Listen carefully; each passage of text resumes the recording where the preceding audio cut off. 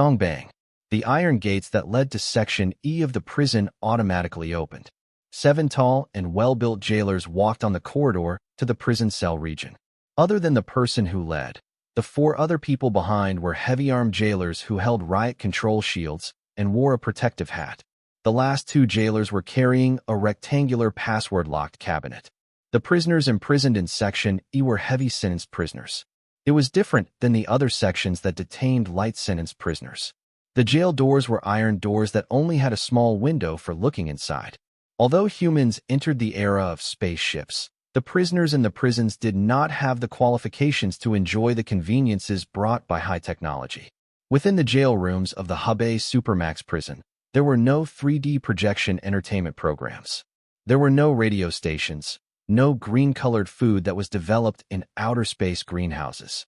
The prisoners that had been stripped of their civil rights ate synthetic food that had no taste at all. They slept on several hundred-year-old, ancient-style, double-decker wooden beds. Other than forced labor, the usual, daily activities left for the prisoners was exercising and reading books. Of course, throwing away the crude and simple furniture that the prisoners used, the equipment that the Hebei Supermax prison jailers used were the most advanced, high-tech products. On the ankles of every prisoner, there was a foot chain-style signal emission device. That thing's exterior was made of titanium alloy, and it tightly locked onto the ankle with a magnetic combination lock. Unless they had the password or if they cut off their foot, there was no way of taking it off. Every corridor and corner of the prison was filled with monitoring devices. There were even tiny spider machines that patrolled the ventilation ducts and the sewage drainage systems. It could be said to be an inescapable net. From the creation of the Hebei Supermax prison until now, in the near 100 or so years of prison history, there was not a single person that successfully escaped from prison. The fluorescent lights were constantly flickering, and it made the utterly silent corridor a bit eerie. Even the jailers that worked there for a long time was slightly unable to bear the deathly and strange atmosphere of Section E. The 7 jailers did not stop in the corridors of Section E. Very quickly, they passed through multiple iron doors, and they arrived in the middle of Section E. The heavy-sentenced criminals' luxurious box for the death row section. After entering the death row section, it was clear that the expressions of the 7 jailers became strict. A grave atmosphere filled the group. They passed through corridors in the death row section, and the 7 people arrived in the final forbidden area in Section E. The so-called forbidden area of Section E had a minimal surface area. There were only 3 confinement rooms in the entire area. The terrain of the forbidden area was a bit lower than the other prison rooms. The pipes for the sewage drainage system gathered there, and the fluorescent lights changed into a dusky, saffron color. The entire environment there was dark, cold, and moist, and it emitted a faint stench. When the sewage drainage system was under the dusky light, it obstructed a large area and created eerie and frightening shadows. The deathly calmness around made everyone fearful, and uneasiness filled their hearts.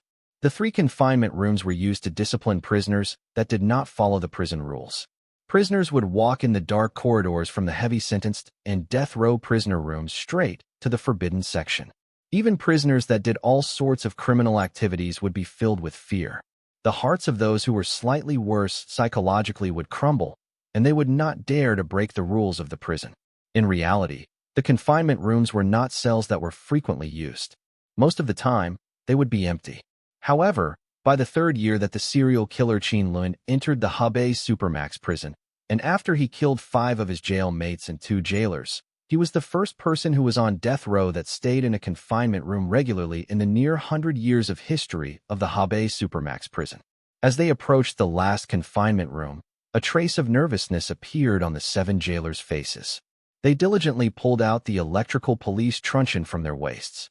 There was no modernized high-tech password lock on the confinement room. The jailer who led lightly pulled upon the palm-sized window on the iron door and looked into the confinement room. The Section E confinement room was different from other jail cells.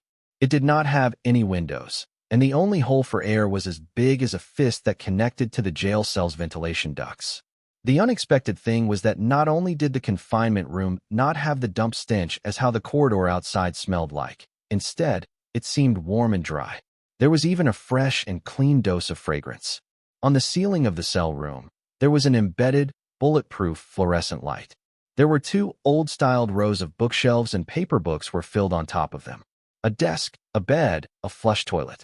Not one of those were lacking, and other than the few books on the counter, there was even a wooden Chinese chess set.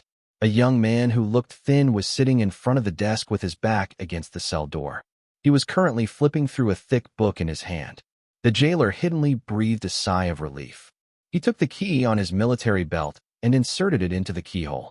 The heavy cell door was suddenly pulled open, and four heavy-armed jailers carefully bent their waists, held their shields, and entered the confinement room. Qin Lun, time's up. The jailer who led tightly clenched his police truncheon as he yelled in a heavy voice while standing a good 3 meters away from the young man. The young man lightly closed his book, and under the bright light, the two big words psychological behavior appeared on the cover of the book. After carefully looking at the books on the desk and the bookshelves, within the special confinement room, there seemed to be a booking system about clinical medical science and psychology. After closing the book, the young man stood up, put his hands behind his head, and turned around. Under the shine of the light, a young man with an ordinary appearance and thin body showed himself in front of the crowd. The unexpected thing about the serial killer Qin Lun was that he had a pair of clear and pure eyes. However, perhaps because he did not regularly meet with sunlight, his skin was white. His hands were exceptional. His fingers were long and pure white, just like jade. As they looked at him, the murdering demon just seemed like an ordinary young man who appeared malnourished. After Qin Lun entered the Hubei Supermax prison, he made new records by breaking many of the unwritten rules of the prison. He even continuously killed the heavy-sentenced and death row prisoners that shared a cell with him. There were even 2 jailers that unluckily died in the line of duty. Qin Lun had a severe psychological injury, and he suffered from schizophrenia. The confinement room that scared other prisoners to the point in which they wet themselves had no use to the murdering demon.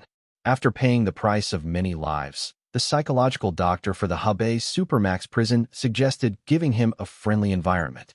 The confinement room that locked Qin Lun had electric heating pipes installed underground. It was used to eliminate moisture, and occasionally, air fresheners would be added in the air vents. The jailers even provided books and Chinese chess to Qin Lun to stabilize his mental condition. In fact, unless Qin Lun was violently agitated by the outside world, under normal circumstances, his intelligence was even higher than ordinary people. Starting from the time when the Hubei jailers gave him books to read, after only 5 years, Qin Lun finished the standard curriculum from primary school to university. However, when he was 18 years old and started to learn clinical medical science and psychology, it also gave the jailers an adverse effect. It was that no psychological doctor could accurately determine his mental condition. The jailer who led looked at the murdering demon's clear eyes, and he secretly sighed to himself. He raised the black-framed screen that was as thick as paper and started reading out loud. The cardboard-like black-framed screen had a photonic computer within it, and it stored detailed information about Qin Lun. Typically, after the death sentence decision was passed down from the Federation's court, the jailers would use the flat photonic computer to announce their judgment order down to the death row prisoners. That was why it was jokingly named as the death notice by prisoners. Qin Lun, male, 20 years old. Original name, Joey Foster. The Supreme Federation Court has decided to overrule the death sentence appeal and affirmed with the original sentence. You are charged with the murder of multiple people, and you are forever stripped of your civil rights. Today, at 7 p.m., you will be executed. Following the clear announcement, 2 jailers who carried the rectangular cabinet opened it and revealed a set of steel devices. Several jailers took out the steel parts that were like components of a mecha in succession. They put them on Qin Lun, and after a while, an armored knight that only revealed its eyes to the world appeared in front of the jailers. It was a confinement device equipped with steam power. The prisoner could only rely on the steam power to slowly walk forward. Even the simple standing required a slow 3 seconds. Poochie. As the steel monster bent its knees, it sprayed out a tiny bit of white steam. Qin Lun, who wore an iron mask, slowly opened his feet apart and walked out of the cell room. The murdering demon who wore the steam confinement equipment looked just like an amusing, clumsy bear. With 4 jailers in front of him and behind him, they slowly walked on the corridor of Section E. The heavy footsteps attracted the attention of the people in Section E. As the group of people walked, quite a few prisoners tightly stuck on the cell door and coldly stared at Qin Lun and the others. Was that the boss of the Hebei Supermax prison? The eyes of the prisoners glittered with complicated light. Put the black cloth hood on. The jailer who led ordered when he saw the last iron door of Section E. The Hebei Supermax prison was a group of towers that were several hundred feet away from the ground. In between the Section E tower and the Section E tower, there was a vast steel railway that entered the clouds. The railway looked a bit like a track of a roller coaster going upwards. The higher it went, the steeper the track would be. On the peak of the railway, the slope even reached 90 degrees, and it formed a right angle from the bottom. It was one of the core technologies of humans in the new era, the sky rail. The sky rail was a type of long-distance delivery device, divided into province level, district level, and planet level. Also, there was the legendary interstellar sky rail. There was a sealed delivery cabin underneath the sky rail.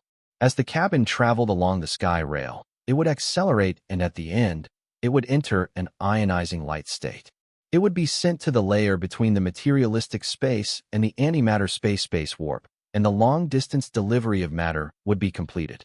There was also a sky rail on the other side of the delivery cabin, and it was used to accept the cabins. Other than using magnetic floating devices, the humans in the new era would use the sky rail for normal cross-province traveling and transportation. Electric trains and passenger planes were already put up for display in museums. The doors to the sky rail slide open, and a wide and bright modernized tunnel appeared in front of the crowd. When compared to the corridors in the Section E cell rooms, it seemed as damp and foul-smelling as sewage. The jailers led the steam confinement equipment with Qin Lun in it into the delivery cabin for the sky rail. At the same time, the black cloth hood was taken off the murdering demon. The bright eyes revealed in the steel mask slightly moved as they accessed the situation beside them. It was a circular hall, and next to the hall were touch-styled workstations. There was a huge LCD. The delivery target has entered. Activate the particle analysis engine. As the group entered the delivery cabin, a soft voice of a female rang out in the hall. It was the synthetic voice of the sky rail's photonic computer. Particle scan has completed, confirming the long-distance guiding signal. 30-second countdown beginning. 3, 2, 1. Start delivery. After the soft female voice spoke, suddenly, the delivery cabin started to shake violently. A beautiful spiral lit up on the peak of the Hebei Supermax prison sky rail, and the delivery cabin that flew up into the air became a shooting star. Instantly, it disappeared in the air, and it entered the mysterious space warp. After exiting the transport, Qin Lun was transferred to a brightly lit, yet sealed, room. The walls were pieced together from steel plates, which stood out all the more, as there was nothing else in the place aside from several thumb-sized holes in the corners. Not long after Qin Lun had entered the room, a faint white gas puffed out of those holes and slowly filled the room. Poisonous gas? Am I going to die? A dizzy spell hit Qin Lun as a sliver of movement dashed through his crystal-clear pupils. Bang!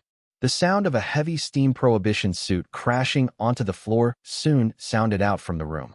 Federation Military Area 91, Daxing Mountain, northeast way of Cathay District. Before the Federation united the world, there were many unsolved mysteries and mysterious wonders in the past, examples being the Bermuda Triangle, the Tunguska explosion, and Mohenjo-Daro. However, with the progress of human technological advancement, many of these mysteries obtained new explanations. Currently, there was only a handful of unsolved mysteries remaining in the Human Federation.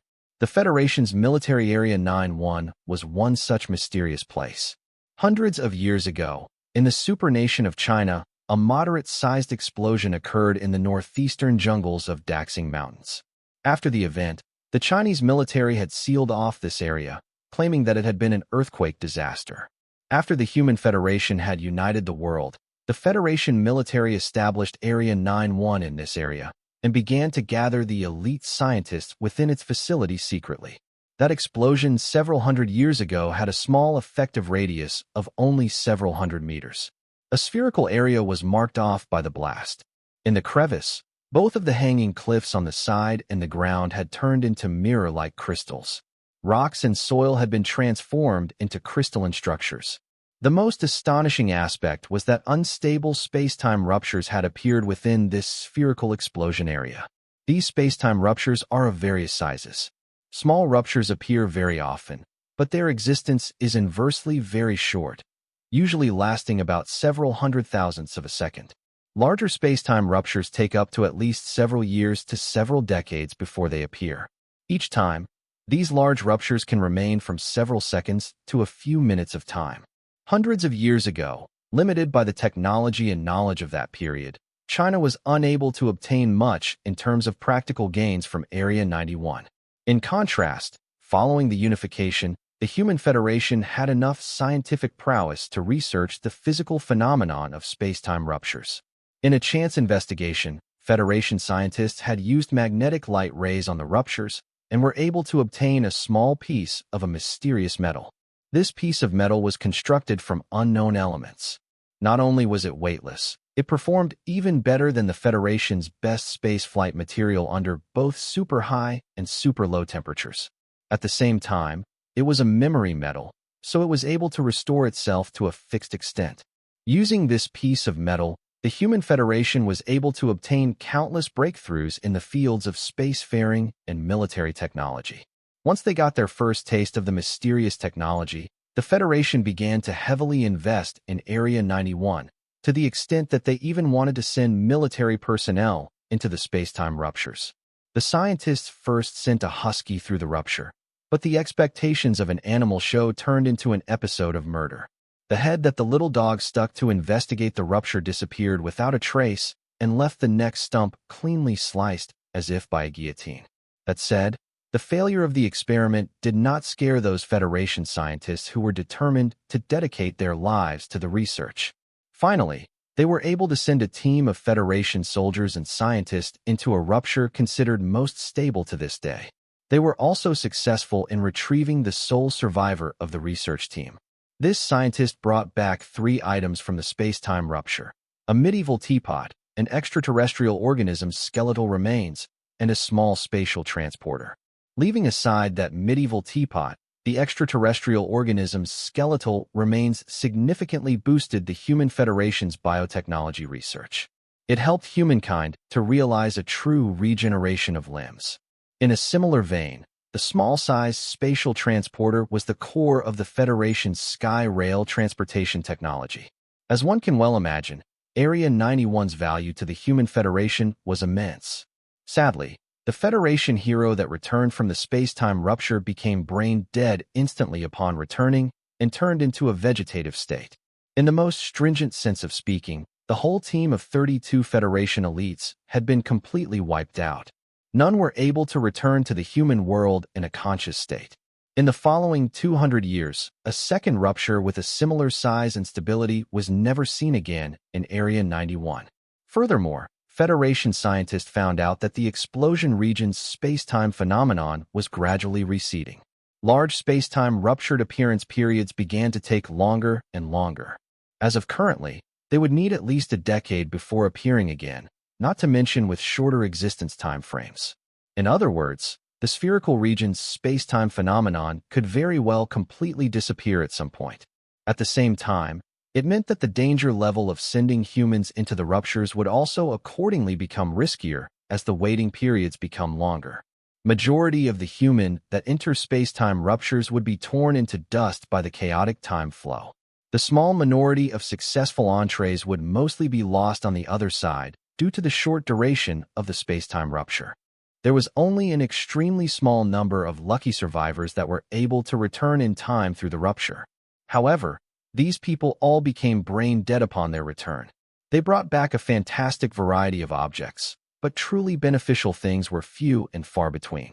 Nowadays, Area 91 no longer sends scientists and Federation soldiers through space-time ruptures.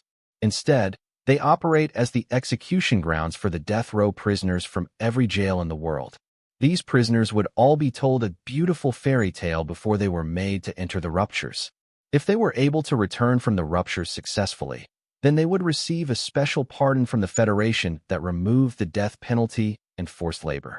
They would be able to begin a new life with a new identity. Of course, The Federation neglected to explain the part that they would enjoy their new life in permanent vegetative states on hospital beds. The whole Area 91 was half buried underground. It was a shrine-shaped large-scale structure. The shrine-type construction's box-shaped roof just happened to connect to the spherical region created in the explosion from several hundreds of years earlier. This spherical region's diameter reached several hundred meters, with wave-like ripples spontaneously appearing in the air. Minuscule disassociated elementary particles sparked and dimmed at will, and danced wildly through the air like electric arcs. "Professor, how is the preparation?" At this time, in Area 91's control center, a Federation soldier in a general's attire observed the large display and asked the base's chief engineer. According to the supercomputer, this spacetime rupture appears once in 17 years. At this point, we are unable to verify the size, but it should be big enough to allow an adult to pass through. The grizzled-hair professor nervously explained. The free particles sped up their movement orbit 3 days ago. If it continues at this rate, the spacetime rupture could appear in the next few days. In the Area 91 infirmary, Qin Lun's eyelids shook slightly before they slowly opened. The bright light caused the serial killer to squint his eyes involuntarily. As his pupils contracted, his view gradually became clear. Clang. Right as Qin Lun wanted to sit up, heavy restricted sensations came from his limbs and his back. He tilted his head slightly and saw that he was lying on a simple-looking stretcher. From the corner of his eye, he saw that a roll of sturdy leather rope bound his wrists to the railing. Qin Lun was quite familiar with this type of binding, as he was bound countless times in this fashion when he was at the mental hospital. "You're awake." A gentle voice came from his side. Qin Lun turned his face and found a young girl in nurse attire walking towards him. This young girl seemed to be a minor. Her rosy cheeks had a tiny bit of baby fat. Her skin was pink and tender-looking, with a pale blush showing through the white skin. The pair of large eyes were crystal clear. The specks of faint freckles on her face gave her a bit of charming cuteness. In terms of appearance, this girl was probably just average, but that pair of G-cup spheres that lifted the front of her nurse garb added several points to her rating. Childlike countenance matched with large breasts. Qin Lun suddenly understood everything. With a pair of lethal weapons like this girl was clearly of age. It's just that she had a childish face. "Xiaolian, don't talk to him. This person is very dangerous." A cold female voice came from behind the little nurse. "Sorry, Sister Hu Fei." Xiaolian made a face at the prisoner and softly said, "Don't be scared. We're just going to give you a physical examination." Do. The sound of high heels came from behind Xiaolian. An expressionless exotic beauty appeared before the prisoner's field of view. Qin Lun had been moved into a mental hospital at age 12, transferred into a juvenile detention facility at age 15, then locked into Handan high security at age 16. His interactions with the outside world were especially scarce. The concept of aesthetics and knowledge were only those from books. But even with his limited understanding of beauty, the murderer still became aware instantly that the woman before him was an otherworldly beauty. The woman had a delicate oval face with skin as smooth-looking as silk. Her pair of red phoenix eyes were not as big as Xiaolian's eyes, but the long lashes shaded her jade-like eyes that inadvertently would display a hint of seductive charm. It was only because of her slightly raised willow-like brows and her frigid, charming face that gave her a cool, elegant, and magnificent quality. This exotic beauty, who was called Hu Fei by Xiaolian, was probably a female doctor. Following the crisp clicks of her heels, she quickly arrived at the side of the stretcher. Although the mask obstructed his view and he was unable to see the bottom half of the beautiful woman, Qin Lun noticed that she was at least half a head taller than adjacent Xiaolian. Her figure was probably one of those tall and slender types. Qin Lun's sight was suddenly dimmed as the beautiful doctor leaned over and blocked the light. A single flexible stick pushed his eyelid up as a faint fragrance wafted into his nose. The prisoner's eyeballs slowly looked downwards and noticed the name tag on the white gown. The two characters Hu Fei were inscribed on the tag, so it was probably this bowtie's name. Qin Lun's eyes turned again and peeked through the garb's collar. He faintly saw a pair of raised peaks as well as that strip of flush white cleavage. Hu Fei very quickly noticed the prisoner's gawking as a sliver of anger dashed through her cold and elegant eyes. "Xiaolian, sedate him." "But Sister Hu Fei," The sedative will give the exam result a slight deviation. Xiao Lian looked worriedly at the prisoner on the stretcher. It will be all right as long as he doesn't have any infectious disease or terminal illness. Hu Fei coldly waved her hand to disregard Xiao Lian's input. That's too bad. Looks like you had angered Sister Hu Fei. Xiao Lian apologetically said as she injected a dose of sedatives into the prisoner's arm. Qin Lun felt as if he was falling into a cold lake as the surroundings started to blur. The voices nearby became indistinct as a wave of sleepiness washed over him. Qin Lun leaned against the wall and observed the outside through the air shutter. He was in a 10-square-meter room with a fist-sized air shutter on the heavy steel door. The walls were all constructed with alloy steel plates.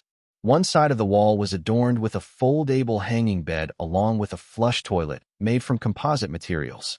Through the shutter, Qin Lun saw that there were rows of similar cells in the distance, but only some of the cells were inhabited with prisoners.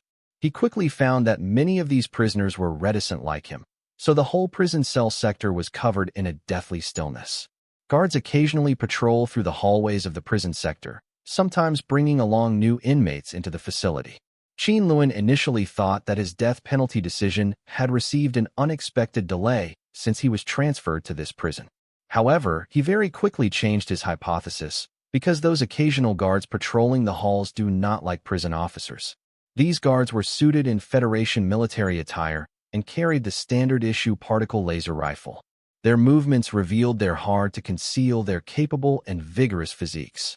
Clearly, these were not regular prison officers. They looked more like standard Federation soldiers instead. Pyuch, pyuch. A strange noise reverberated through the hallway. Qin Lun's expression faintly changed when he recognized this sound. He was quite familiar with it, as it was the sound of the steam prohibition suit. Looks like another heavyweight guest has entered this humble abode. It has been about a week since Xiao Lian had injected him with the sedative. In the last week, Qin Lun had seen several steam suit-encased prisoners walking past in the jailhouse hallway. In other words, there could be other serial killers imprisoned in this Federation military prison. I've finally got to see you, serial killer Qin Lun. In a spacious control room, several white-robed scientists surrounded a handsome youth as they viewed Qin Lun's holographic projection. The youth was adorned in a gorgeous suit and had a domineering manner that complemented his taunting smile. He stood up significantly in comparison to the researchers in the room. Looking at the hologram, a hint of fanaticism exuded from the young man's eyes. I want to see him personally. Young Master Lin, this is too dangerous. The gold spectacle scientist adjusted his gold thread glasses and awkwardly said, "Don't judge him by how he looks right now. He has a split personality disorder, so there is another serial killer personality inside of him. Whatever. I know more about Qin Lun than you do." The youth impatiently waves his arm and interrupted the middle-aged man's speech. "Quickly arrange a meeting for me. I can't want to meet him." As he spoke, the youth grabbed Qin Lun's death notice and walked out of the room towards the prison sector. Behind him, two bodyguards in black suits silently followed. "Professor, should we really do this?" A research student moved closer to the middle-aged scientist and softly whispered, "Qin Lun is a level S felon. This is against the regulations. It's already against regulations to allow Lin Feng enter Area 9-1. The middle-aged professor adjusted his glasses again and helplessly sighed. But what could we do when he is the only son of General Lin? General Lin is the military representative of Area 91 and controls the funding of the base. We can't afford to offend him. Let the prison sector's guards know that after sedating Qin Lun, they need to put a steam inhibition suit on him. Lin Feng normally isn't this stubborn when he visits the base, so what happened this time?" The young research student asked with a puzzled look.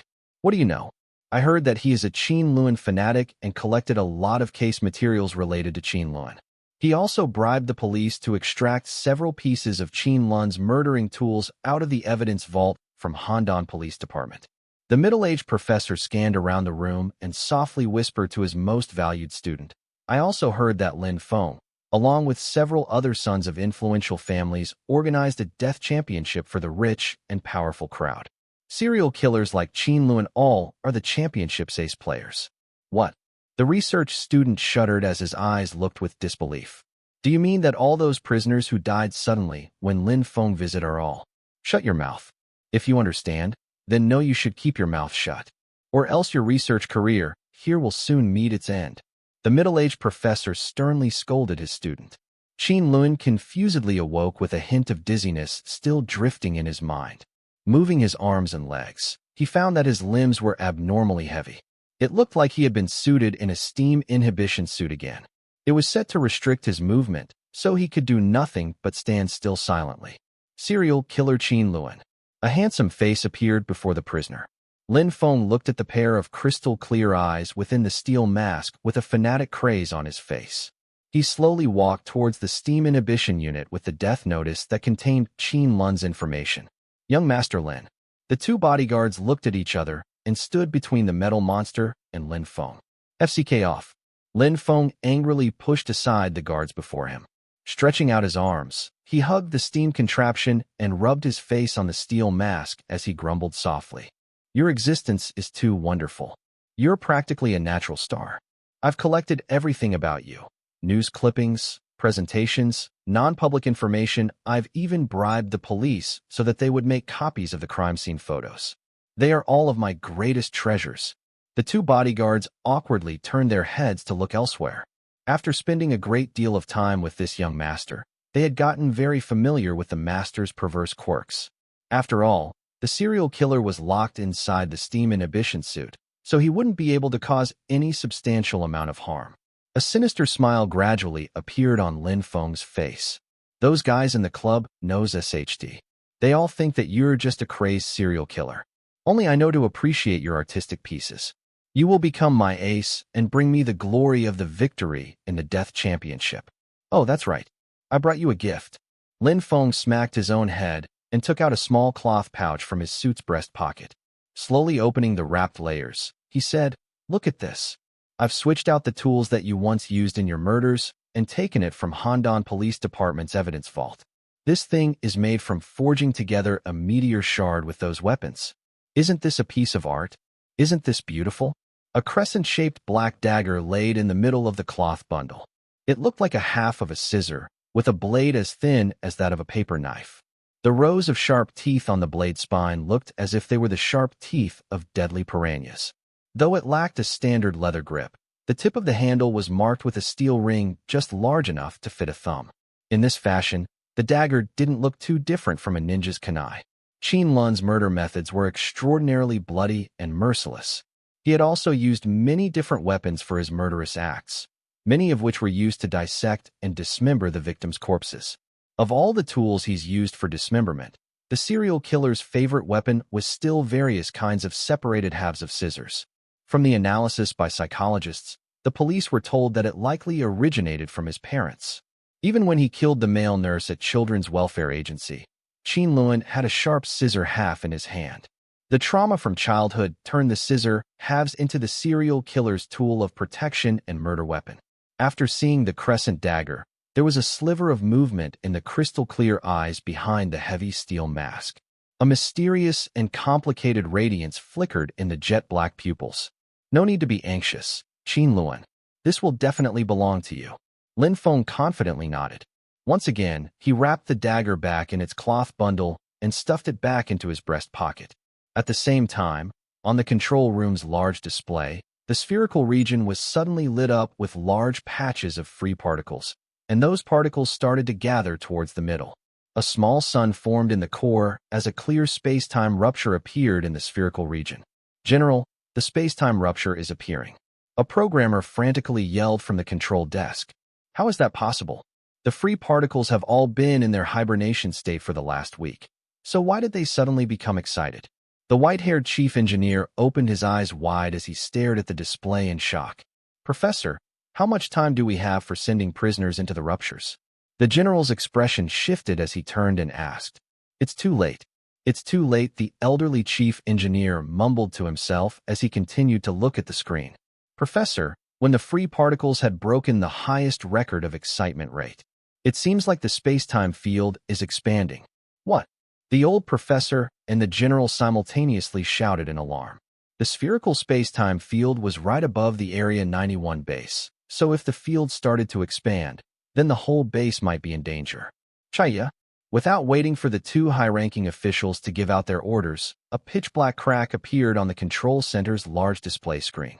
Looking like a monster's eye, the crack appeared in the spherical region and began to slowly pull on both sides. An orange-colored oval transportation door appeared before everyone's eyes. What in the world is this? The white-haired professor cried out alarmingly, but could not hide the hint of excitement in his eyes.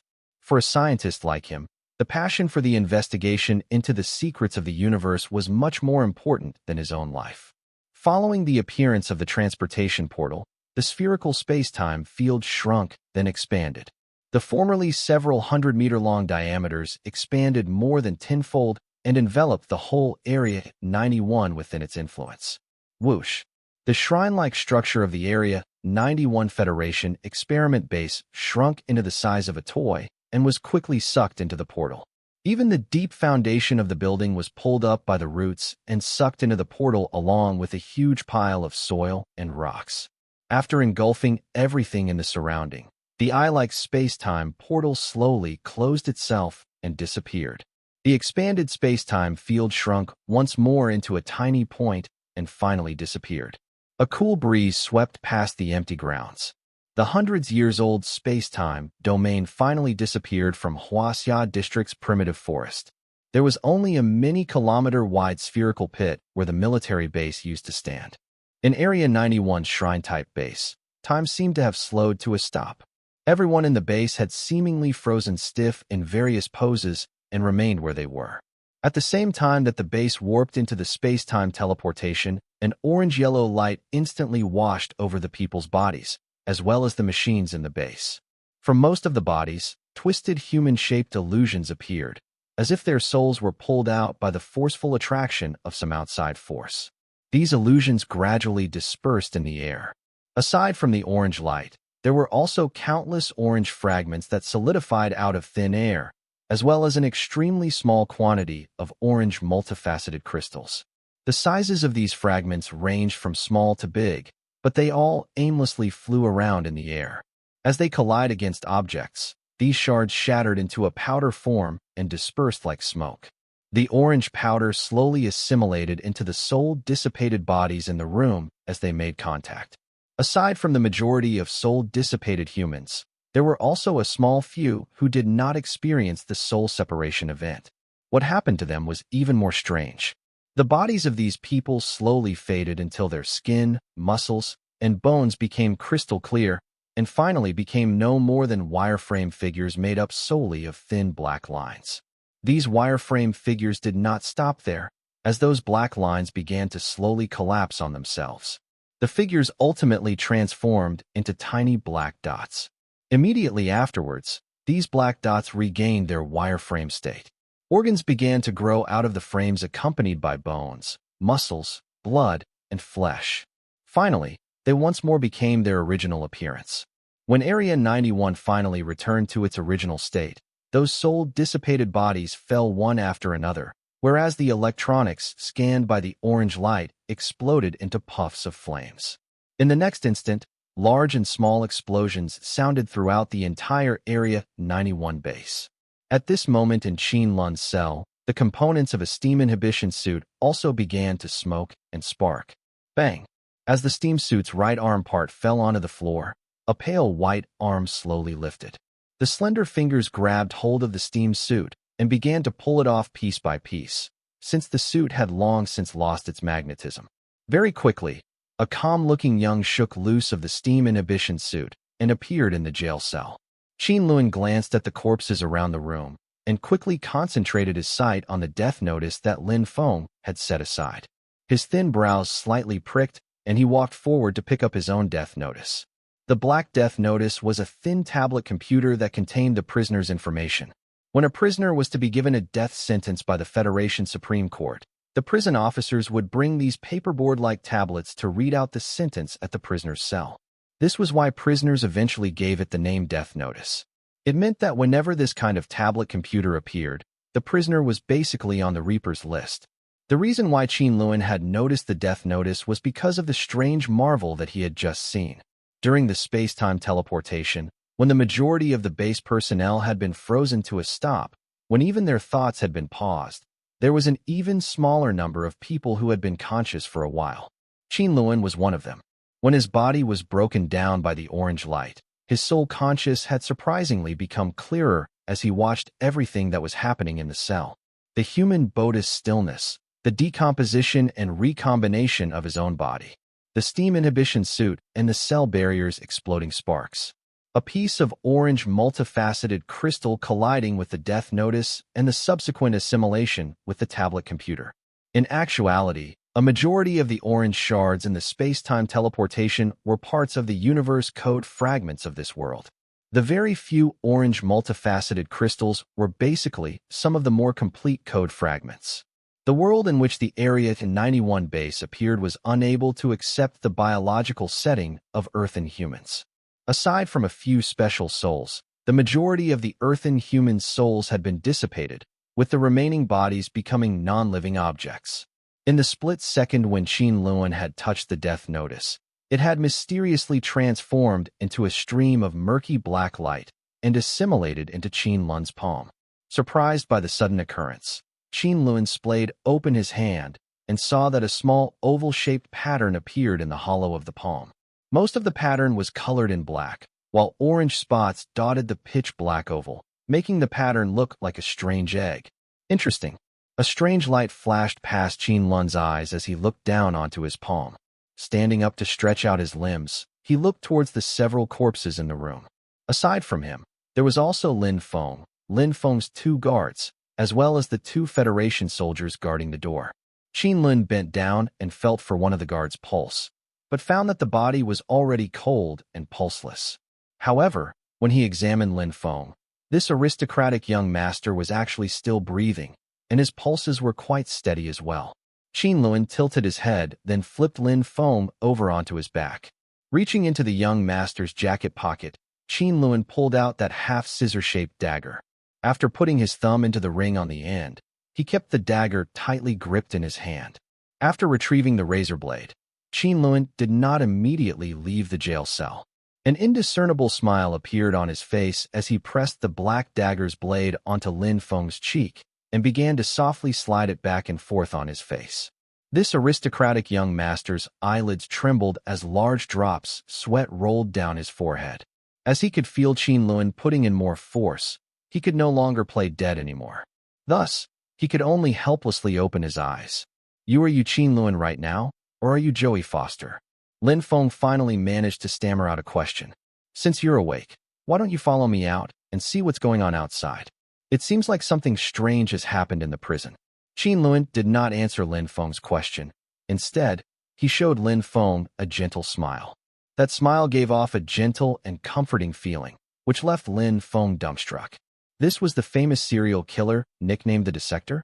After scaring awake Lin Feng, Qin Lun did not pay any attention to the young master again.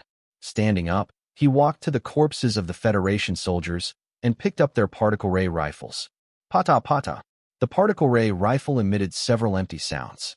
Clearly, these modern weapons did not fit within this world's physical universe code, so they'd lost their weapon functionality. Qin Lun didn't really mind.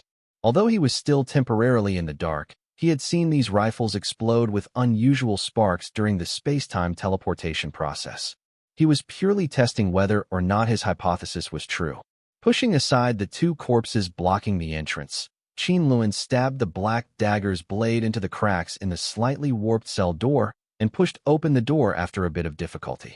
The cell doors in the Area 91 base all utilized magnetic locks.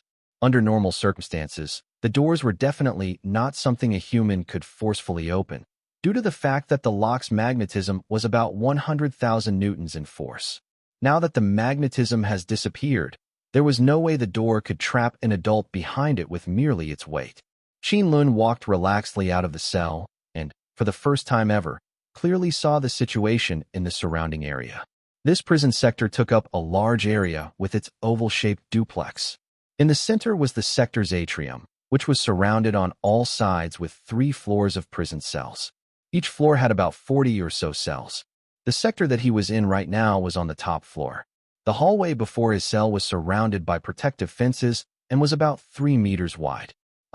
Suddenly, Qin Lun heard a frightened screech from his side. Turning his head, His clear eyes looked with curiosity at a human standing on the right walkway. This person was dressed in the prison's uniform, so he must be another surviving prisoner. It was just that he appeared dainty and delicate, and was shorter than the medium-height Qin Lun by half a head. This prisoner had a slender figure and a pretty countenance. His face looked tender and soft like that of a woman. The shirt of his prison uniform was pulled up a little and tied into a knot over his chest, giving him something like a navel-exposing attire. His tight, small-sized prison pants in conjunction with another prison uniform hanging around his waist gave him what looked like a mini-skirt and tights combination. Seeing Qin Lun turning to look at him, this strangely dressed prisoner let out a terrified cry and turned to run, only to crash onto the walkway with a stagger. However, it looked like he had been scared by Qin Lun quite a bit. After falling down, he didn't even bother standing back up. Instead, he pushed with his feet and started to back away with his but sliding along the ground. They even kept a ladyboy in here. Lin Feng cautiously stuck his head out behind the cell door and reminded Qin Lun, "Looks like he recognized you." "Ladyboy?" Qin Lun's eyes sparkled faintly. He had heard some of the other prisoners use this word in Handan prison, and it sounded like a kind of fantastic creature. It seemed like there were analysis and introductions of these things in the books of social psychology, cognitive psychology, and other psychology branches that had read in the past. As Qin Lun walked towards the fallen ladyboy, his action made that prisoner become increasingly uneasy to the point of nearly fainting. However, after taking only a few steps, Qin Lun stopped and looked behind the ladyboy instead. In the hallway behind the ladyboy, a tall and sturdy prisoner walked out of his cell. This prisoner was half naked on top, his face grave and stern, while a cloak of short beard adorned the man's chin. There was a distinct depression on his right brow bone, which gave his stalwart-looking countenance a hint of viciousness. The muscles of his exposed upper body were very developed, with a perfect triangular figure emerging from his musculature. Finally, his back was adorned with a tattoo of a black-winged angel kneeling on one knee. "Disciple Hansen," Lin Feng cried out softly in surprise. He nervously crept closer to Qin Lun, as if this could give him a greater sense of security. Without even waiting for Qin Lun to ask, Lin Feng quickly gave him a short introduction. Hansen was born out of the African district, but he was of white descent. His parents were medical volunteers of Africa's Red Cross, and had both died in an explosion incident. At that time, Hansen was snatched away by an African mercenary militia. Ever since his 8th birthday, he had become a mercenary child soldier. Hansen was a child mercenary for 10 years and was nurtured by the fighting around him into a cold-blooded killing machine. When this mercenary division was wiped from existence, Hansen returned to the North America district. Using the skills he had acquired as a child soldier, he quickly became a professional hitman. Reportedly, he called himself Satan's disciple. In the process of capturing him, the Federation sacrificed a total of 20 Special Forces elites. Another serial killer? Qin Lun looked back and forth with his eyes, then suddenly walked forward to grab hold of the railing. Looking down onto the 2 floors and atrium below him, he noticed that there were moving shadows below as 10 or so prisoners appeared. Qin Lun's eyes lit up, as a shy smile expected of a youngster in an unfamiliar social gathering appeared on his face. Seeing that Qin Lun did not continue his approach, that strangely dressed prisoner somewhat relaxed. However, seeing Lin Feng's weird expression, the prisoner immediately realized something. His neck turned a bit stiffly as he looked behind himself. Seeing Hansen, the disciple, whose gaze was sharp as knives, this prisoner only yelped half a note before he reflexively covered his mouth with both hands and forcefully swallowed the rest of his scream. The prisoner swallowed twice as he emptied his mouth. His eyes glanced around nervously before he staggered onto his feet and stood at Hansen's side, looking as though he was letting the bigger man be his boss. Seeing this ladyboy showing respect, Hansen instead squinted his eyes and looked carefully at Qin Lun a short distance away. Putting his big hand on the ladyboy's slim nape, he calmly asked, "What's your name? And who are those 2? "Boss Hansen, you can call me Lily." The ladyboy Lily threw a coquettish look at Hansen, swung his snake-like waist, then hid behind Hansen. He looked with fear at Qin Lun before him. "About those 2, I don't know the one in the suit, but the other one is the dissector, Joey Foster, the 6th serial killer of Huaxia district." Disciple's pupils contracted as his gaze focused on Qin Lun, the one who was still leaning on the railing and looking around at the atrium. Cautiously taking a few steps back, he softly whispered, "Let's go." Seeing Disciple Hansen leaving with Lily towards the other exit, Lin Feng secretly looked at Qin Lun, then moved softly and quietly in hopes to go with the two. His idea was the same as Lily's. Although Qin Lun and Hansen were both serial killers, the Disciple was a professional killer. Killing was only for the money, so even if he has a violent temperament, he was still reasonable. In contrast, rumor has it that Qin Lun was a sicko with split personality disorder. He did not need a reason to kill, and there was no way to fathom his true nature. Staying near this kind of person is truly too dangerous. We'll go this way. Right as Lin Feng tried to take a step, a pale white hand landed on his shoulder. Turning his head, he found Qin Lun looking at him with a beaming smile. All right. The young master trembled as all his hairs stood on ends. As a chill crawled down his back, he immediately lowered his head and let out a bitter smile. Walking down from the third floor of the prison block, they saw that some of the cell doors in each floor were twisted and deformed, clearly as a result of the heavy shaking a while ago. Looking through the cracks, these cells looked pretty much like that of Qin Lun's cell, except some of the rooms had bunks. Looking at it like this, these 100 or so cells at least locked up hundreds of people. However, from what Qin Lun observed a moment ago, the only ones who survived seemed to have been 10 or so. In other words, the living in the prison was only a tenth of its original count. When Qin Lun and Lin Feng finally arrived at the atrium on the ground floor of the prison block, not a single soul was in sight. They had originally been on the top floor anyway, so in conjunction with the fact that Qin Lun acted like a tourist as he descended the floor, the other escapees had long since escaped the prison block. Even Disciple Hansen and that ladyboy Lily had disappeared from view. Standing in the center of the atrium, Qin Lun lifted his head happily and took in a deep breath. Where are we? After enjoying the fresh air, Qin Lun once more looked at Lin Feng. Huaxia District's Daxing Mountain Primitive Forest Area. This place belongs to the Federation Military's Area 91 base. Lin Feng carefully answered. Primitive forest? Qin Lun's eyes suddenly lit up as he asked curiously, is it a human testing base of operations? You can call it that, but you can also say it's not. Lin Feng slightly furrowed his brows.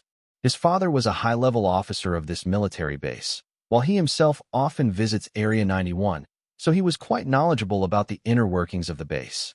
But at another consideration, he hasn't decided whether it was better to tell Qin Lun everything or not. It's not that Lin Feng wants to keep secrets for the nation, but he was afraid that after the serial killer understands all the inside story, he will be killed to vent his anger.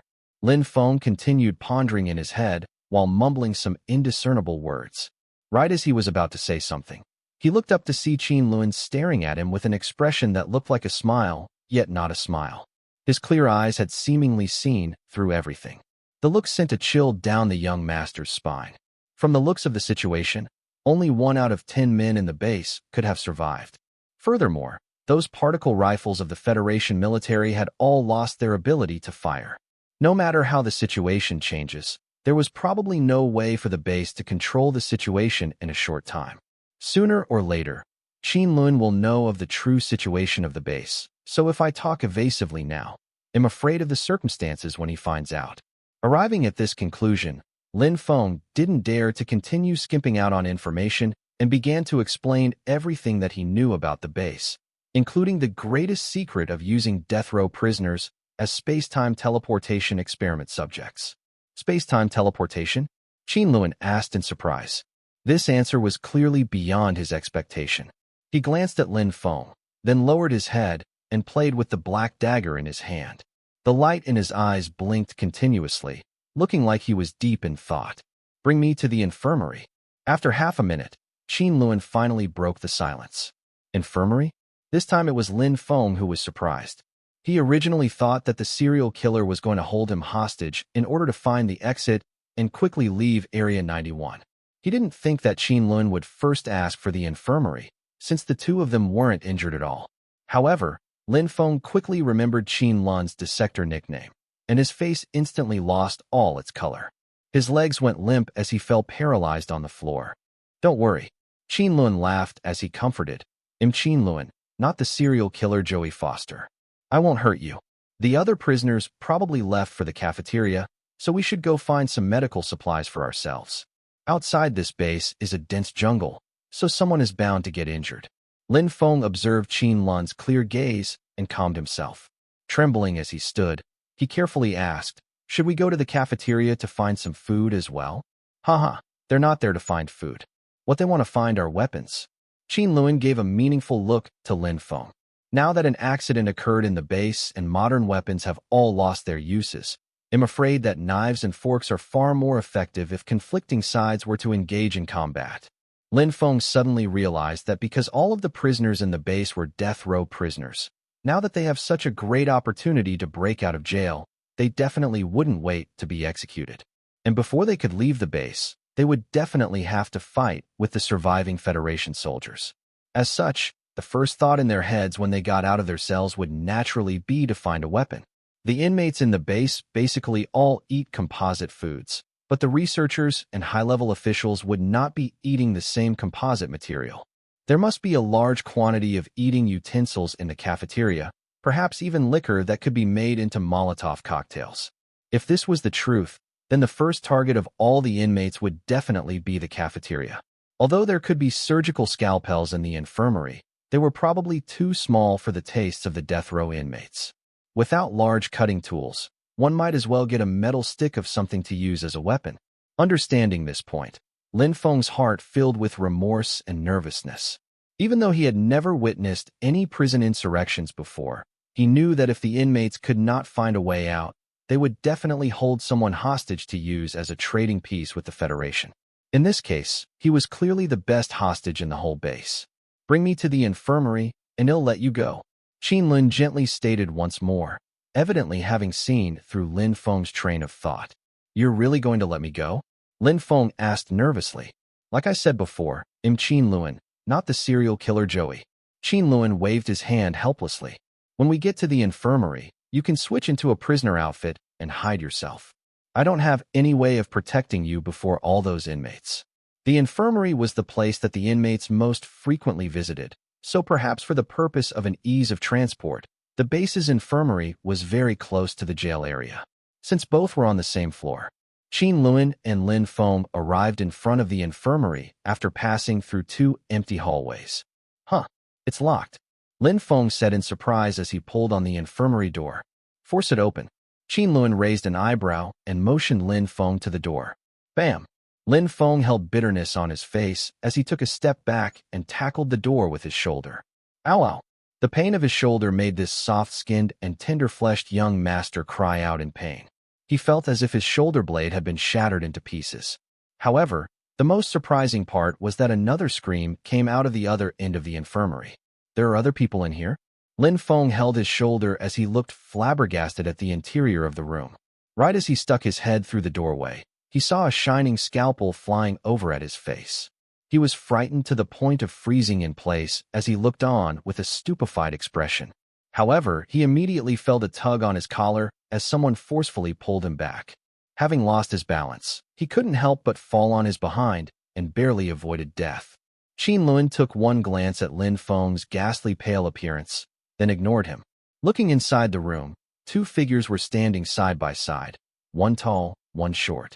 A smile crept onto Qin Lun's face as he spotted a pair of familiar faces. "Beastard, you finally breaking out of his trance." Lin Feng got up from the hallway floor. He didn't get to clearly see the identity of the room's inhabitants, having only seen so much as their white medical coats. Realizing that they were probably not the inmates that he had expected, angry sudden arose from within him. Clenching his fists, he jumped up and charged into the infirmary. Ever since the accident happened, being around a serial killer had caused the young Master Lin to be in a state of anxiety. Now that the people before him were his own people, his pent-up emotions instantly lashed out. However, when he finally saw the face of the two figures in the room, he stood stunned on the spot. Of the two white coats in the room, one had a child's face and large bosom, the other looked cold and elegant. Surprisingly, both were extraordinary beauties. Naturally, these two were the little nurse, Xiao Yin, and chief physician Hu Fei. "Come inside quickly. Don't let them notice you guys." Seeing the two living men outside the door, Xiao Yin perched her small mouth as a hint of anxiousness appeared on her face. It looked as if she didn't see that there was a serial killer between the two before her. Huh. Right as Lin Feng was about to ask them for an apology, he suddenly felt a strong force behind him as he was pushed into the room by Qin Lun. Bam! After pushing Lin Feng into the infirmary, Qin Lun immediately closed the infirmary door as a hint of curiosity wandered into his eyes. Unlike Lin Feng, when Xiao Yin yelled out in surprise, he spotted with his peripheral vision several figures coming around the corner. Interesting. Thinking back to the stiff and shaky walking form of those figures, in addition to the strangely tilted heads, none of those figures looked like a living person. Qin Lun's lips curled into an excited smile. Quickly use the medical cupboard and block the doorway. You're a prisoner. How strange. I seem to have seen you before. The young, beautiful nurse tensely shouted when her line of sight fell upon Qin Lun. Suddenly, as if she had discovered the new world, she stared wide-eyed with her pair of big eyes, reckoned to have already forgotten this serial killer that had a health checkup just a few days ago. Xiao Yin, come here. He's Joey Foster. Hu Fei's charming face was taut as she pulled the small nurse behind her. Compared to the small, muddle-headed Xiao Yin, this icy, aloof bow-tie's memory was clearly much better. Ah, I remember now. You are the great demon King Qin Lun. The small, muddle-headed nurse finally remembered. With a cry, she shrunk back behind Hu Fei with only her little head stretched out, her big eyes blinking as she stared at Qin Lun. Great Demon King. Qin Lun somewhat shyly rubbed his nose, swept a glance around the infirmary, and faintly said, "The smell of blood is very strong here. What happened? Also, what are those things outside? You should see for yourself." Hu Fei looked at Qin Lun in amazement, turned silent, and pulled Xiao Yin out of the way with her. Qin Lun and Lin Feng exchanged a look. They lifted their feet and walked toward the interior of the infirmary, only to see the inner room in a mess. The medical equipment was spread all over the place. What made people feel the most surprised was that on the right side of the stretcher, a Federation soldier was lying there missing the upper part of their skull, the red and white matter painting the ground. He's a dead person, Xiao Yin, who clinging to Hu Fei's willowy waist, weakly said. After becoming like that, of course, he's a dead person. Lin Feng turned his head around and gave a disdainful look.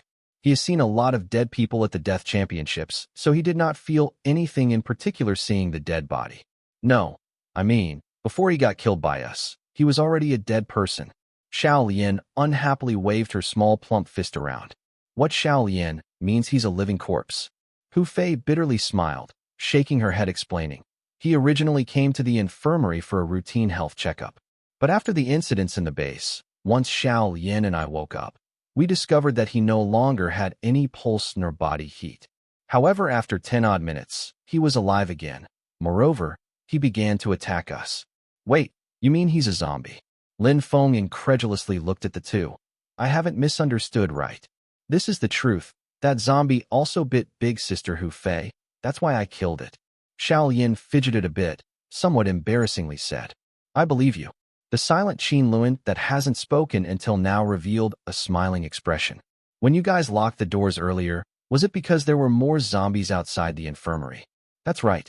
There's a flock of zombies outside. Two beauties, one big and one small, both exchanged a look, continuously nodding like a chick pecking rice. There are more outside. Lin Feng was startled and hastily ran to the side of the door. Looking through the door crack, his face immediately underwent a big change when he saw the 10-odd silhouettes in the corridor. Staggering toward the infirmary, everyone quickly come. Help me block up the door. Don't block up the door. Qin Lun, while smiling, waved his hand, turning his head to the two beauties and asked, even you two weak girls could kill the Federation soldier that turned into a zombie. These things shouldn't be difficult to kill. Yeah, that seems to be so. Hu Fei furrowed her brows, recalling for a bit. His strength was a bit high, but his body wasn't nimble. It's like facing a 60 to 70-year-old man who only knows how to bite. Take along the first aid case, find some long metal rods or support props. Let's rush out.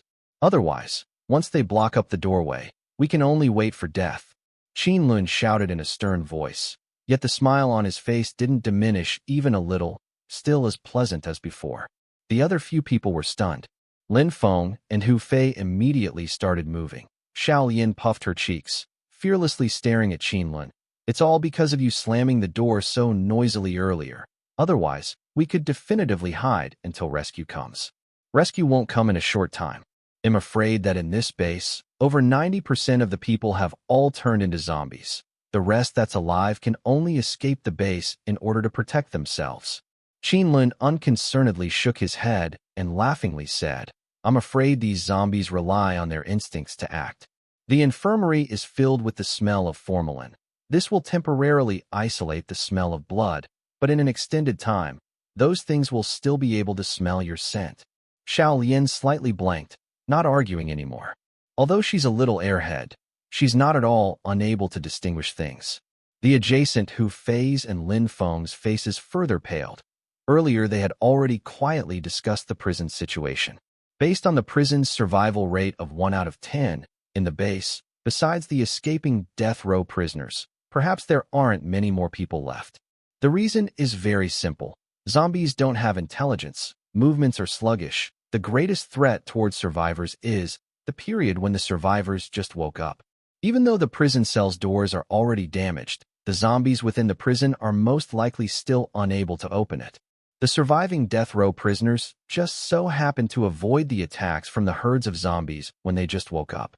And during their escape from the prison, regardless of whether they met people or zombies, they were all the death row prisoners' enemies. Unless they get forced into a dead end by hundreds of zombies or Disciple Hansen, to these serial killers, it's really incomparably effortless for them to escape. And in the other areas of the base, besides the extremely few lucky ones, the rest of the survivors have most likely died to the zombies' jaws.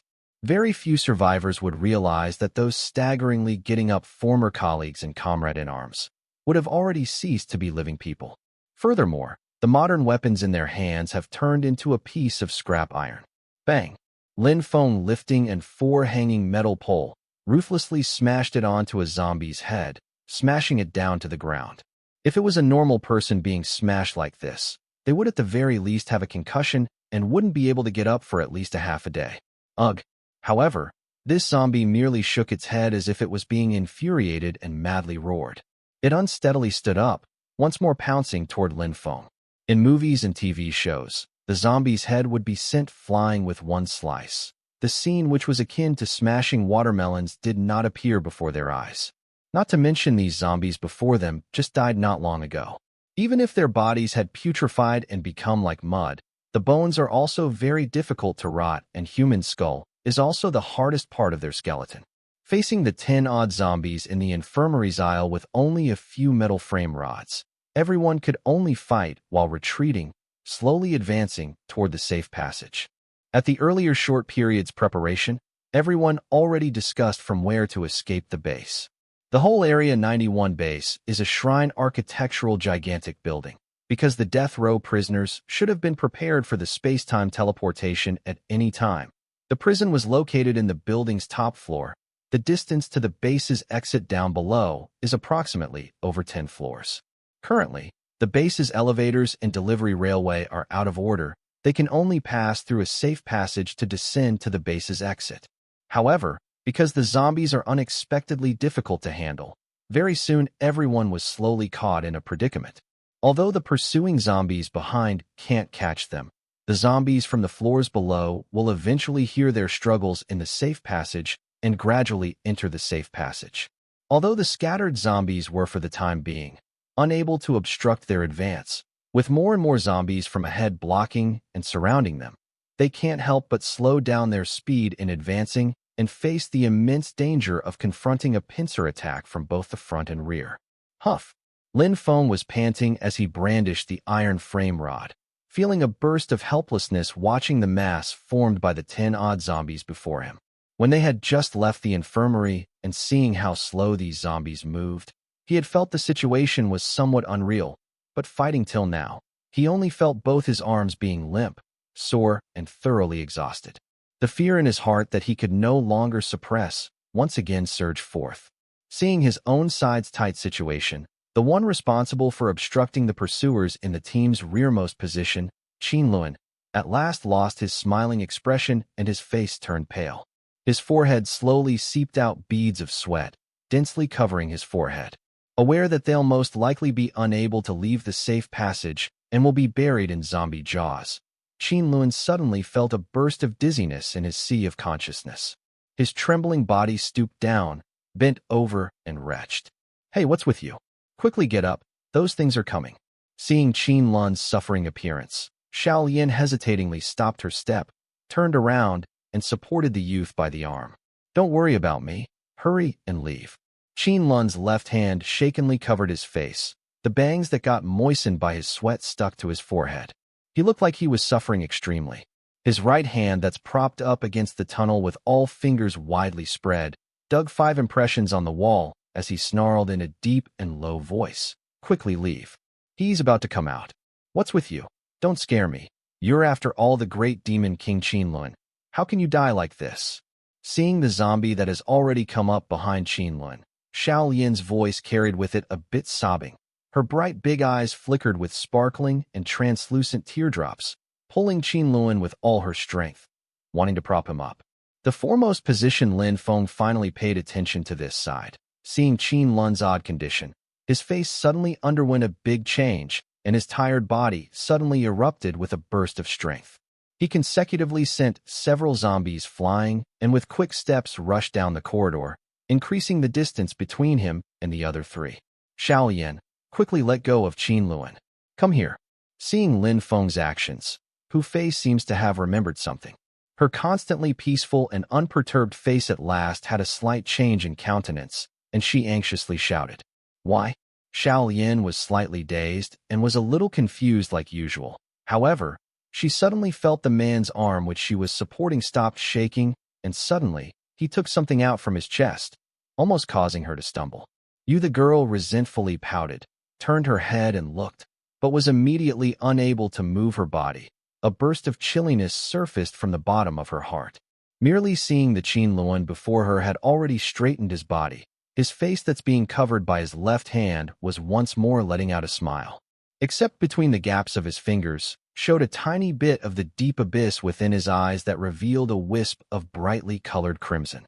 This man's face that originally had a smile that made others feel a warmth like spring, at this very moment hidden beneath his palm, appeared akin to a contorted, malevolent face of a devil coming from hell, carrying an unconcealable sinister air around him. Thump! Qin Lun's right hand had at an unknown time grasped a sharp, scissor blade-like black dagger. Without even turning his head, he flipped his hand and stabbed into the eye socket of the zombie behind him. The black blade tip penetrated through the back of the zombie's head. Along with the zombie's slight trembling from their innate spasming movement, beads of slightly yellowish brain matter dripped down from the blade tip. "Hey!" Qin Lun's left hand that was covering his face reached out like lightning, clutching Xiao Yin's snow-white slender neck, pulling her in front of him. Suddenly, their bodies were tightly stuck to each other like lovers. Feeling the 2 enormously elastic plump spheres on his chest, the serial killer snuggled up to Xiao Yin's cheek, sticking out his tongue and licking her soft earlobe, softly blowing a whiff of hot and moist air. "I am not your great demon King Qin Lun. You can call me Joey Foster." With her neck clutched in Qin Lun's hands, Xiao Yin's beautiful cheeks rapidly flushed red. A pair of fleshy small hands spared no effort in trying to get out of his hands, and a whimper couldn't help but escape her mouth. "Let go of her." For the first time, an angry look appeared on Hu Fei's serene and elegant oval face as she quickly ran over, her pair of hands holding onto a first aid kit, aiming for Qin Lun's head as she swung it. "Hey!" Qin Lun's eyes flashed. A strange laugh emerged evilly from the corner of his mouth as he single-handedly used Xiao Yin as a shield, blocking himself in front. Hu Fei was alarmed and struggled to twist her body. The heavy first aid kit smoothly passed by Xiao Yin's shoulder. However, she lost her balance in the process and tumbled past the 2. The red gleam in Qin Lun's eyes flourished sharply. Throwing aside Xiao Yin, with a twist of his waist and a flying kick, a kick landed on Hu Fei's buttocks. Following along the power of her rush, it directly caused the iceberg beauty to go flying in the air and knock over the more than 10 zombies in the corridor, rolling into a ball. While Hu Fei rolled, Her cool and elegant charming face was filled with confusion and wrongness. The iceberg beauty that was always considered a treasure by everyone within the base seemed to be unable to believe that one day she would be treated and discarded like trash by a man, until a zombie ferociously bit her shoulder and roused Hu Fei with the sharp pain. A thread of panic and unwillingness finally appeared on that previously frigid oval face. Under the pressure of the corpses, she reached out a hand toward Qin Lun and Xiao Yan. Save me. Sister Hu Fei. Don't seeing Hu Fei fall into the crowd of zombies. Xiao Yan's complexion was suddenly deadly white, involuntarily crying out in fear. Hey, your luck is very good. Compared to that little girl who believes herself noble and virtuous, Qin Lun likes you more. With this pile of human flesh to eat, it should be able to defer the attacks and pursue of the corpses. Qin Lun watched the desperately struggling Hu Fei within the zombie crowd and exposed a savage smile. Walking forward 2 steps, he caught Xiao Yan by the waist and hoisted her over his shoulder, facing and pursuing the Lin Feng ahead. Lin Feng did not manage to rush away very far. The power that manifested due to the fear of Joey Foster just then was only enough for him to rush down 1 layer of stairs. Now he was at the mouth of the corridor on the layer below them, once again being surrounded by 10+ zombies. Right now, he was using an iron support to prevent the zombies from approaching. Seeing Qin Lun carrying Xiao Yan appearing before him, Lin Feng's face couldn't help but show a trace of despair. Humph, this little girl still has some uses, watch her for me. Qin Lun threw Xiao Yan to Lin Feng and strode forward in front of the zombie crowd. With 1 kick, the nearest zombie was sent flying. Lin Feng rejoiced and promptly lent an arm to support the over-frightened and faintly shivering Xiao Yan, blindly following behind Qin Lun. Qin Lun gazed toward the 10+ zombies that were throwing themselves over while the black dagger in his right hand swung around his thumb. A vicious grin revealed itself on his face. At this moment, the murderer's 2 arms were spread wide as he executed a flying leap and pounced on the group of zombies. The zombie that was at the very front of the corridor was a young female. The large white gown she was wearing has already turned into beggar-like clothing. Her black lace bra dangled in front of her chest, revealing half of a snow-white breast with a bit of pink sticking out like a cherry. Qin Lun in midair suddenly used his left hand and pressed down on one side of the zombie's face, firmly pressing it to the corridor wall as both his legs unfurled and stepped on the chests of 2 zombies behind him. Following that, he used the power to leap and charge down. Ayo!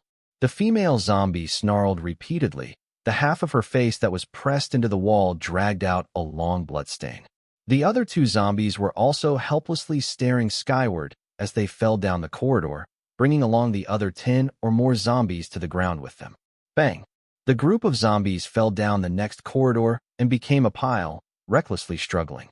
The 2 zombies on top that were trampled by Qin Lun had their chests caved in by a huge chunk and blood splattered everywhere from their mouth. They weakly twitched, clearly suffering heavy damages. And the female zombie was already dying with half of her face badly mangled, and her head showing her white skull. FCK, this SHD is lively. Lin Feng watched captivated as his complexion turned rosy.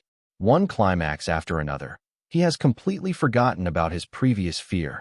The reason why he participates in the organization of the Death Championships is precisely because he adores cruelty and violence, so much that it can be seen as his essence of life.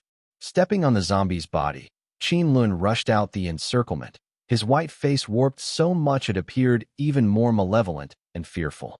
Both of his calves were badly mutilated by 2 zombies biting and breaking his muscles, like how rags were hanged down. The female zombie that was caught and pressed by his left hand until it was dripping with blood, and him both paid a disastrous price.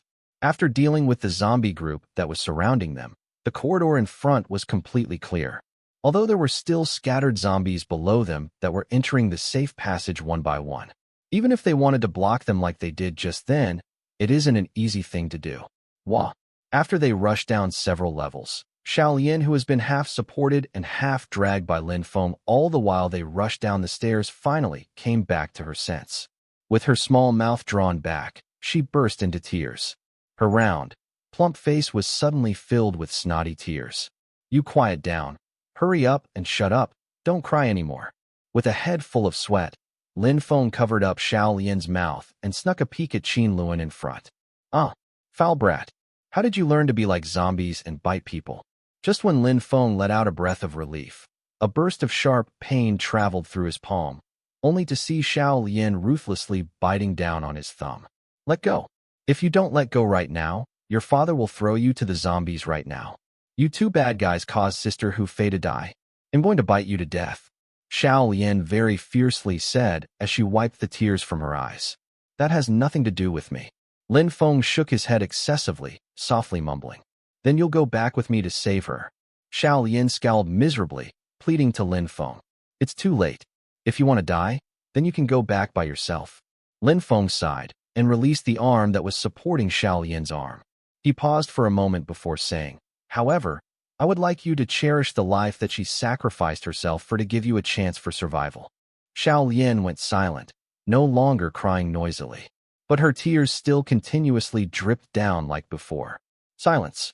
Qin Lun, who was leading at the very front, suddenly raised his hand and stopped his steps. His eyes narrowed a bit, the sharp red flashing slightly. There's someone talking downstairs. It seems to be a live person. Lin Feng shouted in surprise as he bent an ear and listened carefully. Go, you two walk in the front. Qin Lun revealed a cunning smile with his right hand hidden behind him, hiding the black dagger. The three people once again went down 2 flights of stairs, and finally at the entrance to another corridor did they meet another group of people. Compared to Qin Lun's 3-people group, this group has around 10, and almost everyone was injured. Not only were there death row people, there were also people dressed in the Federation troops' military uniform. Disciple Hansen and that ladyboy Lily were also within them. The number of living people account for in this group was mainly death row prisoners, with only a few Federation soldiers. The death row prisoners, for the most part, all holding iron pipes and cutting tools, while the Federation soldiers were unarmed and defenseless. They were pushed forward by the prisoners, clearly being placed in the role of shields. After the group saw Qin Lun's 3-people group, they slightly paused. But after Hansen and Lily quietly exchanged a few sentences, no one bothered with them, and they buried their heads into going forward again. Whether it was the prisoners of the few Federation soldiers, they all have on a face of indifference. At this point, Lin Feng's suit had long been replaced by a prisoner's uniform. Xiao Lian, who is clamped in the middle by Qin Lun, and Lin Feng looks more like a hostage. The arrangement of the two groups looked very much alike. The three of them walked in the rear silently, noiselessly blending in with the small group. Hi, handsome. We meet again. Unaware of when did Ladyboy Lily arrive by Lin Feng's side. He winked and smiled at him, jokingly saying, You seem to have changed your clothes? Lily's voice was sweet and sharp, sounding somewhat coy. Shut up. Lin Feng angrily grabbed Lily's arm and shouted at him in a low voice. Such a violent man. I'm hurt by you. Lily shook off Lin Feng's hands and gave him a firm look in the eyes, twisting his waist like a water snake. Rubbing his wrists, he gave a quick glimpse at Qin Lun, who was walking at the very back, and softly whispered, Your boss, he doesn't look too good. Qin Lun's legs were both seriously injured. The trouser legs were already completely soaked in blood. With every step, a brightly colored bloodstain was left on the ground. It's just that the person himself was not aware of it. Besides being a little pale and his footsteps not lagging in the slightest, he looked as if he basically couldn't feel pain. You don't have to worry about it. Boss Qin Lun is perfectly fine. Lin Feng looked back to this scene, his face slightly changing colors and his body stiff as he stared at Lily. Otherwise, why don't you go ask him if he's all right or not? Whatever, I was just concerned for a bit. Lily's expression was a bit sluggish as he gave a forced laugh, his seductive face showing a trace of cold desire. Boss Qin Lun is such a tough guy. However, don't blame me for not reminding you guys. Don't let him collapse from blood loss. Otherwise, you two will be immediately be used by the other bosses as cannon fodder and be fed to zombies who block the way. We have already fed the zombie groups many people to get to this point. Lily's bright pupils wandered and grimly laughed. Finishing his words, he charmingly shook his buttocks and walked back into the middle of the ranks like a cat. Lin Feng's complexion was gloomy. He had already long noticed Qin Lun's leg injury. But to him, Qin Lun and the zombies were the same thing. It would be great if he could escape the base as long as both of them die before him. However, the troops right now have many death row prisoners. Without Qin Lun, their patron saint, He was afraid that he and Xiao Lian won't live long either. Reminded by Lily for a moment, Lin Feng couldn't help but note all the other death row prisoners in the group. Very soon, a panic-stricken expression appeared on his face, and dense beads of sweat were produced from his forehead. Not only Hansen and Qin Lun, there's also Shepherd Hill, Chameleon Chekhov, Fireworks Rand, Clown Grant dammit. How can the base have put together so many serial killers? Young Master Lin's lips trembled, cursing in a soft voice. Realizing that his small life was thoroughly tied together to Qin Lun's, Lin Feng did not hesitate anymore and carefully lagged back a few steps, dawdling by Qin Lun's side. Boss Qin Lun, would you like to stop and let me bandage your wound? It would only need a few minutes. Qin Lun's face was blank. His eyeball mechanically turned a little to look out the corner of his eye, and the line of sight fell on him. Lin Feng could only feel as if he was being stared at by a starving wild beast, and all the hair on his body stood up. He hung his head down, not daring to go face to face with the murderer. Do it quicker, said Qin Lun indifferently as he swept him a glance, stopping his steps at the same time as he sat against the corridor wall, shutting his eyes. These can't be used, let me do it. Watching the clumsy Lin Feng who was tearing his own prison uniform, the always silent and speechless Xiao Lian exclaimed with a sigh. Crouching down, a pack of spare bandages and hemostatic medicine were pulled out from the pockets of her white lab coat. These were taken from the infirmary as backup, but she didn't expect them to really be used. Ripping open Qin Lun's trouser leg, the two people inhaled a mouthful of air. Only now were they aware that the murderer's calf has a huge chunk that was already thoroughly bitten by a zombie, exposing the white bone within. The broken flesh trembled in the exposed air, appearing to be peculiarly desperate. It's already bandaged. As long as you don't violently move around, it should slowly stop bleeding, Xiao Lian said as she turned away with a wooden face and soft voice. Thank you, Xiao Lian. Qin Lun opened his eyes, appearing to have just woken up from a dream.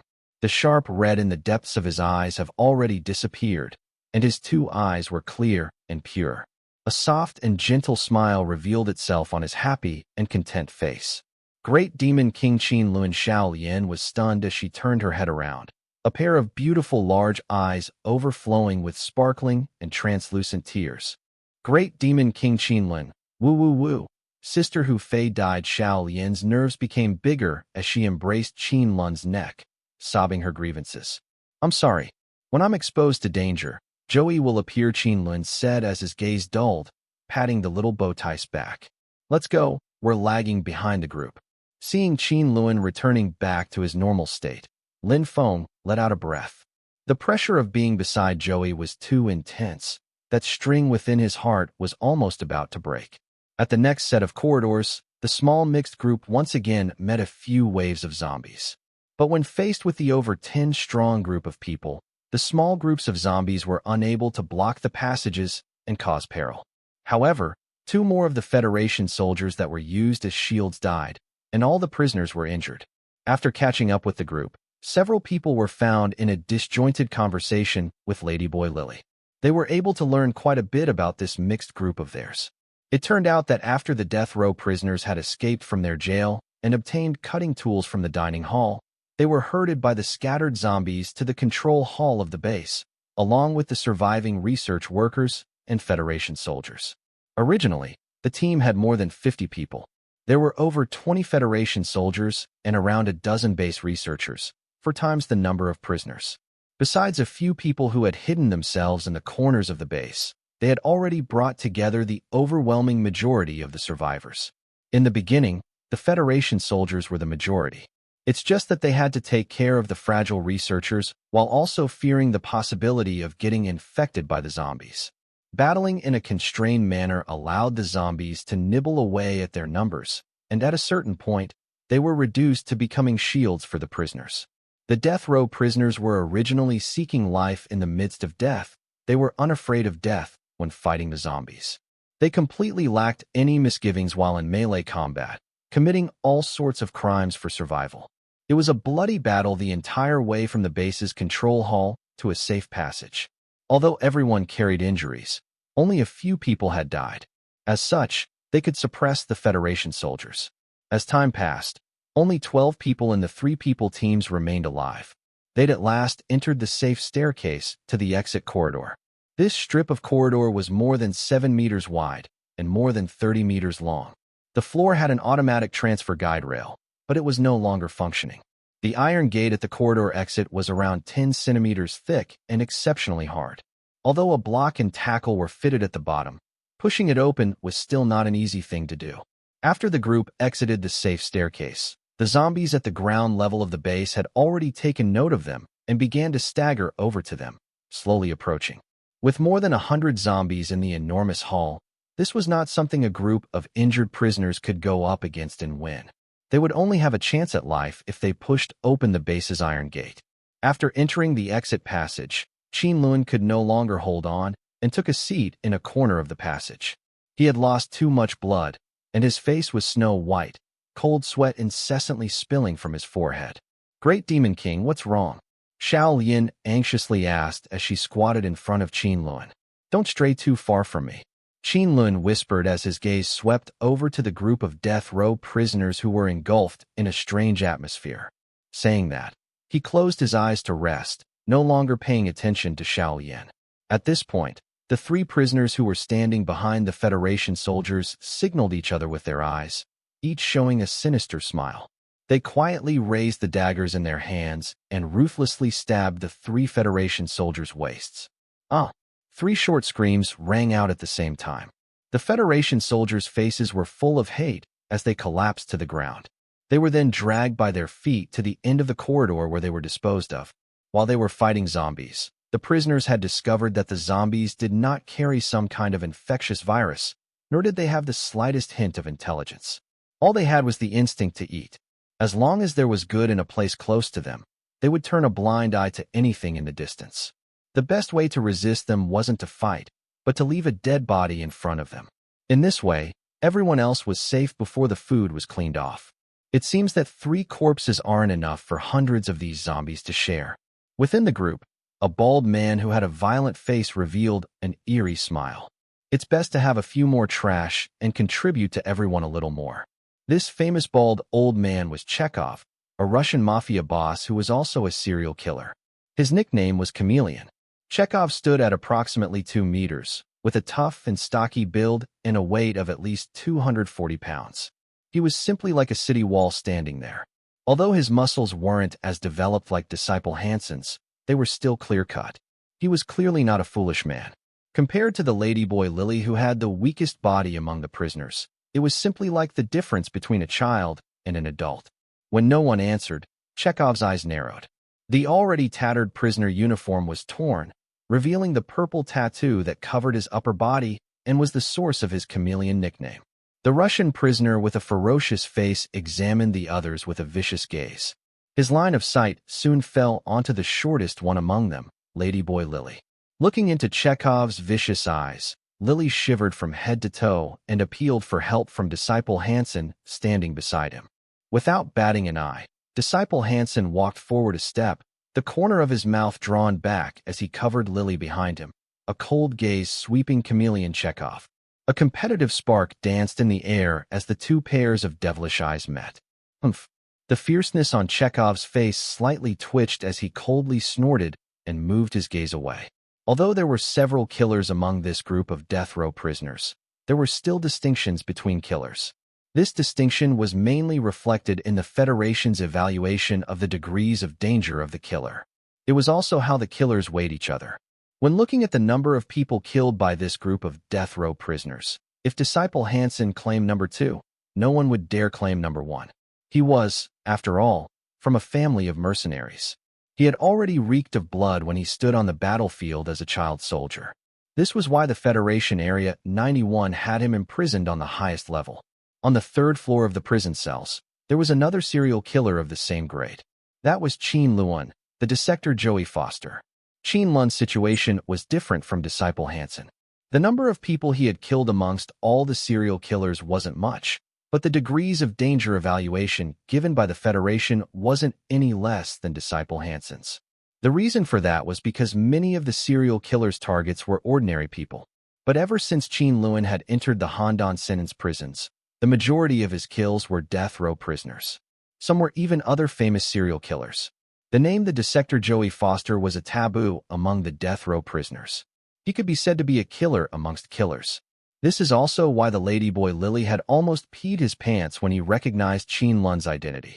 His fame was such that even Disciple Hansen didn't want to walk with Qin Lun. Realizing that he could not make a move on Lily, Chekhov's fierce eyes swept around in a circle again and finally focused on Qin Lun's three-people group. The Russian prisoner examined Qin Lun with a trace of fear. But when he saw the cowering petite figure by the killer's side, he finally walked over with a cruel laugh. He didn't dare to provoke the resting Qin Lun, but Lin Feng had changed into a prisoner's uniform and didn't look too injured. Moreover, that little beauty dressed in a nurse's uniform appeared to be the best target at the moment. Even though that little nurse drew back by Qin Lun's side, Chekhov was confident that he was seriously injured and the dissector wouldn't bother with the base's little nurse's life or death. The Russian man spread open a large palm and grasped Xiao Lian's neck, carrying her into the air like a small chick. Xiao Lian's 2 feet kicked in fear. However, it could only be likened to powdered fists against Chekhov. It was like a dragonfly trying to shake a tree. It had absolutely no effect on Chekhov. Chekhov licked his lips in excitement. A trace of malevolence reflected in his eyes as his hands subtly increased in strength. Xiao Lian's pretty face was becoming red and swollen, and her mouth opened and closed like a dying fish. Her eyes slowly blanched. She was going to be choked to death by Chekhov. However, at this moment, Chekhov sees the faces of the distant prisoners change. Each one revealed a strange smile one after the other, seemingly ridiculing him as though they were watching a good show. The Russian's heart went cold and realized that something was fishy. He abruptly whipped his head around. Without his knowledge, a devil-like silhouette had been quietly standing behind him. The bright red, deep in the figure's pupils were like the will-o'-wisps that roamed in hell, calmly gazing at him. Chekhov was frightened, his fierce face distorting into a lump. Seeing that Chekhov had discovered him, Qin Lun immediately exposed a hideous smile as the right hand hidden behind his body suddenly waved. Pff. A sudden streak of black lightning appeared in the corridor. A black dagger formed from scissor pieces entered the Russian man's temple on the left. It drilled a hole right through his bald head, exiting cleanly from the right. The twisted expression was locked on Chekhov's face as his pair of stubborn eyes glared at Qin Lun and slowly lost their luster. Cough, cough. Xiao Lian, who had pulled herself out from under Chekhov's large hand, repeatedly coughed. With a white face, Lin Feng snuck a glance at Chekhov's corpse as he tactfully helped support the small nurse to a corner. Regarding Qin Lun's violent killing action, there was an unspeakably weird feeling in his heart. The red within Qin Lun's eyes quietly vanished as he expressionlessly wiped his black dagger on Chekhov's body and sat back down at the corner, his eyes closed. But his heart was in the midst of a perilous situation. The moment he was killing Chekhov, a whiff of cool air had flowed from the black dagger to him through his palm. The death notice in his right hand that had become an egg-shaped design had unexpectedly jumped a little. During the base incident, Qin Lun had seen the stored information of the death row prisoners in the simple tablet, which was also his own death notice, which had fused and created an orange-yellow water chestnut-like crystal. Back then, he was just somewhat curious. While he was in contact with the death notice, it had merged into the palm of his hand. Under the stimulation of the cool air, the death notice had finally awakened, producing a rhythmic pulse. It was almost as if Qin Lun had gained another small heart in his palm. Hey, this fat Russian pig is at least 240 pounds. His one person equals 2 people. It's enough for those zombies to share. 2 prisoners came out from the group across from Qin Lun, carefully observing him as they stepped forward to move Chekhov's dead body. With each of them pulling a leg, they dragged him to and threw him around the turning corner of the base lounge and corridor. There were already numerous zombies over there, all of them crowding around over the Federation soldiers' bodies. After adding in Chekhov, the 4 corpses blocked the entrance of the 7-meter-wide corridor, while the zombies obstructed the outer part. Seeing the corridor entrance so densely packed with several hundred zombies, the prisoners no longer wasted any time and automatically divided into 2 groups, using all their efforts to push open the iron gate of the base exit. Besides the seriously injured and the unable to exert any strength Qin Lun, Even Lin Feng and Xiao Lian joined the groups pushing the gate. They were working hard for their survival. Z. The iron gate's latch and winch produced an ear-piercing metallic screech. The heavy iron gate was finally slowly pushed open, sliding to the side. "We pushed it open. We pushed it open." The prisoners excitedly shouted, their cheers filled with the joy of escaping mortal danger. This place, where is this place?" But after they took a clear look outside the iron gate, the smile that they just had on their faces went stiff one after another. Their eyes betrayed a shock that could not be suppressed.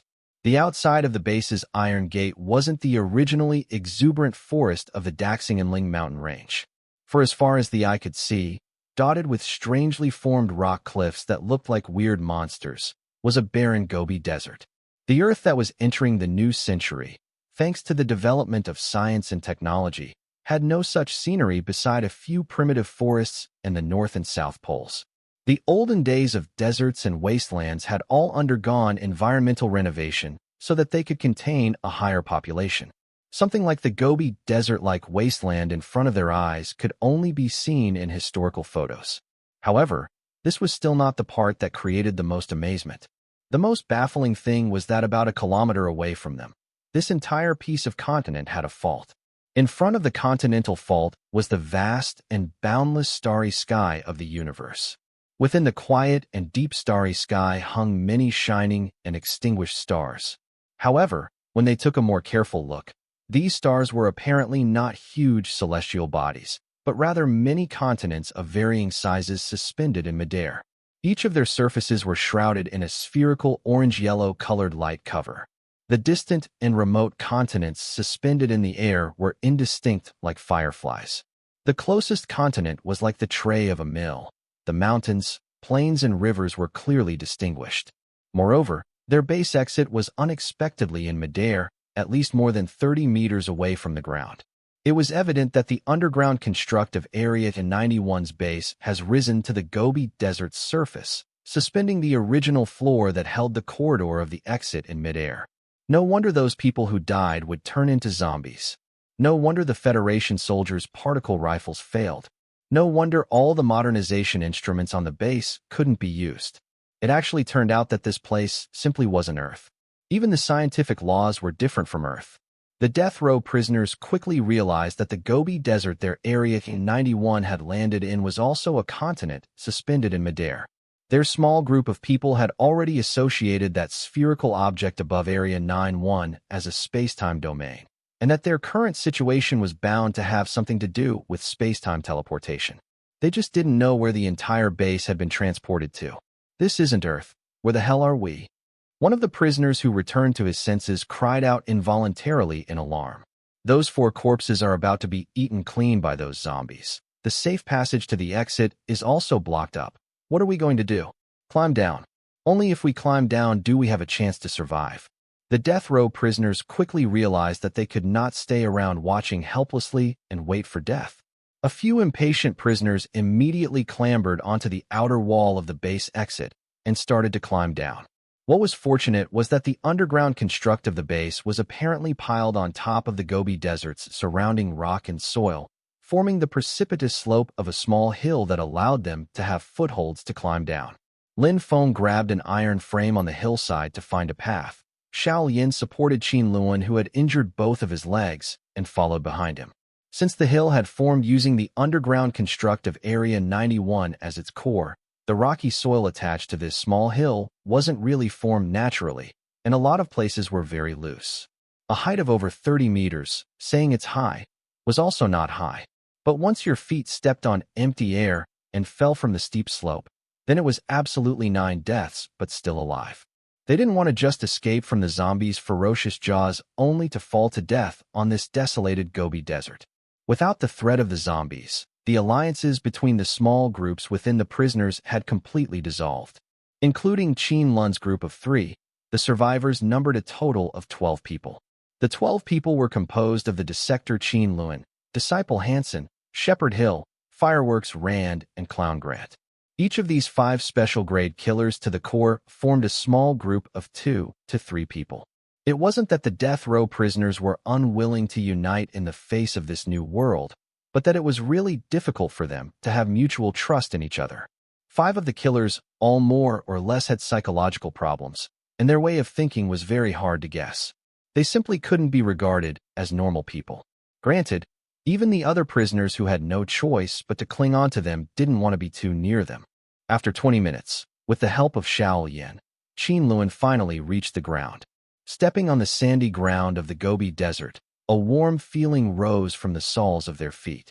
As far as the eye could see were reddish-brown rock cliffs. Besides the sound of the wind occasionally whistling by rock cliffs, the entire Gobi Desert was deathly still, with not even a hint of life. Although there wasn't a sun overhead, an orange-yellow colored light hung in the air of the continent, emanating an intense light and heat, and shining brightly enough to make them dizzy and drowsy.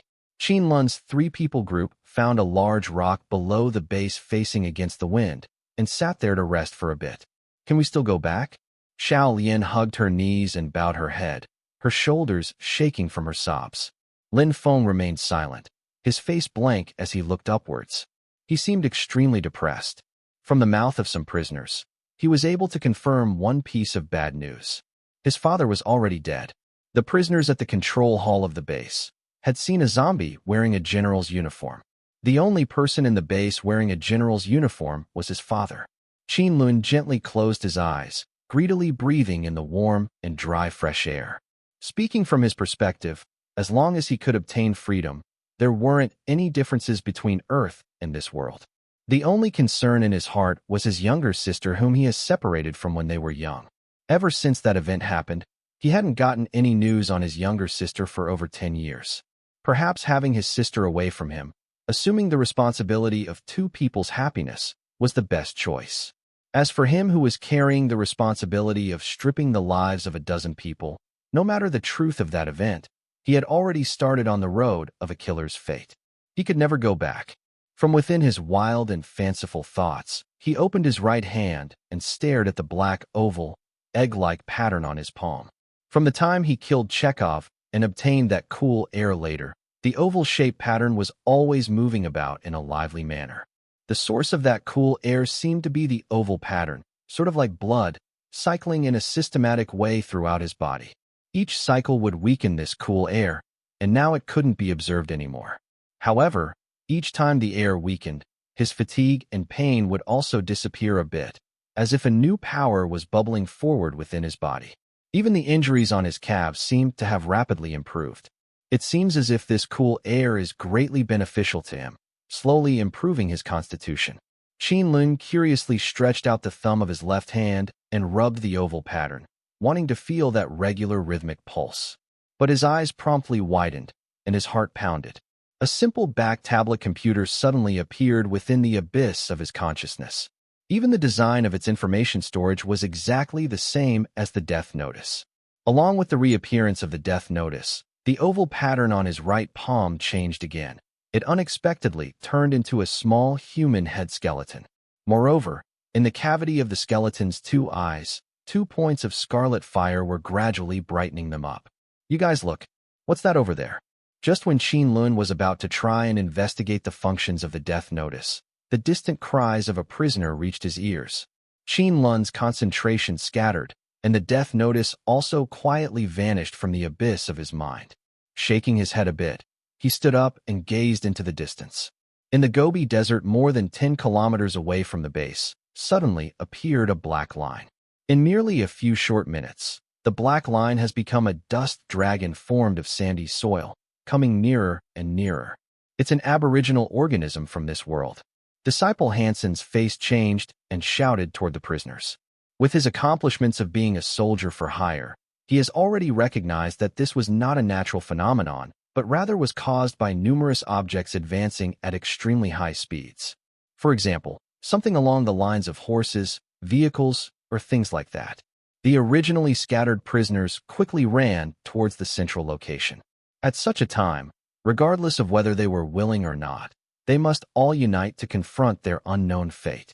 After the prisoners were all assembled together, the dust dragon opposite of them also seemed to have discovered their existence and arced around, making a beeline right for them.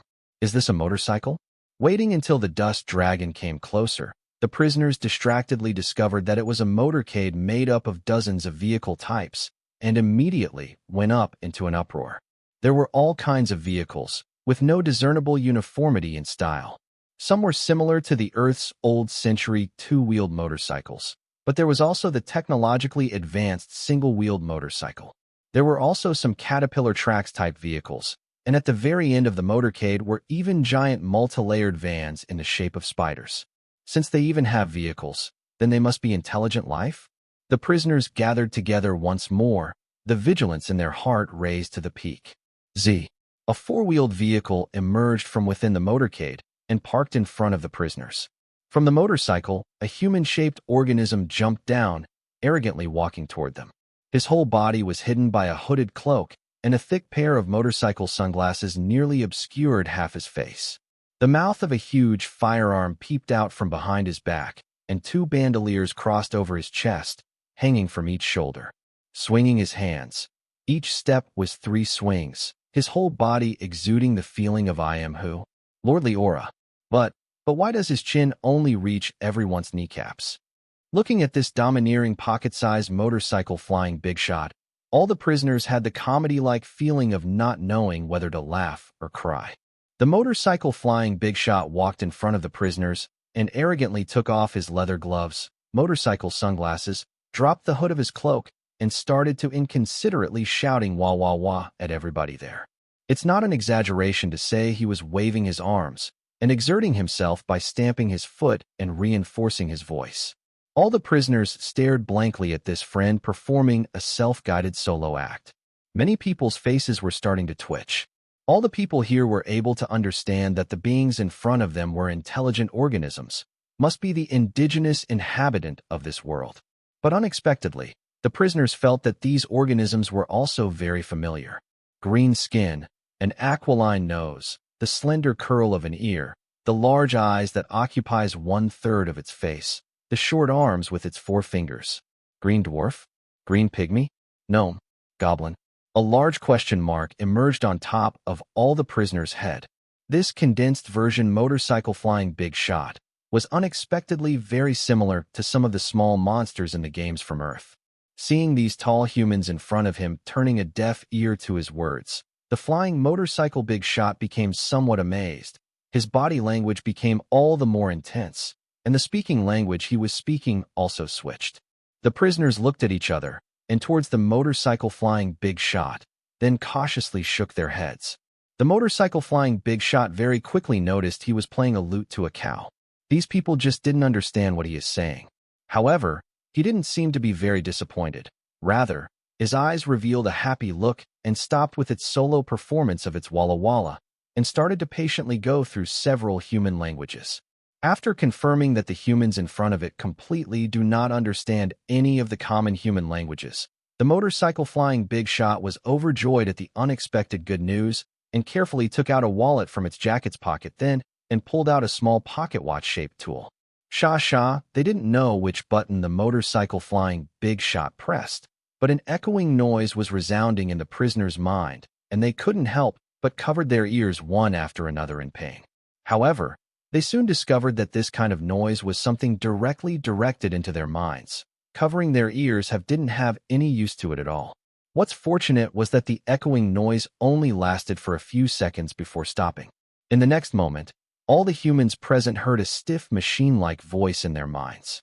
Right, you guys are humans who had just recently been transported through space and time, and into another space-time world. Range upon range of the rocky cliffs in their field of vision were left behind as they flew by. The strong wind that was hitting their face took away some of the heat on their body. Qin Lun clung on to the vehicle window and gazed outside at the scenery of the faraway Gobi Desert, while the rumbling motor of the caterpillar's track remained by his ear. Not long before, when the motorcycle flying big shot brought out the pocket watch-shaped tool, a so-called soul force field was established, and the two parties could finally successfully converse. In the short conversation between the two sides, the human prisoners finally found out that this world was named Shattered Starry Sky, which was a different space-time world. The small motorcycle flying monster also confirmed that they were humans from a different world who had been brought here with space-time teleportations. Shattered starry sky is a space-time world that completely goes against their common sense. The biggest characteristic of this starry sky was the thousands and tens of thousands of continents that hung in midair. There are small and large continents that hang in the air. The large ones are complete biological planets, with its own mountains, rivers, forests, lakes, deserts, and grasslands. Everything that should be there is there. Some even have oceans. The small continents that hangs in the air only has a perimeter of a few kilometers, like a very small island. These floating continents are unable to move, nor will they collide. They are much like a precious stone inlaid within the starry sky. On these floating continents, there are numerous civilizations and many different types of life forms.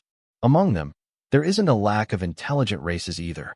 Human, elf, dwarf, beastman, grand devils, departed spirits, elemental life forms, wyverns, titans, and other living organisms. There are also immortals, monsters, god race, fiends, and the extremely rare angels standing as the high races. The Flying Motorcade Society, who poses a striking similarity to goblins, call themselves the Lulu race and are the scavengers of this Gobi Desert. In other words, they pick up trash. The place where Qin Lun and the other people were found at is called the Scarlet Gobi and is a medium-sized floating continent. Converted over, it's about 100,000 square kilometers, equivalent to the size of China back on Earth. The Scarlet Gobi in Shattered Starry Sky was classified as a civilized world on the Edge Zone. However, the minerals here are abundant and also often have living organisms that were transported into the Gobi Desert from another space-time world. Therefore, there was no lack of adventurer and scavenger tribes. After confirming that the humans before them all came from another space-time world, the Flying Motorcade Society immediately used the unknown firearm in his hands and half-compelled everyone to get into the vehicles, inviting them all to go over to their tribes as guests. Right now, the prisoners didn't have any objections. They at least have some understanding to their situation and where they were at. But they had neither food nor water nor any weapons.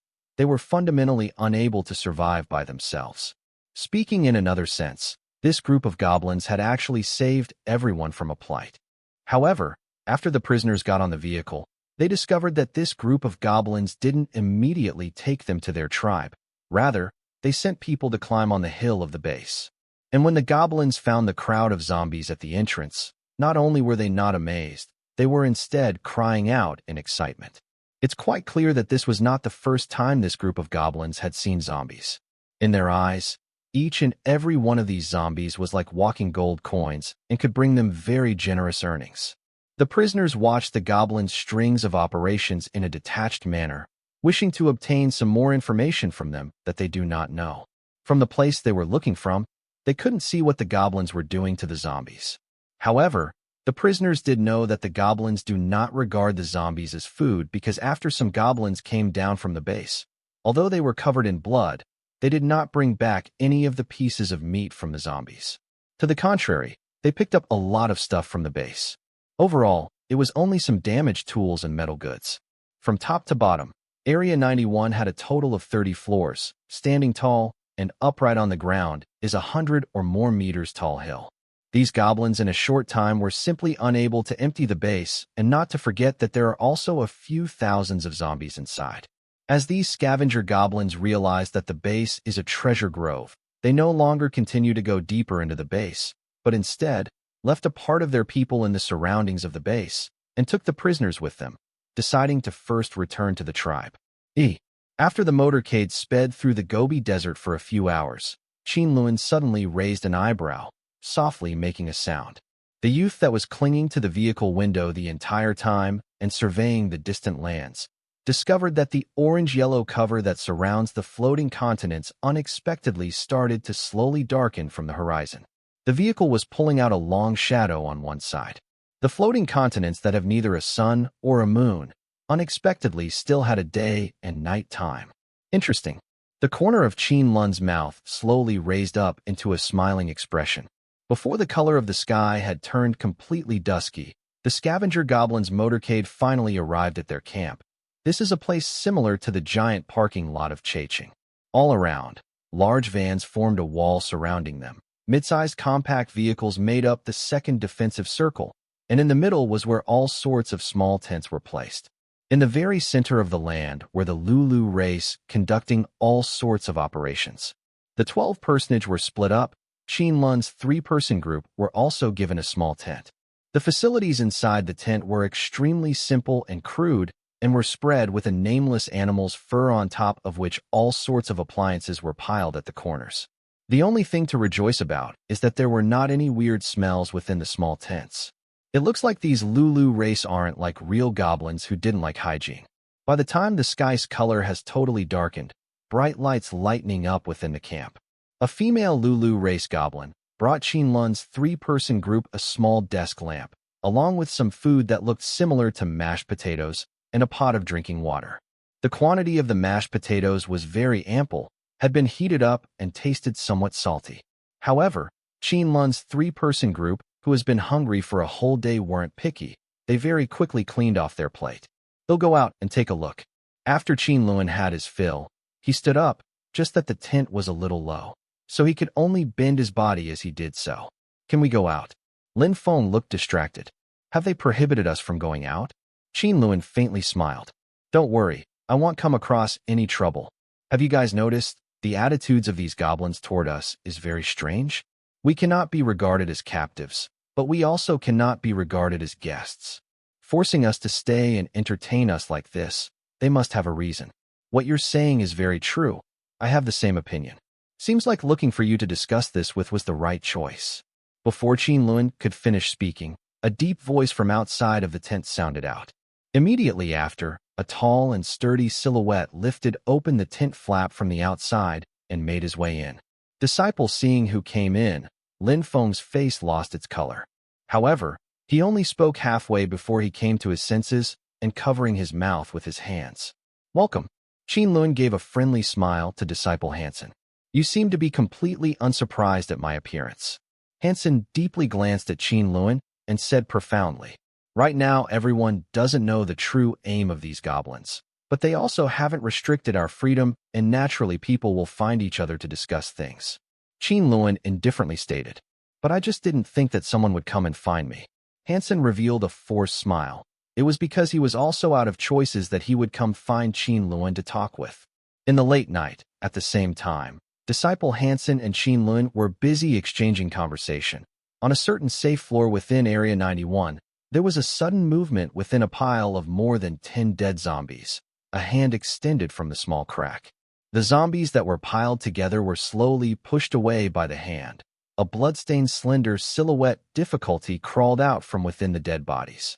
The person from head to toe did not have a single place where anything was intact, seemingly just like a worn-out rag doll. After it tremblingly stood up, and a shadow passed over him. On the face that was already bitten by zombies until it was like a human skeleton, a miserable green light flashed in its pupils.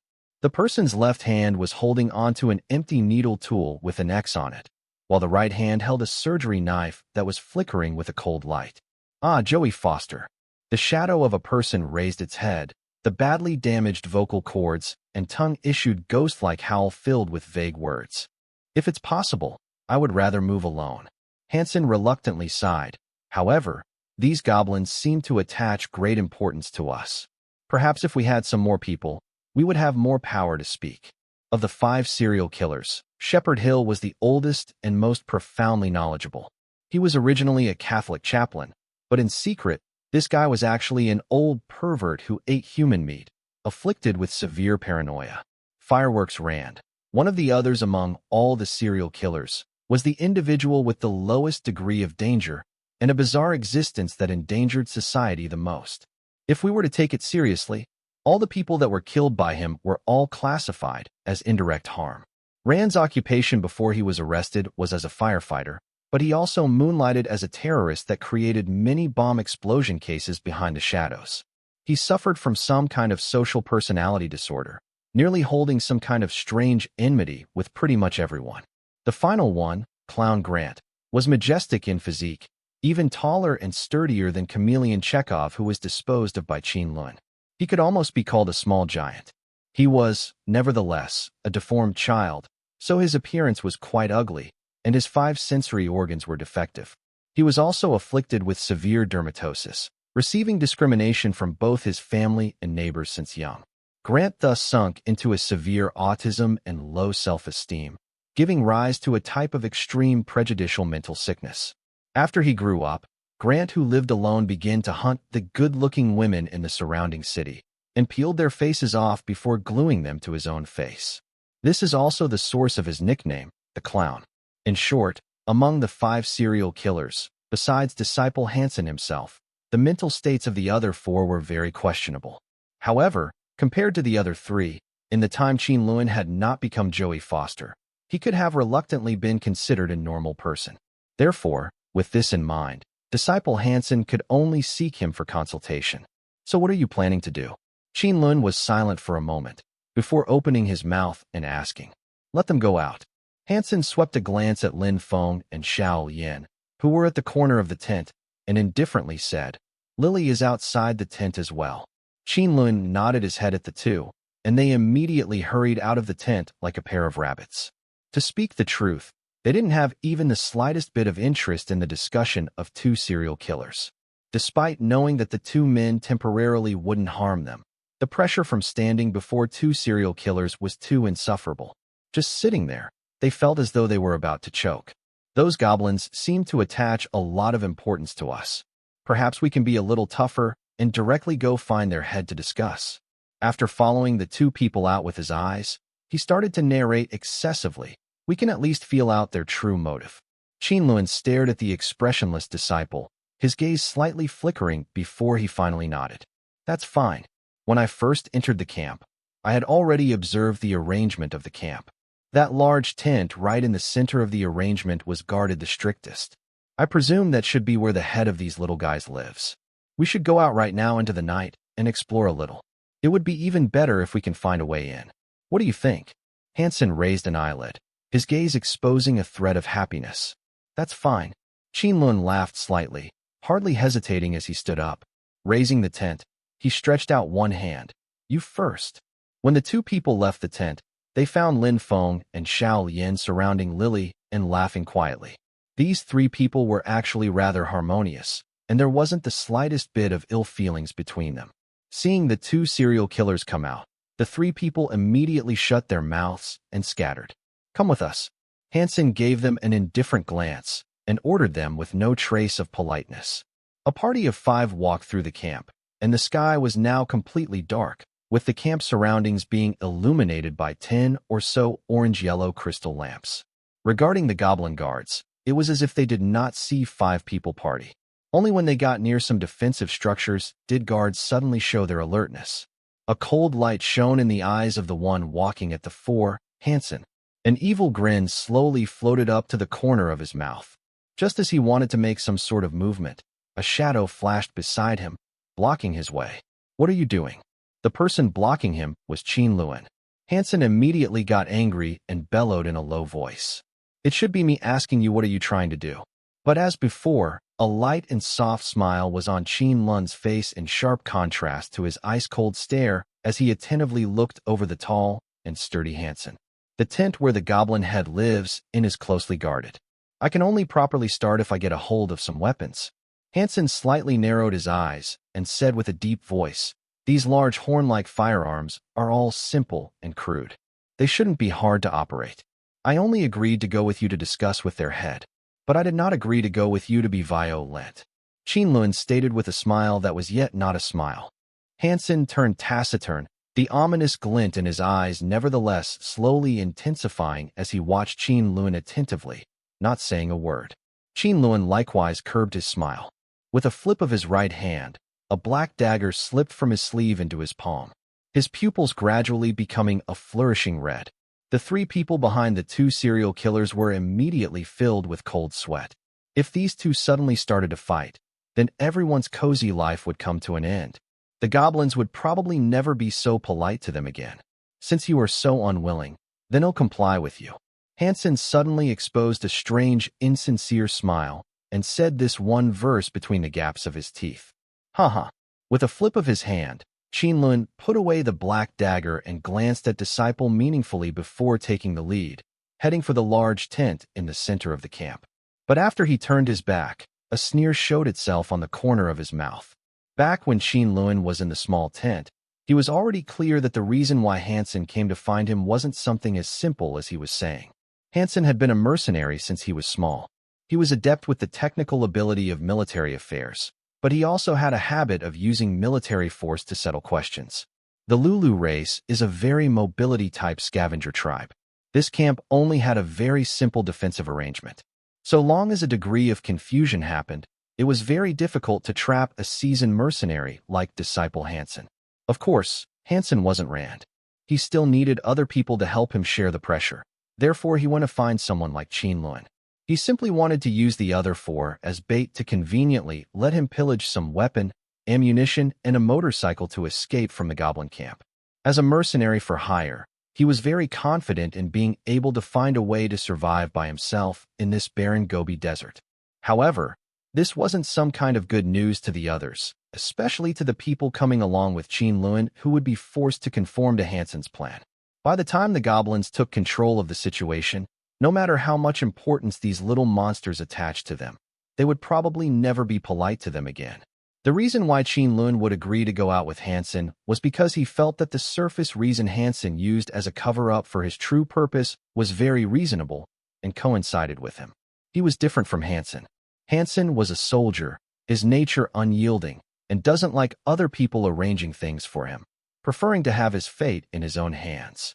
But Qin Lun felt that since these goblins attached such importance to them, then as long as around half of the prisoners were a bit tough in their attitude, it was very likely that the goblin head that they still hadn't met yet would yield and concede to them, leaking some more of the inside story.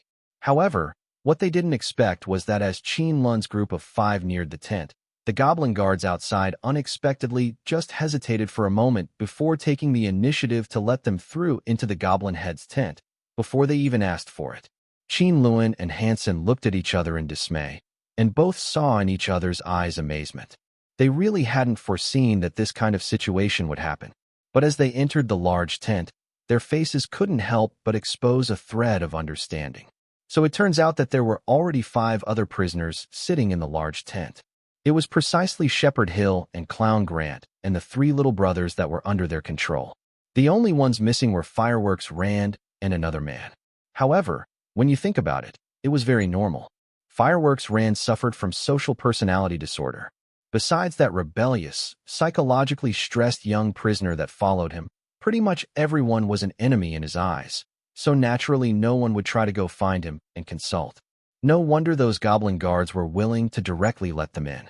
They probably thought that they came with the other 5, and before the 5 people came in, they had probably already got the goblin head's permission. On a side note, it means that these little goblin monsters really did attach importance to them and made certain concessions. Seeing Qin Lun's 5 people, Hill also had no other opinions. Since he thought that with more prisoners, they were naturally able to acquire more rights to speak.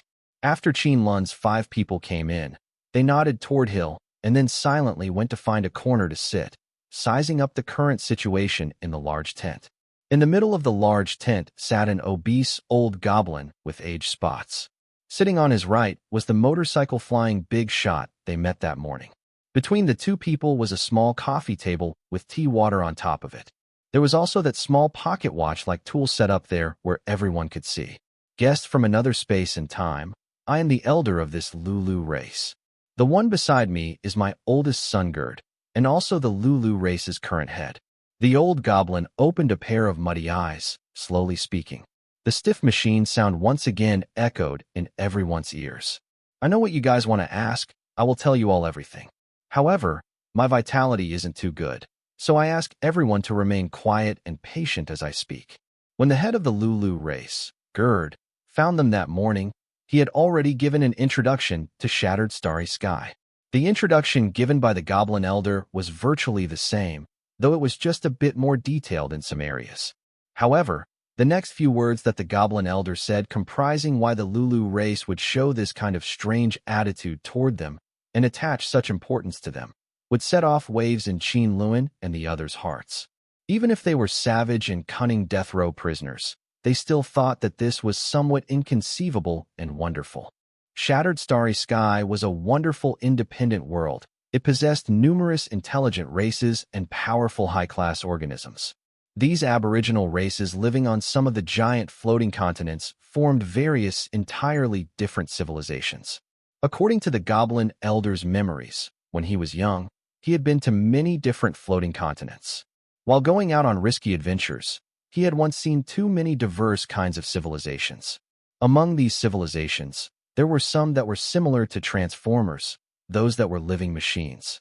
There were also fantasy worlds like Azeroth and had even seen the poetic and picturesque wonderlands of the East. All sorts of civilization flowed together in Shattered Starry Sky and made their appearance here like some sort of experiment of the creator. However, according to what the Goblin Elder said, this was more like the landfill of God's abandoned and failed creations. Because the intelligent races of Shattered Starry Sky had never sensed even a part of God's favor, some sought disputes and caused turmoil amongst each of the larger races. The floating continents within Shattered Starry Sky were not really constant. They all had their own period of existence. Small island reef-sized floating continents generally only had a limited lifespan of a millennium, while some floating continents that were as large as planets decay after around 100 million years. At every intervals of time, there would always be some floating continents that would collapse and fall apart, becoming dust and disappearing from the boundless starry sky. And there were also some floating continents that would slowly condense a core, then rapidly start maturing, gradually becoming a new floating continent. Although the floating continent's position in Shattered Starry Sky remained constant, and also wouldn't collide with one another, due to the various kinds of limited natural resources, they had no choice but to conduct trade and war between the different floating continents. As a matter of fact, this was also the majority of where the disasters within Shattered Starry Sky truly originated from. When an intelligent race of some floating continent prepared to invade another floating continent, they would pass through the Starry Sky doors that were exclusive to Shattered Starry Sky and carry out continent-wide teleportation.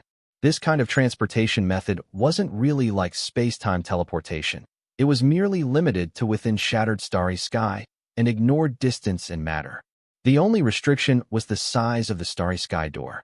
Small Starry Sky doors could only transport individual life forms, while large Starry Sky doors could transport an entire city stronghold, transporting it in its entirety to the other floating continent. So to speak, those powerful higher races, immortals, devils, gods, angels, and dragons, within Shattered Starry Sky, are the races at the summit of the pyramid? Lily couldn't help but become inquisitive, opening his mouth and interrupting the Goblin Elder's narration.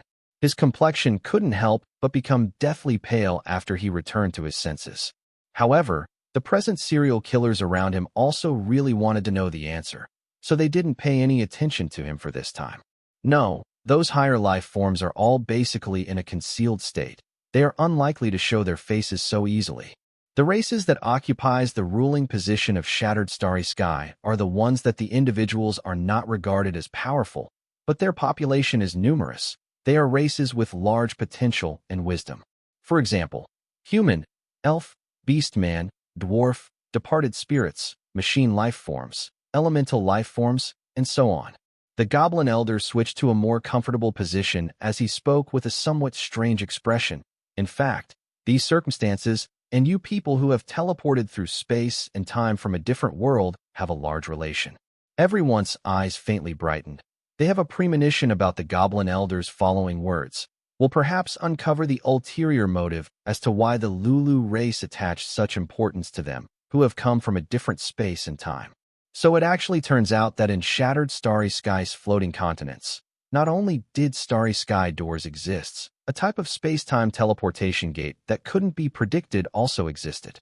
Frequently, there would be some life forms from different space-time worlds that would be collected by the space-time teleportation gate and sent into Shattered Starry Sky.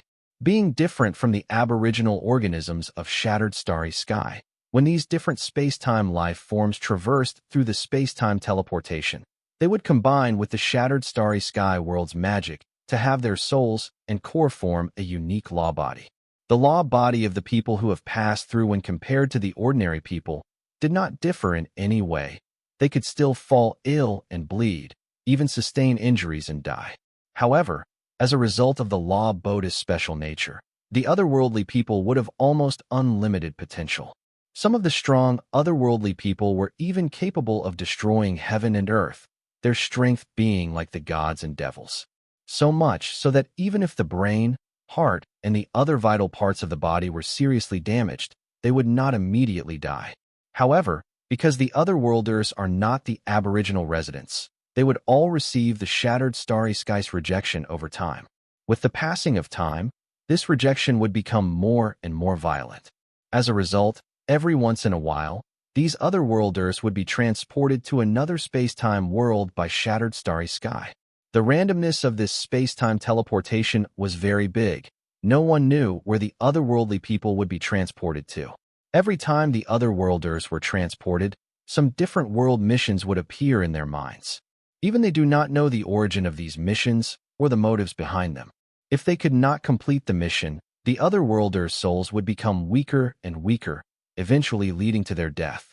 The overwhelming majority of these otherworlders would die in the midst of these different world missions.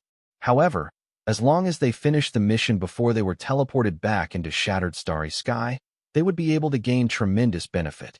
It was like the otherworlders and shattered starry sky had agreed on a deal, signed an employment contract. One party would exert themselves and complete the mission they were sent for, while the other side was entrusted with giving them a longer life and differing abilities. Thus, the space-time teleportation done by shattered starry sky was also called the Apostle Contract by the aboriginal life. Apostles were in all sorts of danger all year round. All matured apostles all have exceedingly formidable fighting strength. Some of the talented apostles would be able to become an existence comparable to gods and devils in a few short years. Furthermore, because they also had all sorts of weapons and equipment from different worlds, their law body had almost no fatal weak points. Even the gods and devils were unwilling to confront apostles. In the ancient times of shattered starry sky, because there were so many apostles appearing, the life forms occupying the ruling position fell down one after another, even to the extent that some of the higher races were completely extinguished. Having no choice but to shun the world and live in seclusion, no longer appearing in front of others. These higher races, in the eyes of the apostles, were equivalent to walking treasure deposits. They were very willing to use the gods' and devils' inheritance during their missions as a form of insurance. In that period, it was also called the last phase of gods and devils. The top floor of the pyramid of shattered starry sky was completely chopped up by the apostles, and shattered starry sky entered a new age of power struggles between warlords. Some of the slightly weaker intelligent races with large populations began to abruptly rise to prominence, becoming the new domination of the shattered starry sky. The apostles' influence in shattered starry sky wasn't limited to just this. Their energy and attention to the important points depended on the risks of the missions in the other worlds. To the apostles, shattered starry sky was just a place to rest and prepare for their next mission. In addition to their relationship with missions, the relationship between themselves were tangled and complicated. They have existing alliances, and they also had hostility, so they could not become shattered starry sky's actual rulers. Yet, those intelligent races occupying the ruling position were unable to neglect the apostles' power. They were different from gods and devil. They do not have any value in killing, but they could employ the apostles to attack enemy races and other enemy continents. Two floating continents with similar power, once two intelligent races of similar military power started to break out in conflict. The apostle team they have would very likely become the crucial point for victory or defeat in their war. So much so, that because some small races had managed to employ a powerful team of apostles, they were able to defeat other powerful opponents and win themselves larger spaces for their survival. From the distant past of the period of the destruction of gods and devils, up until the power struggles of now, all the intelligent races of shattered starry sky had begun to pursue one iron law. That was stating that the race's life or death cannot completely depend on apostles, but they also could not lose the apostles' assistance. The reason for this was very simple. Due to the existence of space-time teleportation, the origin of apostles could not be extinguished. But if they thoroughly depended on some special apostle team, and these apostles were met with heavy losses on their mission in another world. They would also lose their initiative in a war.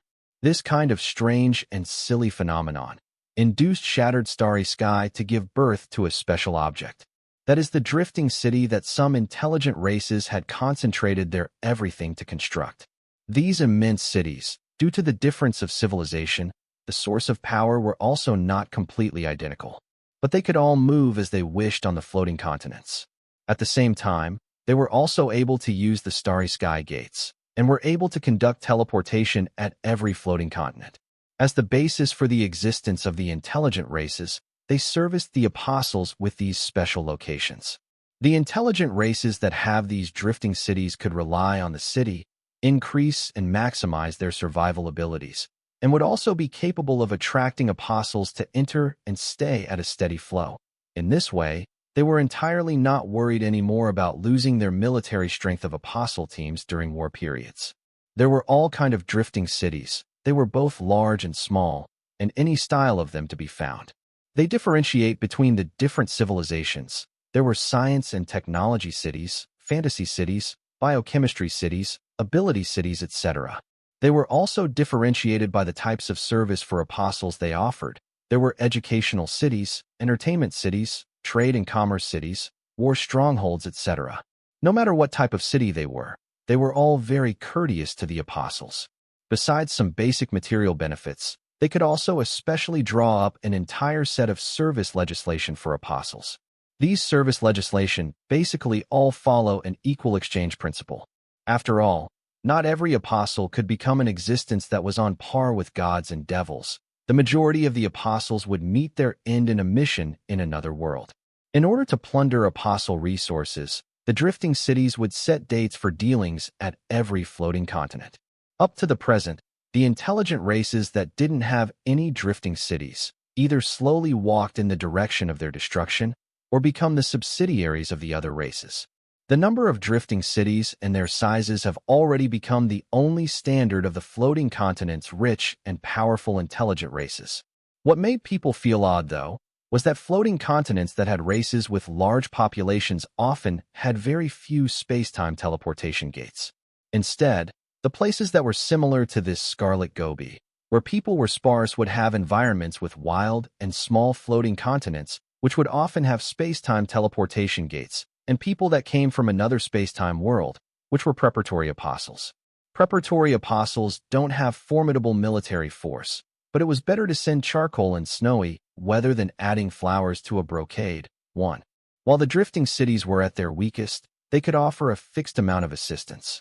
In that way, after the apostles become strong, they had tossed a peach and gotten back a plum too. They would someday return and aid their drifting cities. In short, the more preparatory apostles they attracted, the more potential a drifting city would have. Of course, all the drifting cities were huge monsters. Although they could leisurely float and move, coming and going at every floating continent. But they could not be the same as ants, going everywhere to find preparatory apostles. As a result, some geographically remote places, such as the Scarlet Goby's small floating continent, gave birth to some specialist tribes to seek traces of other-worlders. After the Goblin Elder finished speaking, he was left slightly gasping for breath and strenuously moved his obese body as he raised his tea water with both hands and took a drink, then once again laid against the couch and closed his eyes to rest. His son Gerd, who was also the ink-bent head of the Lulu race, promptly pulled out a blanket to cover the elder before turning around and resentfully glaring at the prisoners. The lifespans of goblins were only about a third of humans. His father was already 40 years old. You could say that he is an extremely long-lived goblin. But he was already a dried-up oil lamp and could give out at any time and become dust at any moment. After forcing himself to speak to the prisoners for so long, he had used up a lot of his energy. However, Gerd understood in his heart why the Goblin Elder had to treat the prisoners so leniently. The reason was because in the Scarlet Goby, there just so happened to be an elf race drifting city lingering nearby. The drifting cities were all very courteous toward preparatory apostles, but on closer inspection, there were also some disparities. After all, the drifting cities of Shattered Starry Sky belonged to all sorts of intelligent races. Among them were those of the gentle elf races, the unstable elemental life forms, the naturally violent large devils, and so on. Not every single preparatory apostle would immediately be approved and be admitted into a drifting city. The more similar the drifting city's race and the preparatory apostles were, and the closer their worldview and system of values were, to ensure that in the future, the apostles' association toward the drifting city would be higher. Even if the apostle becomes formidable, they would accept and consider the drifting city as their second home. This is the type of apostle the drifting cities welcomed the most and gave the best basic benefits. Although humans and the elf race were not considered to be of the top races, they were both extremely similar in form and is already considered a very ideal target to do reception with. After all, drifting cities would sometimes go through several years where they could not find any apostles, and would then refuse almost nobody, not at all being picky anymore. Once they deliver the 12 humans from another space and time to the elf race's floating city, the Lulu race would receive an extremely generous payback. If they took into account the base from another world as a type of harvest, and add in all the savings they've done these dozens of years, they would possibly be able to reach the ultimate dream of all scavengers. That was letting an outstanding child of the tribe obtain formal settlement right within a drifting city. The drifting cities were small-scale kingdoms built by some of the intelligent races and occupied a ruling hierarchy and had a lot of small and weak vassal races. However, vassal races don't have formal settlement rights, so only when they are met with great disasters could they temporarily enter a drifting city to receive short-term asylum. The vassal races that obtains formal settlement rights inevitably had to have made an outstanding contribution to the drifting city. This is something equal to civil rights. The drifting city will have a responsibility to supply and foster these members. Education, residence, a job, and a series of privileges to survive. Their children would also directly get the formal settlement rights after they were born. So to speak, getting the formal settlement rights to a drifting city also means obtaining the single spark that could continue to be passed down within the race. With regards to the Lulu race, this kind of scavenger tribe, it was a type of ultimate dream. Of course, the Lulu race could not take the preparatory apostles' thoughts into consideration and forcefully imprison them, selling them off as if they were slaves to the elf race of the drifting city. After all, these 12 preparatory apostles in front of Gerd, the biggest one might just be completely wiped out while on an otherworld mission, and not single one might survive. However, all events have a contingency, just in case any among these 12 human apostles do end up maturing and bear a grudge to the Lulu race in their heart. That result won't be something the Lulu race wishes to see happen. Even if they managed to get formal settlement rights, it wouldn't help much if the other members were assassinated by the apostles. This is also why the Goblin Elder, in spite of being in danger of dying, would personally answer the prisoners and eliminate the main cause of hesitation within their hearts. The Lulu race and drifting cities were the same. They were all betting on their future, that these apostles that have not developed would turn out to have unlimited potential.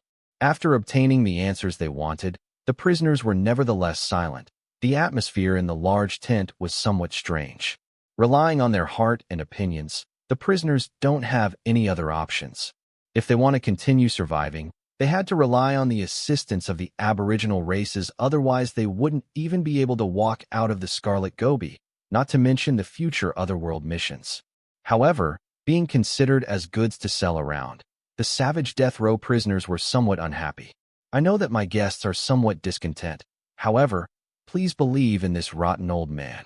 The drifting city of the elf race at the present time is your best choice. So long as everyone is willing to leave for the drifting city, the Lulu race will be willing to apologize to each person after this, and even give a great compensation. After the prisoners digested the information before them, the Goblin Elder once again opened his eyes, slowly opening his mouth. These compensations can help you blend into this world faster, and are good implements for preparations for otherworld missions. The prisoners glanced at each other. The final proposal from the Goblin Elder finally moved them. Although these goblins decided their fate without their permission, when all was said and done, it was still favorable for their survival. If it could also take care of everyone's ego and face, then listening and obeying this arrangement would not harm them. Can we choose the compensation for ourselves? For example, your weapons and motorcycles. Hansen's low voice rang out from among the prisoners.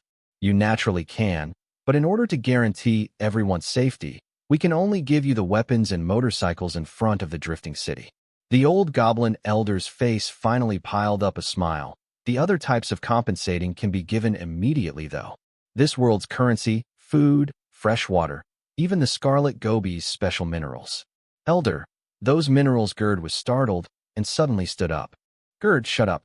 No matter the value of those minerals, the crucial point is to have our guests see our sincerity.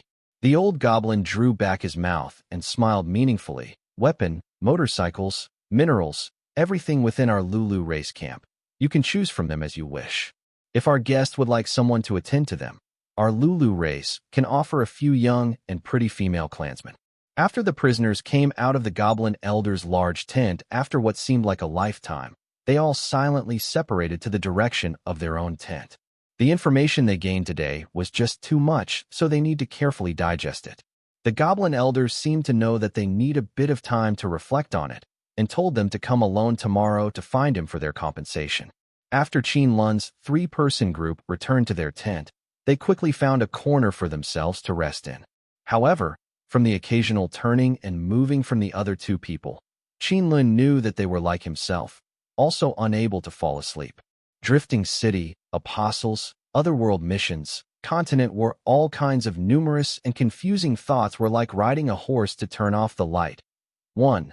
Spinning around in his mind, not until the dead of the night, did Qin Lun slowly enter dreamland. Elder brother, a faintly discernible soft call from the outside was heard. Qin Lun's whole body trembled and suddenly opened his eyes, waking straight up from his dreaming. He immediately discovered that Lin Feng and Xiao Lian had woken up long ago and were currently discussing in a low voice. Did you guys call me? Qin Lun's complexion was ugly as he heavily asked them. We haven't. What's wrong? Lin Feng and Xiao Lian looked at him in complete loss. Nothing. Qin Lun's face was somewhat sluggish, and he shook his head hard, as if trying to throw out the thoughts that were in his mind. This boss Qin Lun, what do you think we should ask for? Lin Feng very cautiously asked. What do you want? Qin Lun turned around and looked at the playboy. I want one of their horn guns. Perhaps it can be useful to us in some otherworld mission. What do you think? Lin Feng sweetened his face as he asked. Qin Lun slightly narrowed his eyes, looking at Lin Feng with a smile that also wasn't a smile. The playboy's mind was very easy to see through. After entering the drifting city, the lives of everyone was ensured, so the youths no longer needed to adhere to the serial killers as previously constrained by circumstance. Being able to have a weapon for self-protection, they will feel more free from their anxiety. The thing you want, you will decide. I will not involve myself or interfere. Qin Lun's gaze flashed and shrugged his shoulders, gently smiling. Thanks, boss. Then I'll go find the goblin elder right now. Lin Feng very delightedly and flew out of the tent, disappearing from the two people's sight. Fool. Seeing the back figure of Lin Feng, a sneer floated up to the corners of Qin Lun's mouth, but after he turned his head, the gentle smile returned to his face as he asked Xiao Yan, how about you? What do you want to ask for from the goblins? I don't know. Xiao Yan pouted. The infant fat small face was unhappily dropping, making her appear quite listless. If we really can't return to our world, then I want to stay with you guys. Are you not afraid Joey will harm you? Qin Lun raised an eyebrow and looked at the small nurse somewhat unexpectedly. I am afraid, but I don't want to be by myself. Xiao Lian nodded once, looking somewhat anxious before suddenly her eyes brightened, as if she recalled something. At most when you are changing, you can warn me and let me have some time to run. This, I cannot help you with. Qin Lun's gaze was becoming increasingly gentle and quietly said, if you have not thought of what you want yet, then I can give you a suggestion. Don't choose a weapon or motorcycle. Don't choose the currency of this world. Go find the goblin and ask for the stuff they own exclusively. Are you talking about the or that they have? Xiao Lian inquisitively asked. It may not necessarily be or, as long as it is some special goods owned exclusively by the goblins. Qin Lun's grinned and laughed lightly. The smile on his face would make someone feel as if they were being bathed in the spring wind. Okay, then I'll go now. Xiao Lian hesitated for a moment before going out. Qin Lun slightly smiled. There was some food a goblin delivered to the tent along with some water. The food was still something that looked like mashed potato, The normal menu of these goblins were not very abundant.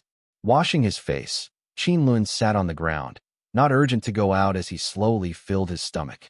After a while, Lin Feng and Xiao Lian both returned. Lin Feng rubbed the fingers on his left hand, an excitement that could not be suppressed written on his face. It looks like he had obtained the stuff he had wanted to get. Xiao Lian's expression could not be made out. It's just that her two pockets were packed until they were bulging. It was unknown what kind of stuff she had in there. Qin Lun opened the tent and raised his head to glance at the color of the sky. He felt it was about time. Soon afterward, he walked over to the Goblin Elder's large tent. Yesterday night, the Goblin Elder wanted them to go alone to get compensation, not only to give them time to reflect, but also with another layer of a deeper intention. When Qin Lun returned to their tent and carefully reflected, he noticed that that old fellow yesterday night had monopolized the power of speech the entire time. Although this was because the prisoners urgently thirsted for understanding and information of this world, but they also had to know that among them, there were 4 serial killers with unstable mental states. The reason why the goblin was only capable of using words and not have the serial killers raise any questions was only due to one thing. This really is too interesting. A smiling expression flashed through Qin Lun's eyes, and under the attentive gazes of the goblin guard, he lifted open the cloth of the large tent. The situation within the large tent was somewhat different from yesterday. The Goblin Elder was lying on an old couch like before, and while his son Gerd wasn't around, there were 2 additional robust goblin guards. On the couch, the Elder was sitting with some packages that were piled up and organized by category. The 2 goblins guards were in charge of looking after these things. They were probably the compensation items that the other prisoners had chosen from the Elder. "Welcome, my guest. Please, take a seat." The complexion of the Goblin Elder was much better than yesterday. It looked like his mood had become much more cheerful after dealing with the biggest uneasy factor in the camp. "It is almost noon now. You are the last one among them all to come look for me for compensation. Looks like you had a hard time deciding what you wanted. Would you like me to choose for you? I came late on purpose, so I wouldn't need to fight over it with someone else." Qin Lun faintly smiled, making it seem like he was actually a somewhat shy young man. "However, I would really like to know what my other companions choose." "I'm sorry, my young esteemed guest. This information is not something I can disclose. After your companions finished choosing, they all specifically told me to not give away the item they chose." A thread of craftiness appeared in the Goblin Elder's muddy eyes as he said with a somewhat contented smile. "However, you should be able to guess. Most of them chose weapons and motorcycles, while a few selected currency and ore. Some others also chose our Lulu race specialty products."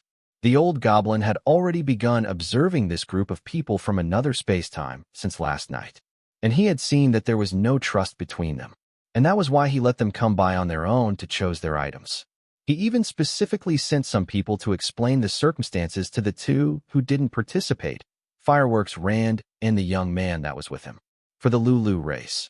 As long as they could settle the 12 preparatory apostles and also smoothly complete the transaction with the drifting city, a little bit of compensation was not even worth mentioning. This old fellow was using some good tactics. Just a little bit of compensation made the 12 prisoners turn from a whole entity into a sheet of loose sand. Qin Lun's smile became increasingly bright. However, he no longer pressed the Goblin Elder to tell him. Although all the other serial killers might have understood the old goblin's trick, since he was doing it openly, they could not really refuse him. Plus, how could the other prisoners be willing to let the others know what they had obtained? Regardless if it were the prisoners who had chosen currency and ores, or the ones who had chosen weapons and motorcycles, they would all be scared of being killed by the other death row prisoners for their property. Don't think that everyone can live a smooth and steady life after settling down in the drifting city. The prisoners were criminals in the first place. The Earth's federal laws were useless against them. So how could they behave after they arrive at the drifting city? "All right then, my esteemed guest. Allow me to hear what you would like."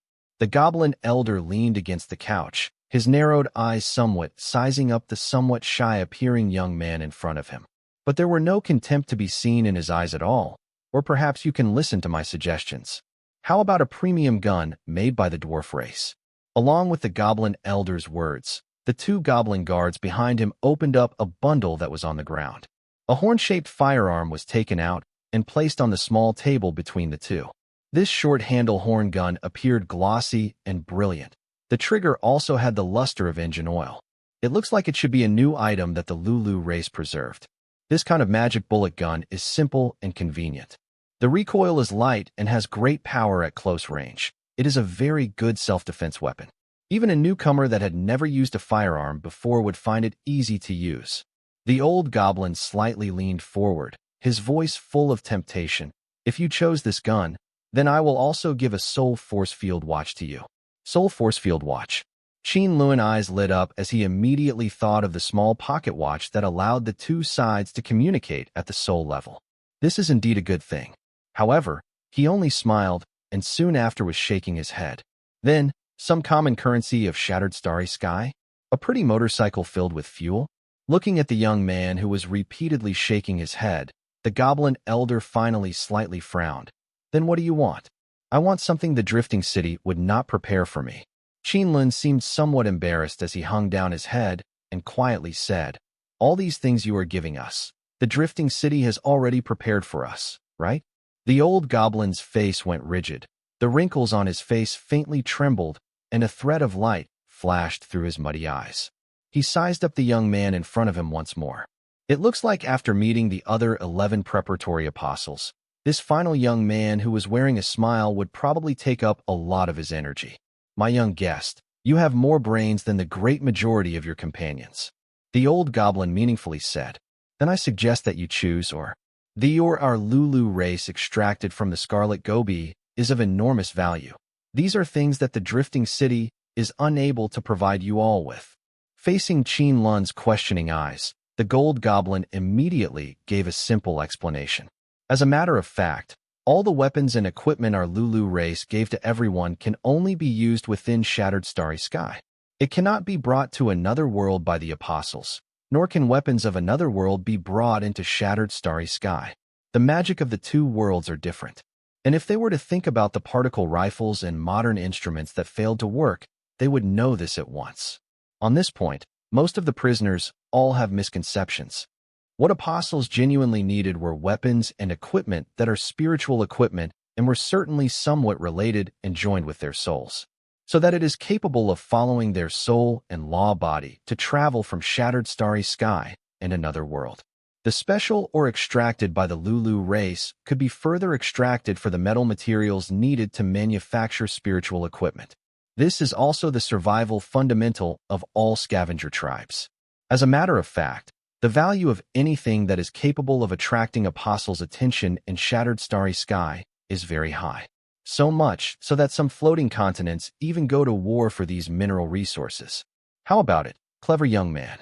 If you have made your decision, I can help you choose a few pieces of the best quality ores.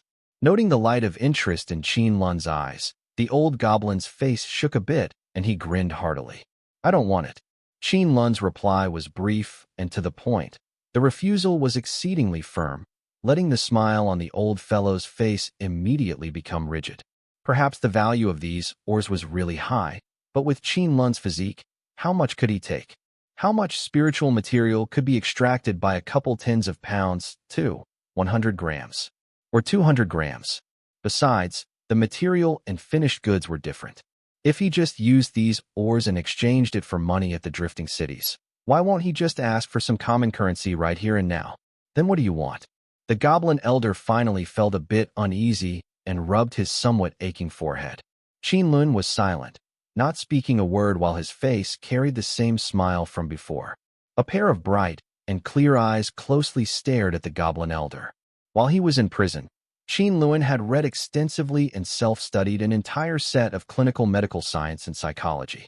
Besides, the prison itself was a place that hid dirt to conceal corruption and was full of all kinds of ugly scenes, which allowed him to progressively grasp a special skill. He was capable of thoroughly reading another person's psychology to a great degree. It can be said that ever since Qin Lun was exposed to psychology at 18 years old, he had already slowly grown into becoming a master of psychology. However, because Qin Lun had been separated from society all year round, he was not used to dealing with people using words. This was also why he had been able to see through Hansen's small trick, yet almost lit a fire with Disciple back then. Last night, Besides slowly digesting the Goblin Elder's information, most of his mind was focused on the old fellow himself. This old goblin's fiery and pure youthful, worldly wisdom had done some fine and delicate control during the talks, which had allowed him to open his eyes. It was as if the profound knowledge had turned into a giant sword of the Azura path in his mind. Qin Lun had sensed that even if all the prisoners ignored the Goblin Elder's compensation that was currently being prepared, the old fellow must still have some other trump card that could settle everyone. In fact, Qin Lun did not have much interest in what he could ultimately obtain. He just wanted to see what kind of means the old goblin would use to make him leave. This was also the reason why he would choose to come find the old goblin last. He knew that if he executed this badly, he would cause a large ruckus. Rather than comparing what he could get being the last one, Qin Lun would rather see how the old goblin would confront him. This kind of oily, salty, and hard crop that would not advance. For he wanted to see what kind of show he would get. One was old, one was young, the one a human, the other a monster. A pair of large eyes staring at small ones.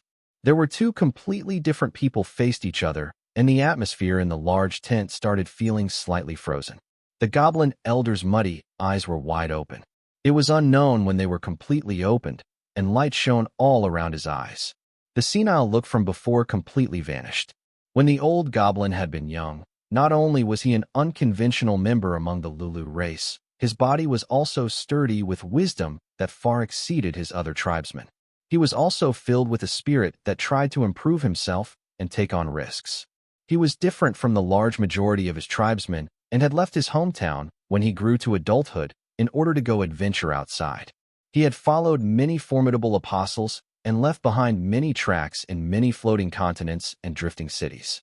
He was a legendary person among the Lulu race and even all the other scavenger tribes. He had even gained the respect of many powerful intelligent races. When the Goblin Elder came to such an old age that he could no longer continue to adventure outside, he called together many of his tribesmen and formed a scavenger tribe in the Scarlet Gobi.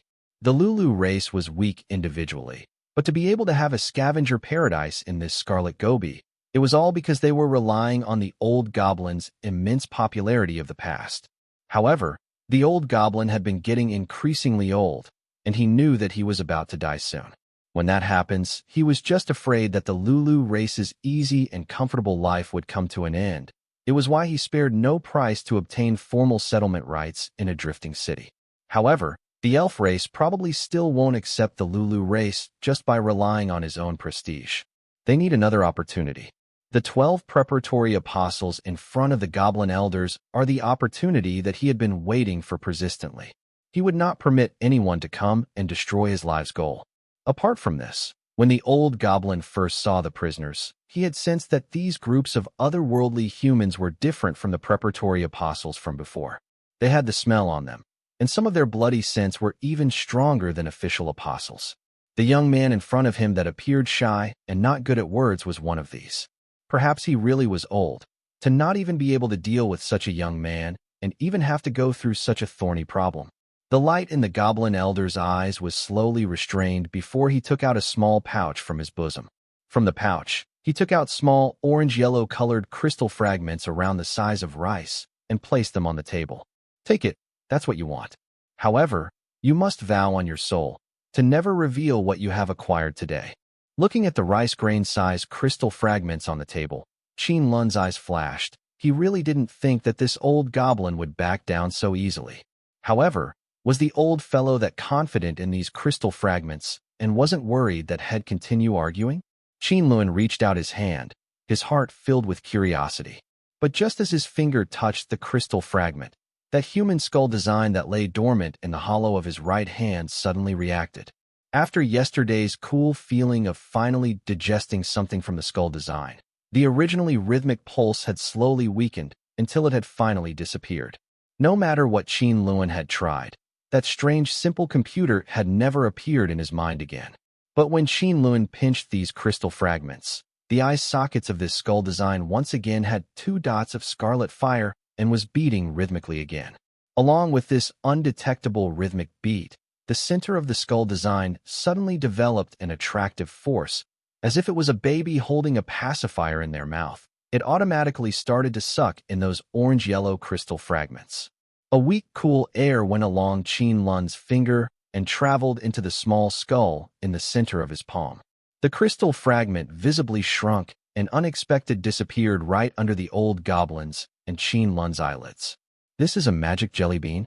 Qin Lun blinked his eyes, not the slightest bit embarrassed by his own greedy actions.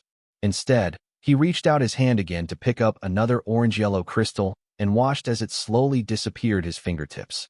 You, this design a formal apostle." The old goblin turned a deaf ear to Qin Lun's sarcastic remark and lost his calm for the first time, his speech somewhat incoherent. His eyes protruded widely as he stared at the Qin Lun's palm that only just revealed a portion of the skull design. He only came back to his senses when the third crystal fragment disappeared from Qin Lun's fingertips and angrily covered the rest of the crystal fragments on the table. "What magic jelly bean? These are soul power crystals."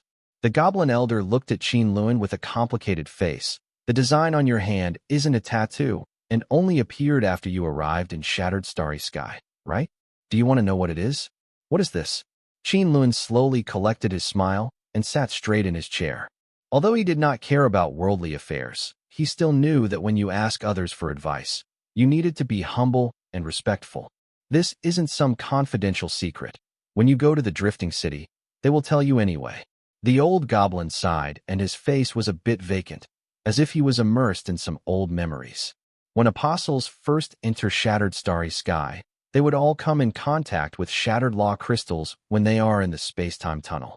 Some overly lucky apostles would directly obtain a piece of law crystal that was more complete or some other sort of item that had mixed with an intact law crystal. The odds of this happening is only 1 in 1,000. And one of the reasons is that intact law crystals inside of the space-time tunnel was quite rare. The other reason was that the apostles didn't know how precious these law crystals were at first and would not specifically go out to look for items that had been mixed with an intact law crystal. Furthermore, the law crystals in those items practically only exist for about 2 or 3 minutes before directly dissipating. By the time the apostles have come to understand all of this, the treasures would have already turned into trash. The design on Qin Lun's hand was called a soul imprint. It was a law crystal that had assimilated with a law body or formed from an item which was able to contain a law crystal. A soul imprint differentiates preparatory apostles from formal apostles and could usually only be obtained by preparatory apostles when they crossed over to another world for the first time and completed the mission of the different world, where they could obtain an intact law crystal to assimilate into their body. As far as apostles are concerned, the role of a soul imprint could never be replaced.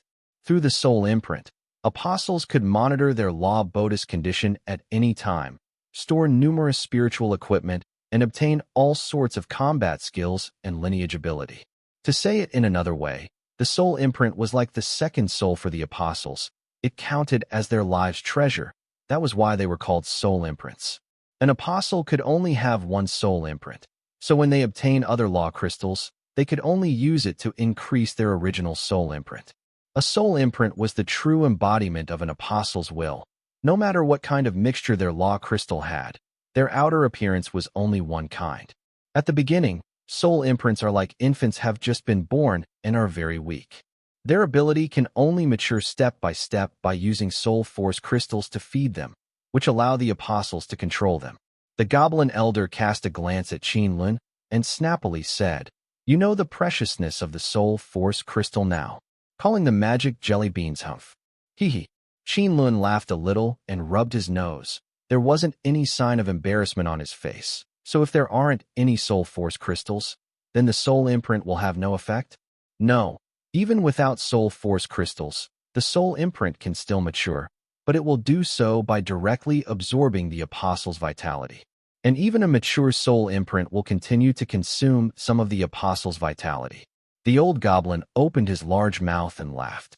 However, there aren't any apostles that care about this bit of consumption. As long as they can safely complete a mission from another world, they can obtain a large amount of crystal. If you die in your mission, then what does that small bit of consumption count for? All right then, I am very satisfied with the soul force crystal as compensation. Giving me 100 grains of that should be enough. Qin Lun finally released the tension and revealed a bright smile. 100 grains? The goblin elder widely opened his muddy eyes as he shook his head like a rattle. That is impossible. You already absorbed 3 just now. The most I can give you is 7 more. Not negotiable? Not negotiable. Qin Lun slowly narrowed his eyes. The sharp red in his eyes flashed through, but this time the old goblin refused to back down. His face was expressionless as he looked over at the serial killer. There are altogether 1,000 zombies in the base. I only want 100 grains of Soul Force Crystal S, which isn't much at all. Qin Lun suddenly grinned. If the others find out about the value of these Soul Force Crystals, I'm sure they will come back and look for you again. At that time, something like 100 grains would not be able to make them leave. The old goblin's face finally underwent a big change and suddenly opened his eyes, tremblingly getting up from the couch. The fat on his face had twisted into a clump as he moved to stand in front of Qin Lun and said in a low voice, "How did you know?" Qin Lun smiled but did not speak. Nevertheless, he was slightly sighing with regret in his heart. The old goblin's reaction thoroughly confirmed his guess.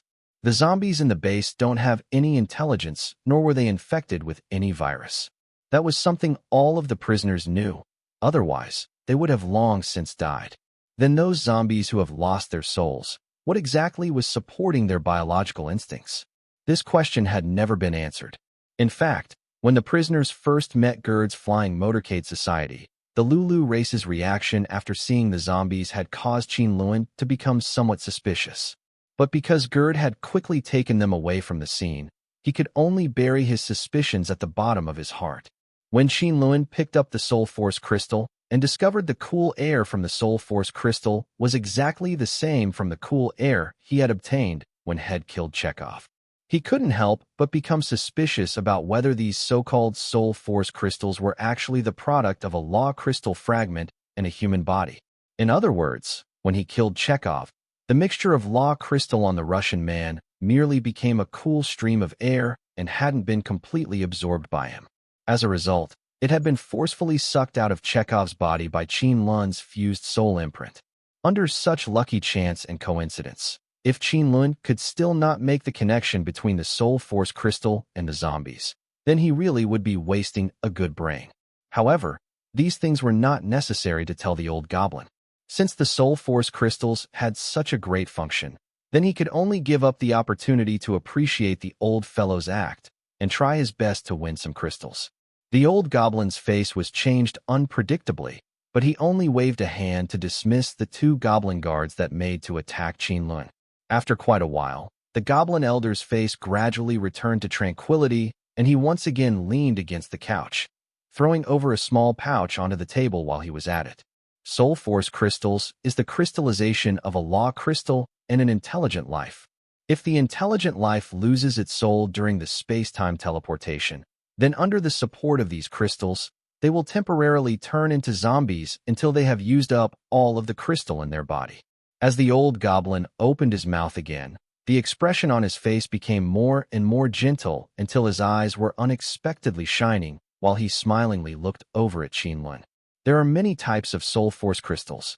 It is consumed quickly in a human body, and more than 1,000 zombies can roughly produce 600 Soul Force Crystals.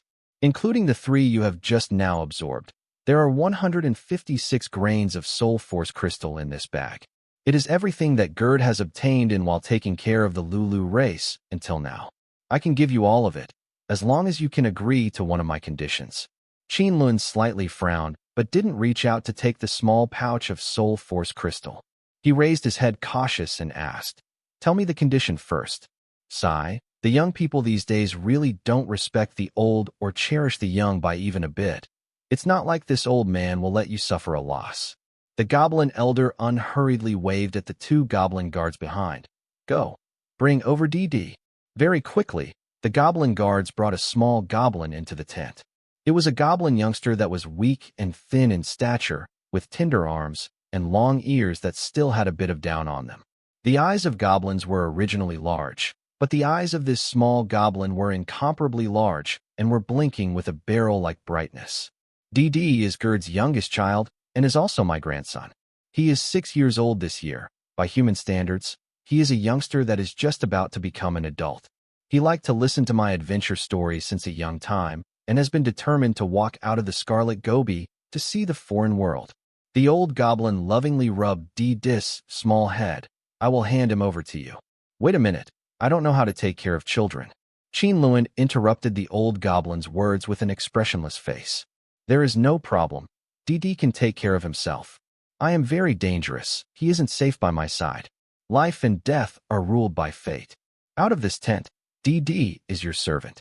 Even if you immediately kill him, the Lulu race will not have any complaints. The old goblin smilingly pushed the pouch along with Dee towards Qin Lun. Right now, both of them are yours. A thin, weak, and short stature, green skin with prominent ribs which were clearly sticking out. The little goblin Dee dropped his pointed ears and blindly followed behind Qin Lun. He seemed somewhat dispirited and downcast. Despite the fact that following an apostle to go on an adventure has always been his dream in the past, but when he remembered that he would be leaving from his family soon, the little thing still felt an indescribable sadness. Looking at the small little thing tailing behind him, Qin Lun felt somewhat helpless. That old fellow really was cunning. After being blackmailed by him, he immediately pushed a large burden over to him, and he wasn't even given the chance to refuse it. However, Qin Lun still found it somewhat hard to understand. Even if he has good luck and stepped across from being the mode of a preparatory apostle into a formal apostle, why was the old fellow so certain that he would be capable of surviving the other world's missions to begin with? You need to know that old goblin had kept emphasizing that the first few times a preparatory apostle went on another world's mission, their survival rate was very low. In fact, it is not strange for Qin Lun to be doubtful. For apostles like him, who have yet to experience a mission from another world and also already have a soul imprint, had a much higher survival rate than preparatory apostles did. If he did lose the bet, then he would only have lost a grandson. However, if he won the bet, then the goblin's family would perhaps have another opportunity to change their race's status and finally be able to completely breaking away from their harsh scavenger lifestyle. Just as Qin Lun was wandering around lost in deep thought, a delegation motorcade approached from the outside in a straight line. The one in the lead was the eye-catching, car-flying big shot Gerd. Hey, have you heard? Yesterday night in that base from the other world, a bloody monster had rushed out. It killed several brothers and even stole a motorcycle from them. Yeah, it looks like the head Gerd is going to deal with this matter. It looks like they did not catch this monster. The discussion the nearby goblin guards were having made Qin Lun stop his steps. There was actually another living person in Area 91. Qin Lun's brows raised up as he immediately tossed this piece of news into the back of his mind and slowly walked over to his tent. Wow, so cute. Great Demon King Qin Lun. Is this the compensation you asked for? Just when Qin Lun entered the tent, he heard Xiao Yan's high-pitched screams. Huh. Qin Lun looked behind him and only saw Dee staring at him with his watery, greenish-blue eyes. As he raised his head and looked with a pitiful gaze towards the three people inside the tent. If he were to add on a tail, he would be just like a pet dog. At least he's not stupid. Qin Lun slightly smiled as he rested his head on his left hand, leaned against the corner of the tent, and closed his eyes to rest. But his right hand reached into the small pouch at his waist and pinched one of the rice grain-sized orange-yellow crystal fragments. According to the Goblin Elder's reminder, the soul imprint cannot absorb the soul force crystals too quickly. He should only absorb 10 or so of them in a day. Any more would just be a waste. If he wanted the soul imprint to pass through its newborn period, he was afraid that he would need to consume a large majority of the soul force crystals inside his pouch. Only after that would the soul imprint show its true capability. Seeing Qin Lun sit down, the little beautiful nurse clutched her weak fist and shook it a few times, but was unable to bear it after a time. She stepped forward by 2 steps, and then took the small goblin into her arms, tightly hugged it like she was holding a large doll. Lin Feng's expression was somewhat odd as he stole a glance towards Qin Lun, then looked at the small goblin. Suddenly his eyes popped out. From his angle, he could see that the little thing was enjoying having his face buried into Xiao Yan's chest and repeatedly rubbed up against that pair of giant elastic balls. Dee's large eyes were whirling around, and after his line of sight matched with Lin Feng's, he went slightly stiff. But he then immediately grinned at him and bared his teeth, giving him a devil's and monster's look. This crafty little imp. Lin Feng only felt a rush of anger rush to his forehead as he hatefully turned around, no longer was looking at it. Woo! Qin Lun hasn't been in his tent very long when the goblin camp suddenly sounded an ear-splitting alarm sound. We asked the 3 guests to follow us. The camp has already gotten in contact with the elf race's drifting city. They agreed to receive all our guests from another space-time. We are leaving for them at once. Very soon, a goblin guard entered Qin Lun's 3-person tent and informed them of the news. The Scarlet Gobi's weather was blistering hot beyond compare. That was because it was now the time that the sun was right overhead.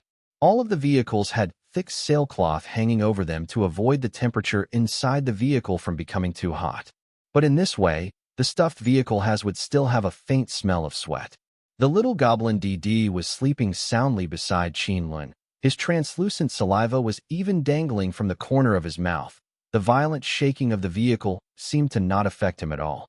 Thankfully, the Lulu race was a group of intelligent organisms who paid attention to their sanitation and weren't really like the real goblin monsters. Bored in the dark compartment, all the prisoners were somewhat fretful. However, the Scarlet Gobi was merely a small continent. Its surface area was only as big as the coastal province of China was. A few hours later, the motorcade came to a stop and the back door of the vehicle opened, and a goblin guard came in to notify them that they had arrived. The prisoners walked out of the vehicle one by one, raised their heads to look in the direction that the vehicles were facing. All of them were unable to hide the shock on their faces. In front of them, a few kilometers distance away, an earth-shattering huge monster appeared in everyone's field of view. The entire body of this monster looked like half of a landscape from a crystal ball, only that it was several kilometers large and was 10+ kilometers in diameter, a big landscape in a pot. In this landscape in a pot, there was crescent moon-shaped dry land covered in a dense forest. In front of the dry land was a gleaming and clear lake. It was as if the crescent moon was encircling a piece of sparkling, translucent, and pure sapphire. Within the crescent moon forest land were many pointed upright towers. On the roof of these towers were black revolving dots. It was as if a group of fairies were fluttering and dancing about. A semicircle of crystal protection cover enveloped a dry land and lake within, with the edges of this protection cover linked to a huge steel base. Around the belt-like steel were 8 spider leg-like machines that were supporting it on top of the red-colored earth, and bearing on top of the steel base was a dry land and lake. One of the 8 spider legs had unexpectedly even stepped on top of the stone mound of the Gobi. It was clear it had the ability to walk on its own. However, the dry land and lake inside landscape in a pot remained steady and stable. They probably have a good balancing system. The elf race was accustomed to constructing their cities in forests and lakes. Their drifting cities are the most beautiful of all the intelligent races. It was unknown when Gerd had arrived at everyone's side, but everyone looked at him in surprise as he softly started explaining things to the prisoners. This drifting city is called Moonlight Forest. It is one of the smaller ones among the 10 or so elf races drifting cities. This huge monster is still regarded as something small. A thread of surprise passed through the prisoners' hearts. Do we not directly enter the city? When they came back to their senses, the prisoners one after another all asked Gerd this question. Even though the drifting city appeared earth-shattering, but from this distance, they were still a number of kilometers away from it. Drifting cities would travel back and forth from many floating continents. Sometimes they meet hostile races, and as such, their defense measures are very strict. This distance has already entered the drifting city's alert zone. They can observe us, and also quickly send people to come over here. Gerd glanced at DD, who was beside Qin Lun, and a hint of worry showed on his face. However, he quickly stopped paying attention to him and turned away. He was unable to go against his father's wish. And DD had always been smarter than most of the tribe, even when he had still been small. Perhaps this was the opportunity that the old goblin had been talking about. The Lulu race's motorcade stayed in place for a short time when they saw a group of people hurriedly coming toward them from underneath the drifting city. When that group neared, the prisoners discovered that this group of people were all dressed in a very ancient fashion. Compared to the crude helmets that the motorcycle-flying Lulu race wore, this group of people wore leather armor and rode steeds that had long horns on their head. Were these the unicorns from fairy tales? Although the fairy's way of dress was somewhat strange to the eyes of the prisoners, it was undeniable that the fairies of Shattered Starry Sky were just like those from the fairy tales of Earth, which described them as beautiful creatures. They were all beautiful men and women, outstanding and elegant. The leading elf was handsome. He had a pair of cheeks chiseled into a resolute manner, wearing a golden headband and silver-white hair that was hanging over his shoulder. The set of delicate greenish-blue leather armor seemed to possess some sort of vitality as it flickered to a misty green awe. The unicorn he was sitting on was as white as snow, a pretty mane flowing from the side of its neck. One man and one animal who both looked like immortals, under the scarlet gobi's sunlight. It seemed so dazzling that they weren't able to even look straight at them. My name is Mafa Maglia. Might I ask who is the Gerd, the head of the Lulu race? Xiao Lian's eyes were filled with dots of starlight with both of her hands clasped in front of her chest. Just as she was about to blurt out a sigh, she heard a limped sound of praise coming from her side. So handsome. The baby-faced and large-breasted Xiao Lian was surprised, and just so happened to see Lily like her, holding both his hands clasped together. His eyes had already turned into two flickering and shining stars, and his face filling with a starry-eyed infatuation.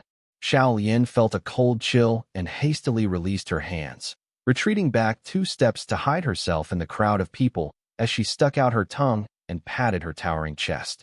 I wasn't that starry-eyed just now, was I? The transaction between the Lulu race and elf race went smoothly. In fact, the elf race didn't give the goblins much reward and instead received a lot of or the vehicles had been carrying. It was just that when they returned, the elf race took along more than 20 of the Lulu race's juveniles. This was the Drifting City's agreement to give the Lulu race a formal settlement rights quota. Gazing at the Lulu race's motorcade that was so far away, a faint layer of shimmer appeared in the little goblin Didis' eyes, and his slim fingers tightly grabbed the rhino beast's fur that was beneath his body. The rhino beast, sort of similar to a mixed breed between the Earth's water buffalo and the rhinoceros. Its temper was mild and had a very strong sense of patience. It was the elves' faithful helper in the transportation of material. My respected apostle, I have heard that you have already obtained your soul imprint. Might I take a look? Mafa Maglia came close to Qin Lun's rhino beast, and without batting an eye, a sweet-sounding youthful voice rang in his mind. Qin Lun lightly glanced at the elf, extended his palm and spread it in front of him, showing the little skull design whose eyes were flickering with a serene scarlet fire. Please excuse Mafa's offenses. I have never seen the soul imprint of a formal apostle. Thank you for satisfying this one's curiosity. Mafa's smile was becoming increasingly kind and immediately bowed slightly to show his apology. Qin Lun also smiled. While Gerd and the elves were still negotiating, Mafa had been looking at him in amazement several times. It was obvious that he had come to seek confirmation this time. This so-called curiosity was just the elf's excuse, someone that has been dispatched by the Drifting City to receive some important figures such as preparatory apostles. How could they not have seen a soul imprint before?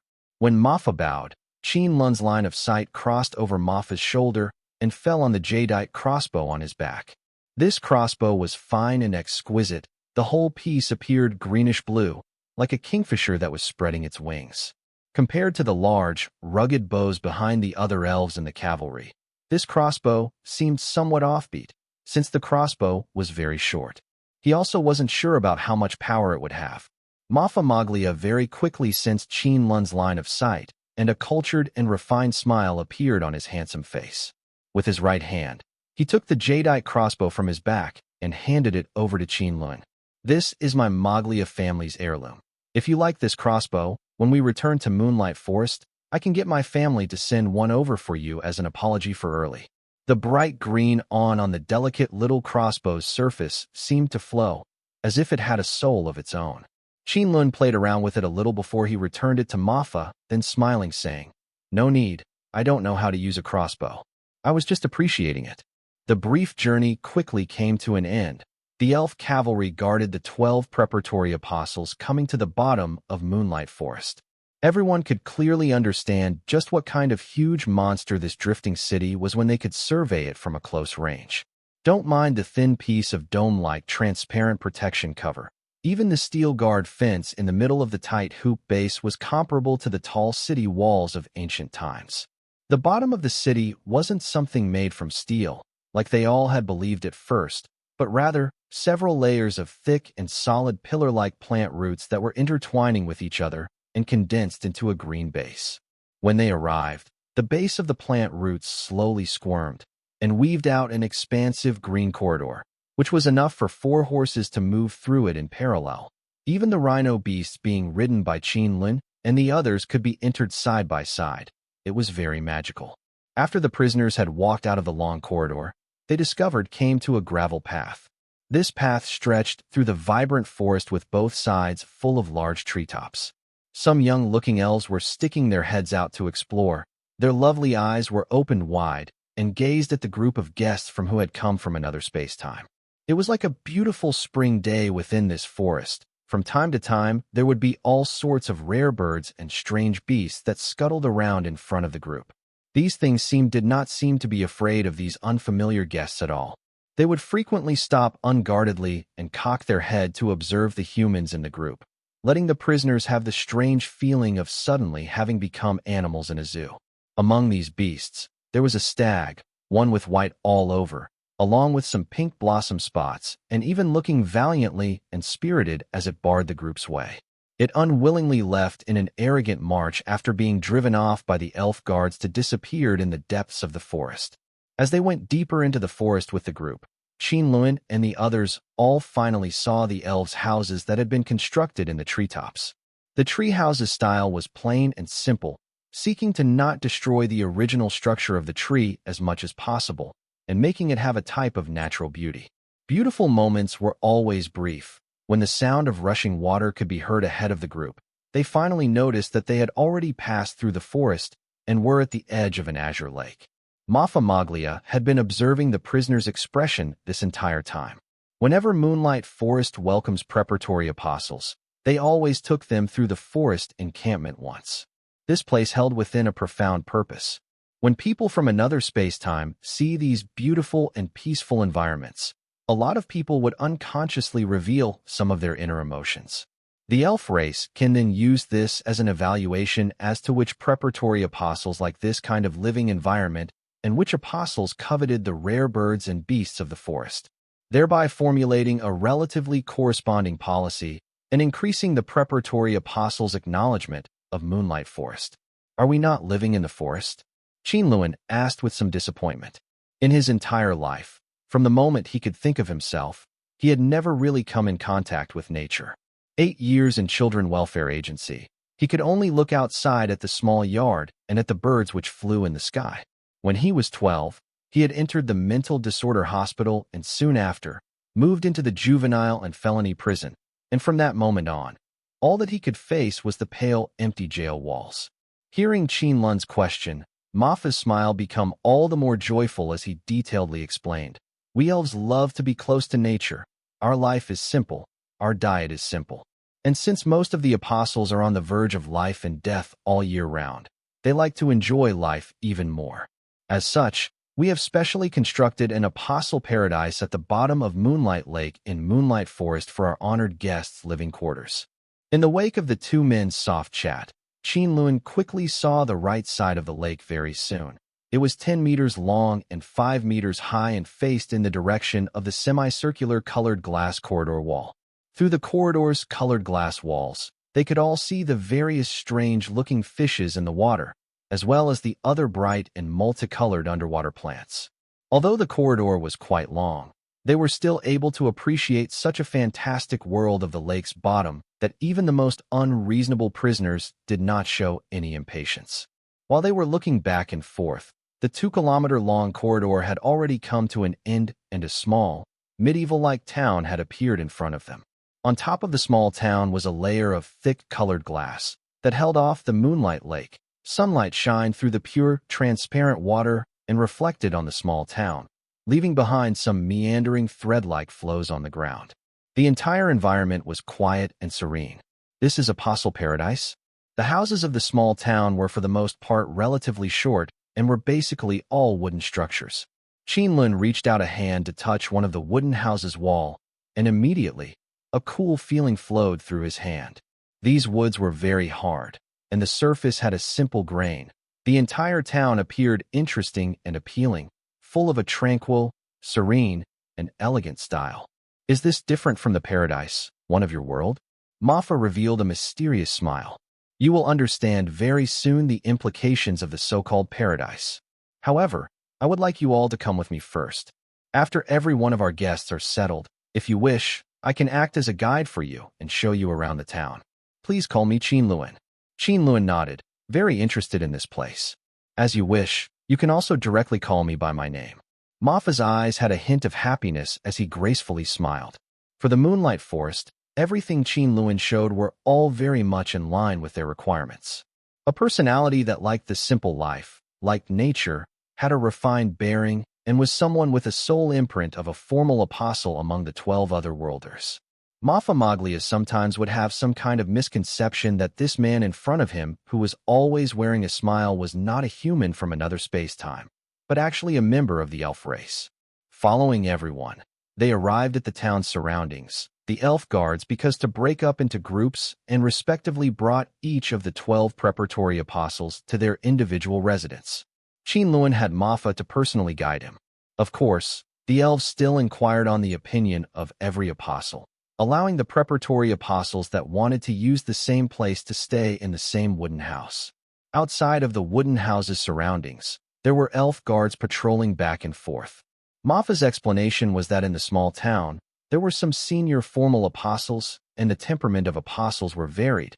Everyone was doing things at their own pace, setting some security so as to reduce some needless friction between the preparatory apostles and senior apostles. Qin Lun, the guests behind you, how would you like to arrange them? Mafa had already figured out that Lin Feng, Xiao Yin, and the little goblin were all led by Qin Lun, and so he took this chance to ask. Besides this little guy, the other two can do as they like. Qin Lun glanced at the three and immediately replied with a smile. Lin Feng heard what he said, and it was as if he was pardoned as he immediately went to an elf guard by his side to somewhere far away. The young master was anxious and scared up to now, finally felt like a dragon returning to sea, and could freely do as he pleased. As for Xiao Yan, after hesitating for a moment, she still decided to follow Qin Lun and arrange for a small wooden house near Qin Lun's house. Qin Lun's wooden house was a 2-story building. The first floor was the living room, which was decorated with wooden seats and bathroom appliances. There was a small fireplace embedded in the wall across from the entrance. The second floor was where the bedroom was. It was decorated even more simply with a small window by the bedside bounded with delicate and elaborate floral curtains. The bed sheets and bedding felt a bit strange when he touched them. It was not made out of silk or hemp. It was only something made from some woven-together plant fibers he had not seen before. On the steeple of the bedroom was a small attic. It was originally used to pile up junk, but would now probably need to be cleaned up so that the small goblin could have a place to make his home. Qin Lun only rested in his room for a short time before he heard Mafa's greeting downstairs. The elf came to fulfill his promise of taking Qin Lun around to go and see the town. The small goblin D's constitution was comparably weaker. As he had been rushing about for the whole journey, he was already very tired, so he could only feel wronged as he stayed at the house to rest. Qin Lun went with Mafa alone and entered this unique apostle paradise. As the two walked deeper into town, Qin Lun discovered that the small wooden houses also slowly turned from simple residential buildings into huge castle-like structures that occupied a lot of space. Of course, due to the limits of the Moonlight Lake, these castles were all relatively short, so the tallest of them was only 3 or 4 layers high. This small town is called Moonlight Town. The surroundings are all basically apostles' residential areas. So the middle is the entertainment area. There is a bar, an exchange house, an auction house, as well as some other entertainment facilities. Mafa introduced them to Qin Lun with a smile. In fact, the most important core area of Moonlight Forest is the internal layer. Although Moonlight Forest is just a small drifting city to us elves, what outsiders do not know is that it is one of 2 of the elf race's most important educational institutes. The greatest apostle educational institute of the elf race, Ivily Light Academy, is here in Moonlight Town. Along with the darkening of the sky, dots of yellow lights started to brighten up in Moonlight Town, casting the entire town into a haze, as if it was a fantasy from a dream. The elf race did not like using energy technology, so these lights were in fact all a type of luminous insects that were attracted by the coconut palm fragrant plants. The elves planted these plants on both sides of the road, while also putting them in pots to be arranged at every wooden building, with them attracting the luminous insects to become special lights. If it was time to rest, then you could move the pots out the window, and the room would instantly turn dark. Qin Lun was quietly lying in the wooden bed and reflecting back on the information Mafa had revealed to him that evening. While they were looking around the inner layer of Moonlight City on the way to Ivy Light Academy, Qin Lun had seen a lot of other races with steady steps, sharp eyes, and carrying a wide range of weapons. He originally thought they were all apostles. However, Mafa told him that these were merely some followers of the senior apostles, just like the little goblin DD was. Senior apostles generally would not appear in the vicinity of the academy. They were the well-off people and would either stay in the middle of Moonlight Town for some entertainment or stay in their room to rest. Because the place they entered and exited another world were at the same place, they would fundamentally reappear in the same location. Apostles that have just finished a mission would often receive many injuries, so to prevent other apostles from attacking them, they would choose to leave the town and find another secluded place to enter the other world before they were sent to another world. Besides, for members of the same team, apostles would often remain solitary. Even if they felt a high degree of approval to the drifting city, they would only consider it an inn, a temporary resting spot, if you will. The Ivy Light Academy Mafa had spoken of was not only the best academy in the elf race, but was also a very famous place in the entire Shattered Starry Sky. Of course, this was only true for the aboriginal races of Shattered Starry Sky, not for the targeted apostles. The reason for this was very simple and also very strange. The knowledge taught within the academy was on the level of preparatory apostles, and was good for reducing casualties of preparatory apostles when they left on their first few otherworld missions, but wasn't useful to formal apostles at all. In Shattered Starry Sky, there were many intelligent races that had experienced apostles' endless heaven-defying might, but they were simply unable to comprehend or imagine how an organism that held the same form as themselves was able to reach the level of power of the gods and fiends in but a short period of 10 or so years. Correspondingly, in all of their long history, there had never been any aboriginal residents like the apostles, teaching their own martial skills and ability. But at most, it was just giving out some pointers to their own martial skill. As for the experience gained by the apostles in another world, they avoid mentioning it even more. Besides the apostles themselves, even the drifting cities they consider their second home were unable to ask about it. Otherwise, there would be only one final result. The apostle would change the drifting city they were residing in. There was no possibility of a compromise in this. Even with the knowledge taught by the Ivy Light Academy, a lot of it was just conjecture made by the great sages of the elf race through studying the traces and equipment of the apostles. And this was the only knowledge they had, even after relying on the elf race's longevity that was comparable to the topmost races. Otherwise, they would never have been able to accumulate so much information. These speculations involved a lot of aspects like information about the other worlds, intel on the apostles' martial skills, information regarding the otherworld mission, and so on. However, since they had never gotten any confirmation from the apostles, these speculations were apparently right, but actually wrong. To the preparatory apostles, they had the effect of serving as reminders while they were on a mission from another world, but for the senior apostles, it was of very little help. A deep darkness appeared beneath him. Qin Lun only felt weak all over as he slowly started sinking down. It was at this moment that a vague shadow appeared above him, stretching out an arm toward him.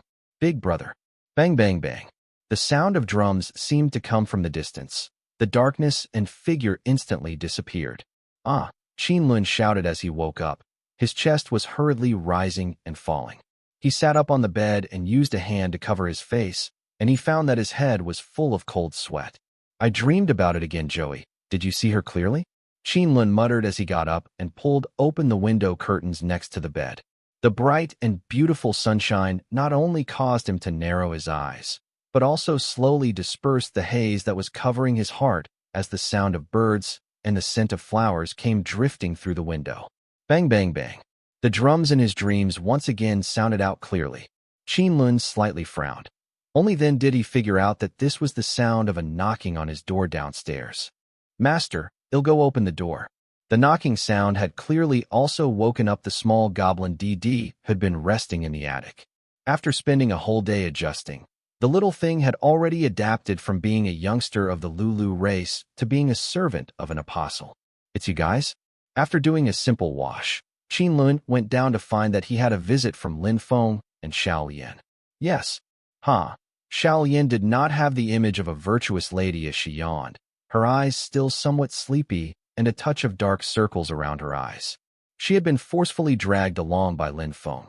The things that have happened these past 2 days has had a huge impact on this small nurse's outlook on life and her worldview, which caused her to become muddle-headed along with a rare case of insomnia. Boss Qin Lun, Xiao Yan and I wanted to go downtown to take a look at the exchange house. Would you like to come along?" Seeing Qin Lun's questioning eyes, Lin Feng hurriedly smiled and said. Back when they were at the Lulu Races camp, Lin Feng had wanted a magic bullet gun and machete. The old goblin had even added a soul force field watch as a present. However, after coming to Moonlight Forest, besides the machete, everything else proved completely useless. The magic bullet gun was taken by the elves. Only when he left the city would they give it back. As for the soul force field watch, it was completely useless. Moonlight Forest had already given every preparatory apostle a button-sized soul force field device. Not only was it smaller, its scope was large, and the intonation was more clear-sounding, not like an ice-cold machine's voice at all. Of course, there were many who felt as they had been pitched by the old fellow. However, they were unable to do anything about it since there were also the ores and specialty products of the Lulu race that they could have chosen. A few select prisoners had chosen ore, and these specialty products had been sold for a high price in the exchange house. Shepherd Hill was one of these lucky ones. The ore he had chosen was fancied by an apostle, and he had managed to obtain some common currency used by the apostle's soul power crystal.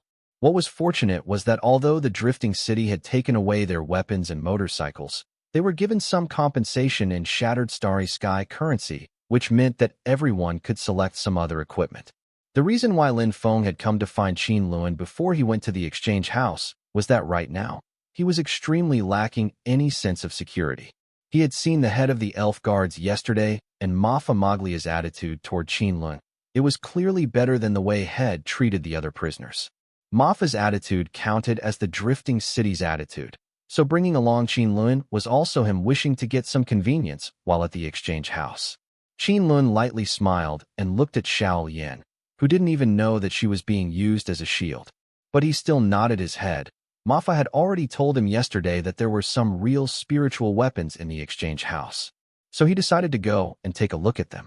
However, these weapons, on the whole, were the most inferior ones, things like daggers, small knives, and so on. Besides the fact that apostles were able to bring them with them to another world, the other aspects were almost the same as common appliances, so not particularly powerful. Generally, these things would only be bought by preparatory apostles. Also, it was the only way for them to use shattered currency, the common currency among shattered starry sky, to purchase some apostle weapons. Formal apostles would not buy these weapons since they'd be better off plundering the other world for a firearm. The exchange house of Moonlight Town was a double-story four-way castle. After they passed through the door, they saw a transaction window similar to the counter at a bank. At each window, a beautiful young elf woman was sitting. Lin Feng automatically went to the counter to get an items catalog of the exchange house, with Xiao Yan browsing it. Qin Lun was followed by DD, looking at their surroundings in disinterest, while the little thing following him had his eyes whirling around in. He had rested enough yesterday, so right now, he was feeling everything in Moonlight Town looked like an incomparable novelty. In front of the transaction counter were 3 rows of exquisite wooden benches with a very eye-catching shape, and showed a great deal of creativity. It, like Moonlight Forest and the other elf appliances, was very pleasing to the eyes. This thing. Xiao Yan's eyes suddenly light up, a happy smile blooming on her face. Qin Lun turned his head to look and looked at the catalog for items, at the top of which was a greenish-yellow bird's egg. It was clearly marked flying pack egg below. The The catalog explained that this kind of flying load carrier was a type of two-legged dryland bird species. Its wings have degraded, but their two strong and powerful bird legs could run as fast as if they were flying. It could run through many types of terrain, and it looked like a mixture between Earth's camel and an ostrich. Flying Pack's only weak point was that its build was too small, so it could only carry one person. Qin Lun's heart moved, and he smilingly asked, "Don't tell me the compensation you got from the Lulu race was this flying pack egg?" "Yes, I have two." Xiao Yin stuck up her nose and complacently stated, "I want to raise them and sign a life-form contract with them. I can then bring them with me when I go to another world." Qin Lun glanced at the price of the flying pack eggs and immediately laughed. "How long are you planning to wait?" "I would advise you to sell those flying pack eggs to the exchange house. They should be worth 5 grains of soul power crystals. That is what is truly useful to you at this moment." "Really?" Xiao Yin, distressed, wrinkled her face and looked somewhat hesitant.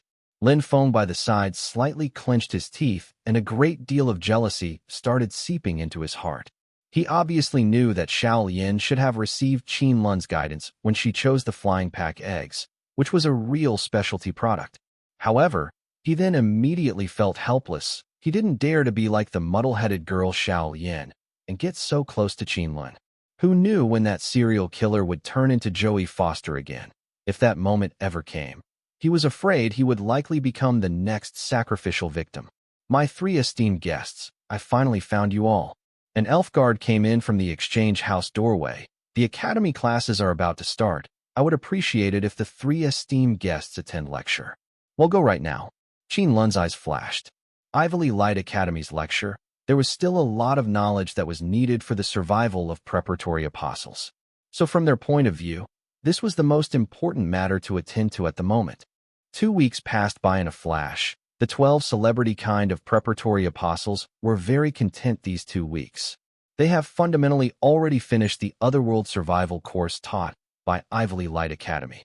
The content for this part wasn't much, so Ivy Light Academy was actually a magic and martial skills academy, and like on credit, could allow apostles to learn the elf race's magic and martial skills. This was also an investment of the Drifting City into making preparatory apostles. As long as there were a few that could survive in the entire academy, everything they paid was well worth it. However, due to the physical disparity among the hundreds of preparatory apostles in the academy, only a few of them could actually learn magic, while the rest had no choice but to learn some martial skills and archery. Within these hundreds of preparatory apostles, there were all sorts of races. There were also many that were not even humanoid creatures. Qin Lun had even seen around light elemental life form. Among these preparatory apostles, there was a portion of them who have already traveled on 1 to 3 otherworld missions, but none of them have yet formed their own soul imprints. It was unknown if this was because they did not complete the otherworld mission or because there wasn't a crystal in the rewards.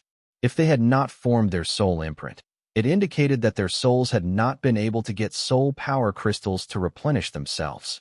Especially those who had already traveled to 3 otherworld missions. If they were to fail for the 4th time, it was estimated that they would die in the otherworld next. The preparatory apostles did not exchange information with each other about the other worlds. Qin Lun guessed that there might be some kind of restriction that was placed on them.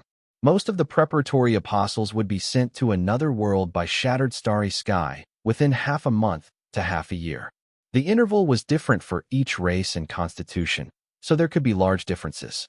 In the final few days of the 2nd week, Qin Lun started to sense a thick, sluggish, and rough feeling passing through his body, as if his whole body was underwater. This feeling was also slowly increasing, and the time intervals between it were shortening. In fact, this feeling was only acting on his soul and did not bring about any inconveniences to his actual life. Qin Lun had a hunch that if he gave up on resisting this feeling, then his first trip to another world would immediately happen.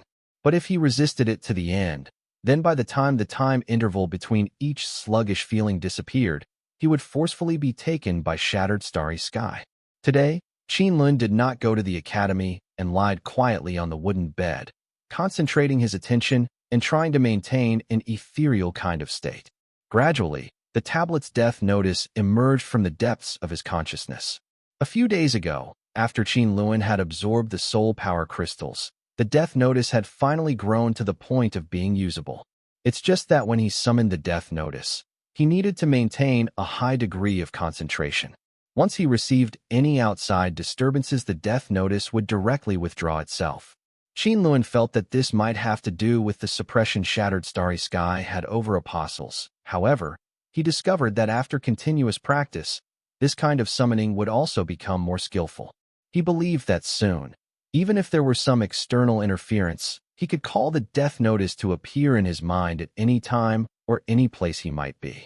After the death notice matured, a subtle connection arose within Qin Lun's mind and issued a mysterious call, as if it wished for Qin Lun to give it an official name, somewhat reminiscent of a pet that was eager to establish a formal soul contract with its owner. Qin Lun still named it Death Notice. After it received its official name, the Death Notice started to reveal its functions. It was also at this time that Qin Lun noticed that although he could summon the Death Notice through the Soul Imprint, the Soul Imprint was not the same thing as the Death Notice. Qin Lun could vaguely sense that the Soul Imprint was not as simple as Mafa had said. It should have some other functions to it as well. Perhaps it was because his strength was too low right now, so he couldn't really fully start the Soul Imprint. The Death Notice was like an equipment, except it had some Soul Imprint management functions mixed in which allowed it to help Qin Lun monitor his own law body. After combing with the Law Crystal, the Death Notice only had the appearance of a tablet while it lost the function of a tablet.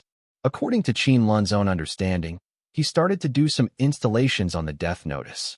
In Qin Lun's consciousness, a 3D version of himself appeared on the bright screen of the Death Notice. Focusing his concentration on the little image of himself, a part of the information that he had input, together with information from the world law on his law body appeared in the Death Notice, showing him a group of statistical results. Beside the image were also 3 lines of red, blue, and yellow. When he concentrated his consciousness on these bars, the Death Notice told him that it was the Bodhi's soul vitality, blood capacity, and magic power. Soul vitality represents the lifespan of his soul and could only be replenished by various grades of soul power crystals. Under normal circumstances, the total amount of soul vitality would remain constant. So unless Qin Lun obtained some sort of special lineage and strength law, he could only lose so much and also could only replenish so much. Blood capacity represents vitality. Sickness and bleeding injuries would all deduct from it. However, the law body will restore itself over time, so the speed of recovery would also be affected by constitution and medicaments. In case the blood capacity turned to 0, then the apostle would naturally die. The concept of magic power was a bit more complex. In fact, Qin Lun still had not opened his magic power channel yet. His magic power channel could only be used after obtaining an apostle martial skill. Name: Qin Lun. Gender: male. Physiological age: 20 years and 3 months. Race: human. Soul vitality: custom set 100. Blood capacity: custom set 100. Magic power: not unlocked. Combat profession: none. Skill bar: none. Besides listing the law Bodhi's condition of a person's image, the Death Notice also unexpectedly have a locker-sized subspace. After he found this subspace, Qin Lun was greatly interested in it and incessantly tried to put a variety of items into it. The conclusion was that besides 2 things, all the other items of Shattered Starry Sky couldn't be placed into the storage space. One of the 2 things was the Soul Power Crystal, while the other object left Qin Lun surprised. That half-scissor-like black dagger could also be put into the storage space. This black dagger was originally made by Lin Feng by obtaining all the weapons Qin Lun had originally used to kill people from the Hebei police station and turned it into this scissor blade style he would often use. A block of meteorite iron was also mixed in during the forging. After the dagger was placed into the storage space, the Death Notice showed the dagger's data and proceeded to ask Qin Lun to name it. Crime: short dagger 1. Alignment type: life taker, chaotic evil. Remnant soul quality: 12, 10 beheaded. Weight: 215 g. Length: 230 millimeters. Equipment ability: none. Within the dagger's data, besides the name of crime, all the other data was provided by the Death Notice. Only when Qin Lun concentrated his consciousness on the data information did he find out that this was the Death Notice's world law, which could automatically obtain detailed information. Life Taker is a type of spiritual equipment and is a type with great potential. The so-called Life Taker type is a weapon that, after killing an intelligent life form, is able to take a portion of the soul power and fuse with it. This kind of situation happens very rarely, so on average, only when an intelligent life form was near death with their body and mind simultaneously suffering the maximum amount of pain, and half of the soul leaves to form an embodiment, would it have a very low probability of happening. When a weapon first absorbs soul power, then it has turned from a dead thing into a life taker. When a weapon becomes a life taker, it would start to absorb soul power from other victims. Sometimes, even if the victim did not receive that much suffering, a portion of their soul power would still be extracted by the life taker. In fact, the reason why Chekhov had so much of his soul power extracted was not only because his body had not digested the soul power, it was also because his soul imprint had mixed with the crime dagger, allowing this small probability to appear.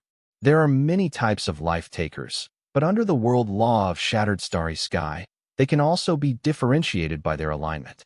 If the first user of the life taker has the idea of upholding justice and being good and honest in his heart, then the life taker will absorb the positive soul power energy of the victim and can be classified as lawful good alignment. If the first owner was a serial killer like Joey Foster, then the life taker would take the negative soul energy of the victim and turn into a chaotic evil alignment. Besides these two factions for life takers, there was also lawful neutral, lawful evil, neutral good, true neutral, neutral evil, chaotic good, and chaotic neutral. 7 alignments in all. Besides the very first master, intelligent life forms that have complete opposite temperament and philosophies would be unable to obtain the life taker's approval, so naturally, they would be unable to use this life taker. Among all the spiritual equipment, life takers had great potentials. Under the most ideal situation, they even had the potential to turn into godly items. Of course, those were subjective circumstances. In fact, there was also a restriction on the equipment's material and its soul quality. Within Crime Dagger's information, those 12 remnant soul quality represented the 12 portions of soul power it had once absorbed and fused with. As a matter of fact, the number of people Qin Lun had murdered was far from just a mere 12. It's just that this weapon had been forged from many other murder weapons, so a portion of the soul power was lost in the forging process. Qin Lun lied on the bed, the crime dagger constantly appearing and vanishing from his hand. Suddenly, he very silently got up, a hand under his chin, and slightly frowned. He felt a slight sluggish feeling just now. Qin Lun sighed. He couldn't drag it out any longer. He needed to go out immediately and, like the other formal apostles, find a solitary area to enter the other world. Otherwise, if he was sleeping and was suddenly sent out of shattered starry sky, then it would way too troublesome. However, before he left, he had to find one other person. A hint of a smile appeared in Qin Lun's eyes as he went down to call for an elf guard. You have already felt the rejection of the shattered starry sky toward you? Maffa did not conceal the astonishment on his face at all. His gaze was sparkling as he looked at Qin Lun. Are you able to verify it? Yes, it corresponds with the rejection phenomenon talked about in the academy. Qin Lun said with a smile. Originally, I wanted to just quietly leave, but since I've been receiving your care during this half-month, before I leave Moonlight Forest, I thought I ought to notify you first. Although preparatory apostles like Qin Lun were considered as members of Moonlight Forest, the Drifting City didn't try to restrict their freedom. That was so that they could dispel the apprehensions the apostles felt regarding their safety after entering another world. In any case, the time flow of Shattered Starry Sky and the other worlds was different. Under normal circumstances, after apostles went through a world mission, only several hours would have passed in Shattered Starry Sky, and it didn't affect the route of the Drifting City at all. 1. You made the right decision. Maffa's gaze flickered. There was some hesitation in his expression, but he very speedily clenched his teeth, looking as if he too has made an important choice. Qin Lun, please wait a moment. They'll be back very quickly. Maffa hurriedly rushed out of the hall, leaving Qin Lun behind inside the Internal Affair Hall's general headquarters. Qin Lun let out a knowing smile and turned to look at Internal Affairs Tower that's situated at the east of the forest. The hall was arranged simply. The surrounding walls were full of glistening emerald green plant vines crawling over them. Most of the items were wooden, with very few bright and beautiful metal household utensils among them. However, these items, for the most part, were all delicately carved and filled with an artistic aura. It really fitted the elegant style of the elf race. Mafa came back very quickly. When he returned, there was an extra package in his hands. His expression seemed somewhat serious as he handed it over to Qin Lun. When it comes to the Moonlight Forest's assistance toward apostles, we tend to follow an equal exchange principle. This is also an unshakable law within all of Shattered Starry Skies, intelligent races. As an official of Moonlight Forest's internal affairs, I cannot violate the Drifting City's rules and allow for the city to provide any extra assistance for you. However, with my identity as your friend, I will present my possession to you. Qin Lun's eyes flashed, before he straightforwardly took hold of the bundle, a smile showing on his face. I still require a vehicle. It is already parked outside the forest. Mafa tactfully understood his intentions as he spoke with a smile. Elder Mafa, are you really that optimistic about this preparatory apostle's potential? Even if he already possesses a soul imprint, the probability of him passing his first otherworldly mission still does not exceed 30%. After Qin Lun stepped out of the door, one of the elf guards approached Mafa Maglia and quietly asked. He has only been in Shattered Starry Sky for little more than half a month and has already received an otherworld mission. Do you know what that signifies? Mafa's gaze was tranquil as he answered his own question. This signifies that as long as he develops smoothly, in just a few short years, he will be able to reach a height that we wouldn't even be able to imagine. Compared to those apostles that had only received their missions after half a year, his maturation speed is more than 10 times faster. Arriving at the forest's exit, Qin Lun really saw a brand new four-wheeled motorcycle parked at the plant corridor road ahead. This vehicle was black all over, making it very convenient to hide. Although the elves don't really like using advanced technology in the Drifting City, this vehicle was quite high-tech. It was even equipped with a topography navigation system that was used in the Scarlet Gobi. Perhaps in consideration that some preparatory apostles might not necessarily know how to drive a motorcycle, the vehicle also came with an autopilot system. Qin Lun threw the package that Mafa gave him into the vehicle and cheerfully sat inside it. He turned on the automatic navigation and, following the bottom entrance of the Drifting City, entered the Scarlet Gobi in an instant. After he turned it into autopilot mode, Qin Lun unwrapped the bundle and his eyes immediately brightened. Within the bundle was a tiny crossbow that was greenish-blue and shiny, somewhat resembling the family heirloom that Mafa had. Except, the family heirloom of Mafa's was a version which used crossbow arrows, whereas this weapon did not carry any with it. Qin Lun carefully inspected it and discovered that this crossbow used wind arrows. Under the crossbow was a hair trigger. There wasn't any bowstring with it. A bird wing-like shape made up the circular sector of the bow with a curved crack in the front segment. A small block of law crystal was inserted in the back of the crossbow. When someone held the trigger, the crack in the curves would spout out a crescent moon-shaped wind blade. The crossbow was very light. Qin Lun shot several numbers of wind blade on a large rock by the roadside and discovered that the power was pretty good. Every wind blade left a deep pit in the rock. The surface of the crossbow would have greenish-blue rays of light flitting across it from time to time, like it had a soul of its own. Qin Lun slightly lamented when Head first touched Mafa's family heirloom. Had the feeling that this was a spiritual equipment. Now, looking at the crossbow that had been given to him, he became even more certain of his guess from before.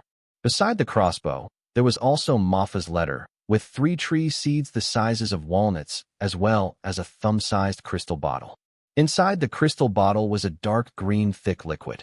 Opening the bottle, a rich vegetation scent assailed his nostrils, and his spirit couldn't help but rise. His whole body was brimming with a certain type of life energy. Mafa's letter had stated the name of the crossbow as Wind Spirit Crossbow, and the dark green liquid was World Tree's flower nectar. It was an extremely valuable water of life, capable of supplying an organism with rich vitality and greatly increasing one's immunity and recovery abilities. It has a very good healing effect toward any type of disease or injury. The other 3 tree seeds were actually a type of tree vine seed, so as long as Qin Lun smeared some of his blood on them, they would be able to receive his orders. If he ever met a danger that he couldn't withstand, he could throw these seeds on the ground and activate them with his thoughts. A 3 meters tall treant would then come out to help its master stop the enemy. However, this type of treant had roots that reached under the ground and was not mobile. Moreover, the energy inside the tree seeds would only be enough to allow it to move for roughly an hour. And because of that, it could only be considered as a type of inferior cannon fodder. These 3 types of items. Wind Spirit Crossbow was a type of spiritual equipment, while the World Tree's flower nectar and the tree vine seeds were all special treasures that contained world law. They were all capable of going through space-time teleportation and being brought into another world by the apostles. However, not every world was capable of using the 3 things. It needs the other world to also have a world law that was in accordance with the treasure. Even if that's the case, to Qin Lun, who was presently just a preparatory apostle, the favor that Mafa had given him was extremely heavy. It would indeed be a little difficult for him to repay this in the future. Driving the vehicle, after Qin Lun had departed from Moonlight Forest for about half an hour, he then began to drive toward one of the cliffs of the Gobi. After moving underneath the rock cliff, he hid the vehicle in the shadow, and once again moved on foot towards the rock cliff standing opposite him. This kind of vehicle was too conspicuous. Although it was hidden well, it was hard to say that someone wouldn't be able to find it. If someone realizes that this was a location for an apostle who entered another world and who has not returned yet, they might decide to set up an ambush in the surroundings of the vehicle, which would be quite troublesome. Placing it on the hilltop of the opposite cliff would allow him to not be caught unprepared by someone, and he could even occupy the high ground and take a look at the situation surrounding the vehicle. Reaching the top, Qin Lun sat crossed-legged and placed the crossbow and the 3 seeds into his storage space. He cleared his mind of any stray thoughts and quietly waited for the next space-time rejection of the shattered starry sky. Under scorching sun of the scarlet Gobi overhead, and sitting on a steep cliff, a fair-looking youth sat crossed-legged with his eyes closed to rest. Beads of sweat the size of a pea were rolling down from his forehead, but he still wore a pleased smile on his face, as if it wasn't hot at all. Suddenly, a strand of electric light flashed, and without warning, a space-time teleportation gate the size of a person appeared in front of the youth. Like an oval-shaped azure iris, it swallowed the youth down. After that, like a zipper, it pulled up on the space-time teleportation gate and disappeared from the cliff without leaving a trace, faintly conjuring a small whirlwind where he had been, thoroughly obliterating all traces of the youth's presence. The apostle's first teleportation to another world, shattered magic starting. Shattered law number 831. Apostle obtains vacant number 70053. Shattered starry sky and Apostle 70053 has established the following bilateral agreement. After the apostle completes the contracted mission and when shattered starry sky regards the mission as completed, the apostle shall be paid sufficient rewards and will maintain and mend the soul vitality of the apostle. If the apostle obtains world's origin during the course of the mission, according to the mission transfer rating, excess world's origin can be exchanged with shattered starry sky for equipment, skills, and blood lineage. The exchange list is subject to laws that shattered starry sky already possess, comprising of all laws the apostle has handed over, as well as the strength law from the aboriginal races. Apostles must not violate the confidential regulations. Doing so is regarded as a violation of the contract. This includes all information regarding otherworld missions, otherworld law systems, as well as the experiences you have during your mission. You are not permitted to reveal information to the local races from any world through any means, as well as information to apostles that have not been assigned a number. This includes the native races of Shattered Starry Sky. When the apostle's power reached a certain level, Shattered Starry Sky will unlock a vocation advancer law. Every time the apostle completes an otherworld mission, they will obtain contribution points within the Shattered Laws. The contribution points can be used to promote the apostle's title as well as their official salary. The specifics of the clauses within the regulation will be explained in detail once the apostle had entered their first otherworld trip and completed their corresponding missions. Spacetime teleportation completed. The apostle's soul was placed into the deceased body of the storyline and was changed to serve as a law body. The transformation for your first mission in another world is free of charge. Synchronizing the law body and world law. parts that cannot be synchronized are retained. The current state of the law body, 93%. Apostle number 70053. This is your first Otherworld trip. Shattered Starry Sky will assign you the most basic Otherworld mission and will not arrange for any other missions to be given. Reminder: the amount of time you have to complete the mission in this world is 30 natural days. After completing the mission, you can apply at any time to leave the world. Unless you manage to obtain an extra hidden storyline, when the mission time ends, you will be forcefully teleported out of this world. When withdrawing from this world, please take note to comply with confidentiality regulations. Otherwise, the consequences will be your own responsibility. Reminder: Shattered Starry Sky detects that a soul imprint exists. Through the soul imprint, the remnant memories of the deceased from the storyline can be brought into the death notice, and you can use the death notice to check the storyline's identity and remnant memory information. Reminder: Shattered Law will bestow upon you the common human language of the current world, meaning that you can interact with the humans of this world. After leaving this world, the Shattered Law will delete this additional law from the law body. Qin Lun's eyelids trembled slightly and slowly opened. He only felt as if he had a very long dream. Like an ant-like voice that was faintly discernible in his dream, yet also seemed incomparably clear. It was like it was deeply engraved into the depths of his consciousness. That voice did not belong to any known language, but Qin Lun somehow completely understood all the content. It was like an effect that directly acted on his soul. There is no need for any translation. Whoa! Just when Qin Lun wanted to study the contents of this voice, a broken gong-like sobbing echoed next to his ear. Right now, Qin Lun was sure that this was absolutely not the law explanation from Shattered Starry Sky. Because this voice was really too ugly, too ear-piercing, it was like the cry of an owl, so he could not lie down quietly anymore. Shut up. Qin Lun was at the end of his patience and lightly shouted. Ah! The broken gong-like sobbing abruptly came to a stop and was replaced by a resounding screech. Qin Lun somewhat indignantly lifted the layer of thin object on his body and sat up straight. His face looked expressionlessly toward the person screaming. What he saw under this moon hanging brightly in the sky was an ugly hunchbacked man dressed in ragged clothing. A terrified expression stretched across his whole face as he retreated in fear.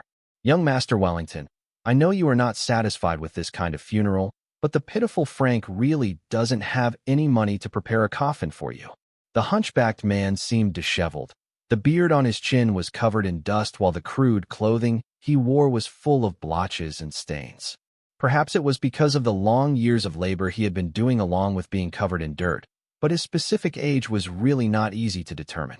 He was only able to give an estimate. This man should not be less than 50 years old. Funeral? Qin Lun turned his head around to look at his surroundings, then expressionlessly curled his lips a little. The place he was at was a gloomy and dusky forest graveyard. Besides the moonlight which broke through the branches and scattered onto the ground, were ghostly shadows, all somberly piled up. Not even the sounds of bugs or rats chewing were to be heard. The object that Qin Lun lifted was a broken straw mat. Half a meter away from him was a deep rectangular hole. It was clear that this grave was meant for him. Calming down for a moment, the information within the death notice about his storyline identity immediately appeared within Qin Lun's consciousness. After he left Shattered Starry Sky, the death notice lost some of the inhibition on it and was easier to summon than before. Wellington Stein, human, 24 years old. Occupation, folk doctor. Practiced medicine for many years, but has not acquired the official qualifications to practice medicine. A folk doctor that did not have official qualifications to practice medicine. Qin Lun's face slightly wrinkled. In other words, the original master of this body was a poor, useless quack. Qin Lun looked back at the hunchbacked man, and the remnants of Wellington's memories immediately appeared before his eyes. Frank Plus, human, 32 years old. No occupation, vagrant. Wellington Stein's private servant. He's only 32 years old. Qin Lun was slightly surprised. From Frank's ugly appearance full of wrinkles, along with the tangled green veins on the back of his dried-up hands, he looked at the minimum, to be 50 years old. The remnant of Wellington's memory showed that Frank was originally an abandoned baby that Wellington's father picked up from the wilderness and raised. He had originally wanted to sell him into the town's workshop to do child labor. But because Frank was really too ugly, and was even a hunchback with some disability in his legs, he simply could not be sold. So they had no choice but to use him as a servant. However, Frank was extremely grateful to the Stein father and son for taking care of him and was loyal to the Stein. When he was young, he had helped little Wellington block a lot of bullying from the other children. After he grew up, he was even more hardworking and made many contributions to Wellington's medicinal research. For example, helping Wellington go to the cemetery to help him steal some fresh corpses for his anatomy practice. Young Master Wellington, you are not completely dead yet? At this time, Frank seemed to have come back to his senses and courageously asked in a low voice. He was, after all, his master. Plus, because he had been in contact with dead bodies from the cemetery all year round, he could still distinguish between a dead person and a living person. What, not completely dead yet? The slight smile that Qin Lun showed was immediately gone, and the sharp red in his eyes sparkled. He had the urge to directly kill him. However, he was aware that this loyal servant was still very useful for him, so the sharp red in this serial killer's eyes slowly faded away. Qin Lun stood up silently, brushed the dust from his body, and suddenly found out that he was wearing a pair of old leather gloves. The clothing he wore was a knee-length black velvet windbreaker coat. Inside was a black gentleman vest and laced white shirt. On his lower half was a pair of black pants overlapped by a pair of long riding boots. This person's clothing was at least pleasing to the eye, besides the clothing being a bit old-fashioned, the white shirt being somewhat yellow with the cuffs and lining having some obvious damage to it. He could still barely be regarded as a decent-looking person. Young Master Wellington, you really did not die. Frank was eventually overjoyed as he watched Qin Lun stand up. His four limbs crawled over the ground, and he hugged his master's thigh, revealing a mouthful of black and yellow tartar-rotten teeth. He started to wail like a ghost and howled like a wolf with tears and mucus immediately covering over his ugly face. Seeing his trouser leg being covered with Frank's tears and mucus, Qin Lun finally no longer held back and used one foot to kick this loyal servant to the ground. How many days was I dead? Oh no. How many days was I unconscious? Qin Lun covered his face, took a deep breath, then calmed the anger that was caused by Frank. Young master, you have been dead for. Oh no. You have been unconscious for almost 3 days. Frank wiped his face, then carefully peeked at Qin Lun. It looked like he was still trying to confirm whether his master was dead or alive. Is there any water source nearby? Take me there. Qin Lun expressionlessly ordered him. Young master, are you thirsty? I have water here. Frank hesitated for a moment, then took out a small flat water bag. No, I want to clean my body. Qin Lun wrinkled his brows and took the flat bag. Although the clothes on this body seemed to have been washed once before he was about to be buried, his body was full of a corpse's stench right now. He couldn't wear this and go out to meet people. Cough, cough, cough. What is this thing? Qin Lun placed the bag to his mouth and drank a mouthful. His nostrils were assaulted by that spicy flavor, causing him to repeatedly cough. His fair face turned the same color as an eggplant. This is from young master's workshop, the alcohol. However, I didn't take much. Some water was also added. Frank twisted around his big rough hands, somewhat embarrassed as he muttered, it's pretty cold at night, so drinking can help warm the body. Medical alcohol that was blended with water. Qin Lun's eyes went wide. A scarlet light appeared from within his pupils. He once again had the urge to throttle Frank to death. From being an unhindered serial killer to now, he had never been so tripped up like this by someone before. He closed his eyes, took several deep breaths, and just barely managed to repress the urge to kill. Qin Lun once more expressionlessly growled, lead the way. Take me to the water source nearby. Oh. Frank withdrew his head and responded. However, he did not immediately go. Instead, he crouched on the ground and felt around, then picked up 2 items and handed them over to Qin Lun. Qin Lun took these 2 things, and his eyebrows raised. This was a wide-brim Western-style hat along with a cane. Using the moonlight, he could see that the brass on top of the cane had already worn off by more than half. It looked very old. It should be an inheritance Wellington gotten from his father. At the same time he saw it, Qin Lun unconsciously placed his hand into the coat pocket, and his face immediately changed. This is not his habit. Rather, it's a habit of the already dead young Master Wellington Stein. Where's my pocket watch? Qin Lun's face showed a warm smile while his eyes were flashing red once again. From the remnants of Wellington's memories, he felt that that young man had a brass pocket watch had inherited from his father. It should also be his most valuable item. Young master's pocket watch. Frank's face showed a trace of guilt, and his gaze flickered as he answered, I thought that young master has already passed away, so the pocket watch was pawned off by me. Qin Lun did not speak. The sharp red in his eyes turned more and more magnificent. However, once he noticed the direction Frank would often peek at, he was surprised for a moment. At the end of the grave, a small stone stele was lying in the earth. Qin Lun's heart moved and walked forward a few steps. Picking up the stele, he immediately sighed out lightly. This stele has Wellington Stein's name engraved on it. It was the tombstone for this young man. Frank did not take his pocket watch and stuff it into his own pockets. Rather, he chose to use it to give him a tombstone. Carefully thinking a bit, although Wellington did not have a coffin in his death, his clothes were neat and tidy. Compared to the clothes that didn't even cover Frank's body, his was much more decent. This ugly and disabled servant of his, if he wasn't loyal to his owner, then he would have long stripped Wellington of his clothes and given himself something warm to wear. As for the cost of the pocket watch, he estimated it was only enough for this tombstone, not enough for the young man to also have a coffin. Thinking about Frank, who was suffering from disabilities, to carry Wellington's dead body and tombstone into this gloomy and scary forest in the middle of the night, and using medical alcohol to resist the night's cold wind, to rely on his own shovel to dig a tomb for his master. Qin Lun's smile did not diminish, but the sharp red in his eyes slowly went back. Let's go, before the day brightens. Let's go clean up in the river. Frank's left and right foot were somewhat asymmetrical. His walking had a limp and was very slow. At this point, under the moonlight, Qin Lun found that this servant kept his head low and was actually still at his height. His shoulders were broad, and his frame was thick. If he wasn't a hunchback, then he would most likely have been a tall and stutty giant. Qin Lun no longer urged Frank and comfortably followed behind him. From time to time, he would look on with interest at a block of badly damaged tombstone and exposed human remains. He walked calmly as if he was just taking a walk through his own backyard. Not far from this forest graveyard was a very small stream. Qin Lun stripped himself of his clothes in a few moves. His bare body stood in the stream as he washed his clothes and his body until the rotten smell finally diluted. Only then did he climb back up the banks. Frank had made a fire by the small brook. Seeing Qin Lun go on shore, he immediately took his clothing and used some branches to stick it near the campfire to dry.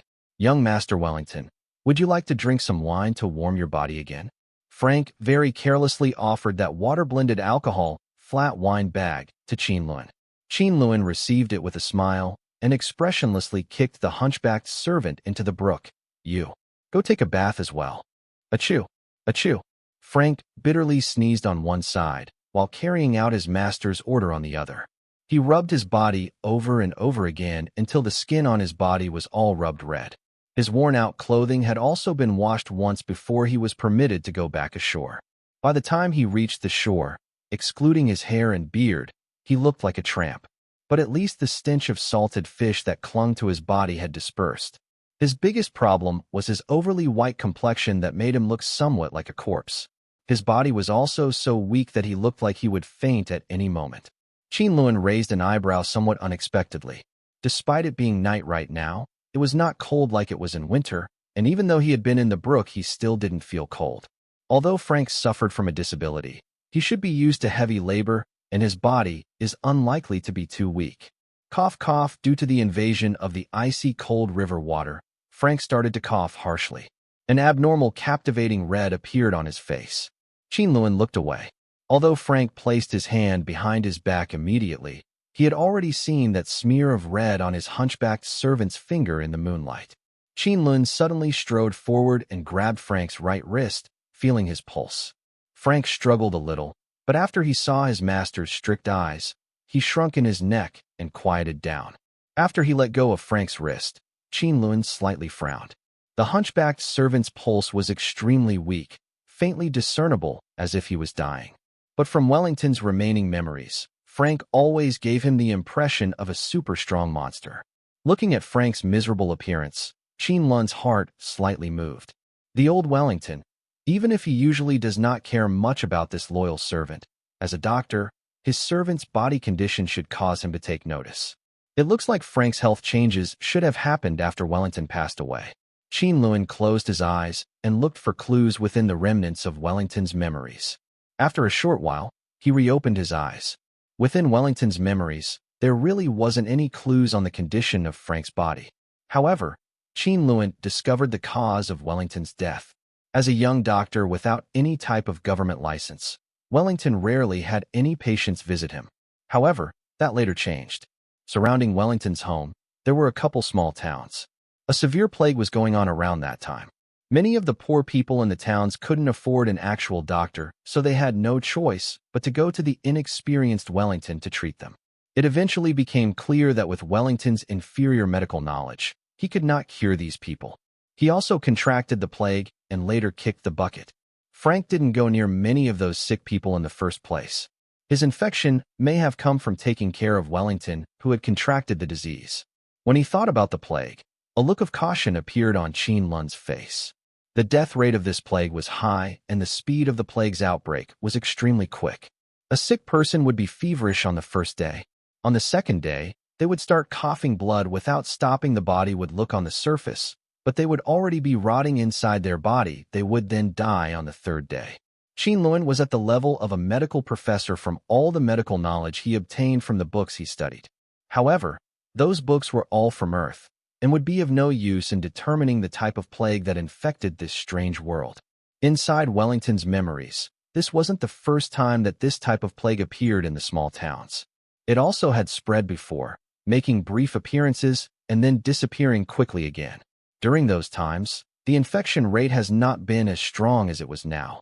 From the day Wellington died to the present, it had already been 3 days. For Frank to only show the symptom of coughing blood now, it proves that his constitution was much stronger than a normal healthy person. As Qin Lun thought about it, a hint of confusion appeared on his face. The reason why Frank's body had been stronger than the average person was probably the effect of the medical alcohol. The concentration of medical alcohol with water should be at 75% or lower, while the taste of it should be at 40% or higher. This concentration acted as a sterilizer and prevented the illness from acting up in Frank's body. The reason for why this hunchbacked man was not poisoned to death from the medical alcohol was probably because it either didn't meet the standards or Frank's stomach got used to it and became tougher. If Qin Lun didn't save him, then Frank probably wouldn't last another 2 days. Qin Lun hesitated for a moment before coming to a decision. No matter what, he still needed an assistant.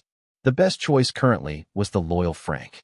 Qin Lun turned the wine bag upside down and dumped the contents of the bag out, despite the hunchbacked servant's bitter look. He took it to a small brook and washed out the bag tea before filling it up with some water. After that, he took out the crystal bottle filled with that world tree flower nectar, and after opening it, he lightly dropped a drop of it inside the bag. Drink it. Don't leave any of it behind. Qin Lun handed over the wine bag to the servant and steadfastly ordered him. Oh, it smells so nice. Frank used his large garlic-shaped nose to sniff the mouth of the wine bag a little before quickly gulping down the diluted world tree flower nectar that was diluted with river water. Do you feel anything yet? Qin Lun's gaze remained on the hunchbacked servant since he was very interested in the effects of the world tree flower nectar. I don't feel anything, Wah. Frank smacked his large lips, wishing he could drink more. As he was answering, his complexion underwent huge changes to it.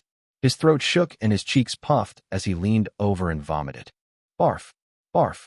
Not only did the ugly hunchbacked man start to vomit endlessly, his stomach also started to have a bad reaction. He immediately held his belly and madly ran for the underbrush. As an adult, even if he did not care about how he appeared to others, he also couldn't take off his trousers in front of Qin Lun just to relieve himself. This reaction seems a bit intense. Qin Lun said to himself and lowered his head to inspect Frank's vomit. His eyebrows immediately wrinkled together. This plague doesn't look like a parasite. In the dirty vomit, there were specks of blood in it. The strangest part was that there was some unknown dark green jelly-like matter in it. They were slightly wiggling and looked like small round slimes. Young master, what did you give me to drink? Half a day later, Frank weakly walked out from the forest. Compared to before, His current complexion really looked like the paper-white ones that dead people often had. How do you feel? Qin Lun once again took Frank's wrist. The hunchbacked servant's pulse was still somewhat weak, but compared to before, it was much more steady. I don't have any strength, but my body seems to have lightened up a lot. Frank answered weakly without any strength. Young master, your medicine is super awesome. Qin Lun declined to make any comment and nodded. It is reasonable to say that the world tree flower nectar was like the life essence of a plant. After being consumed by a human, it can slowly increase the immunity of the person, and it can mend the human body. It was not the type of medicine that would get rid of the bogus impurities and make you powerful. The result right now was most likely because the virus within Frank's body had a huge conflict with the life essence of the flower nectar, causing the hunchback ugly man to both vomit and get diarrhea. Although the real effect of the world tree flower nectar didn't happen, it still allowed Frank to eliminate most of the virus. It can be considered a success by luck. Qin Lun glanced at the tottering hunchbacked servant and lightly sighed. He opened up the cork of the crystal bottle and once again dropped a drop of it into the wine bag. When saving someone, you have to help them until the end. When you're sending Buddha, make sure to send him west.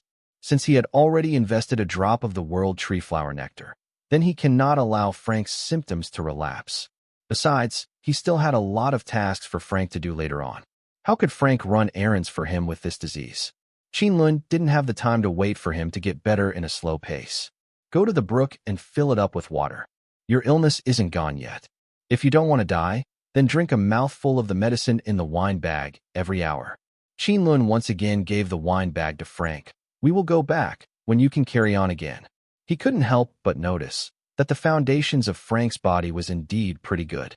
Of course, it could also be that the second drop of world tree flower nectar was finally showing its true effects. The complexion of the hunchback's servant quickly became rosy, and his vitality rose in barely half an hour.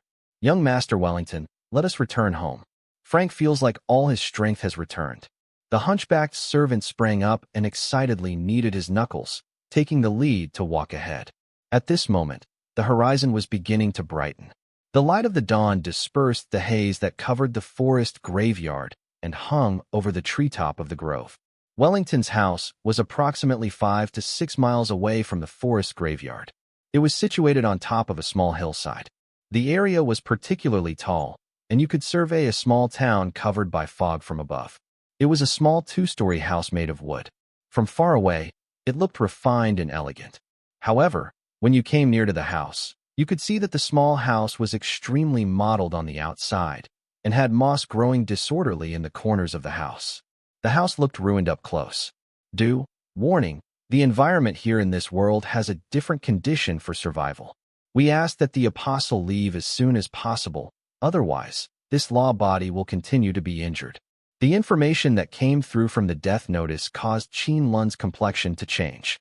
He used one hand to pull the hunchbacked servant in front of him as he narrowed his eyes to once again size up the small house in front of him. Give me the wine bag. You wait here. Qin Lun took out a silk handkerchief from his vest and sprinkled some of the diluted flower nectar on it. He then used it to cover his mouth and nose before pushing open the wooden door to the small house. The arrangement of the small house was simple and crude. There were a couple portraits hanging on the wall of the corridor. In those portraits, there were the ancestors of Wellington's family. In the time of Wellington's grandfather, the Stein family was a famous aristocratic family known for having fine doctors. Wellington's father had no interest in learning medicine and turned to trading. The result of this was consecutive debt, and he ended up squandering the entire family fortune.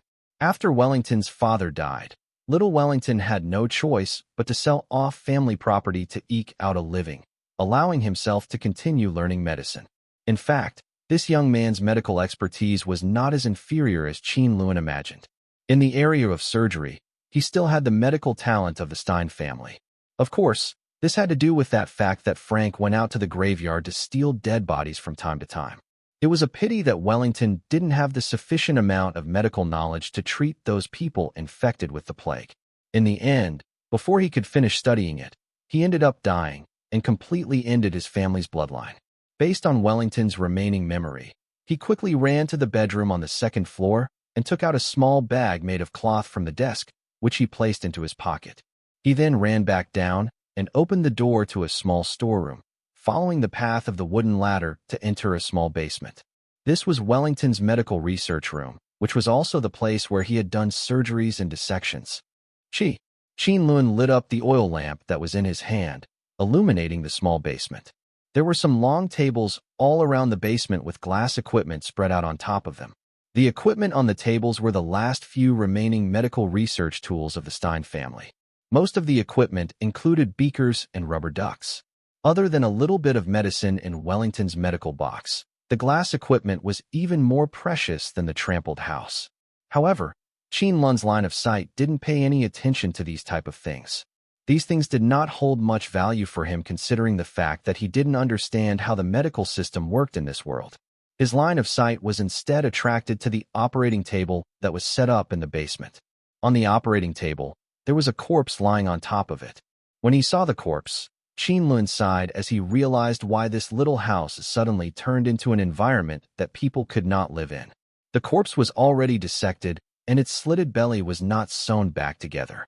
The internal organs have already rotted and fermented into some kind of paste with objects that looked like green jelly flowing out of it.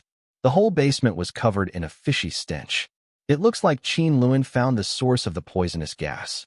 Qin Lun stopped hesitating and quickly walked to the corner of the basement. He picked up Wellington's medical box and a reagent bottle that was the size of a bucket and had a slender neck to it. He then returned back upstairs.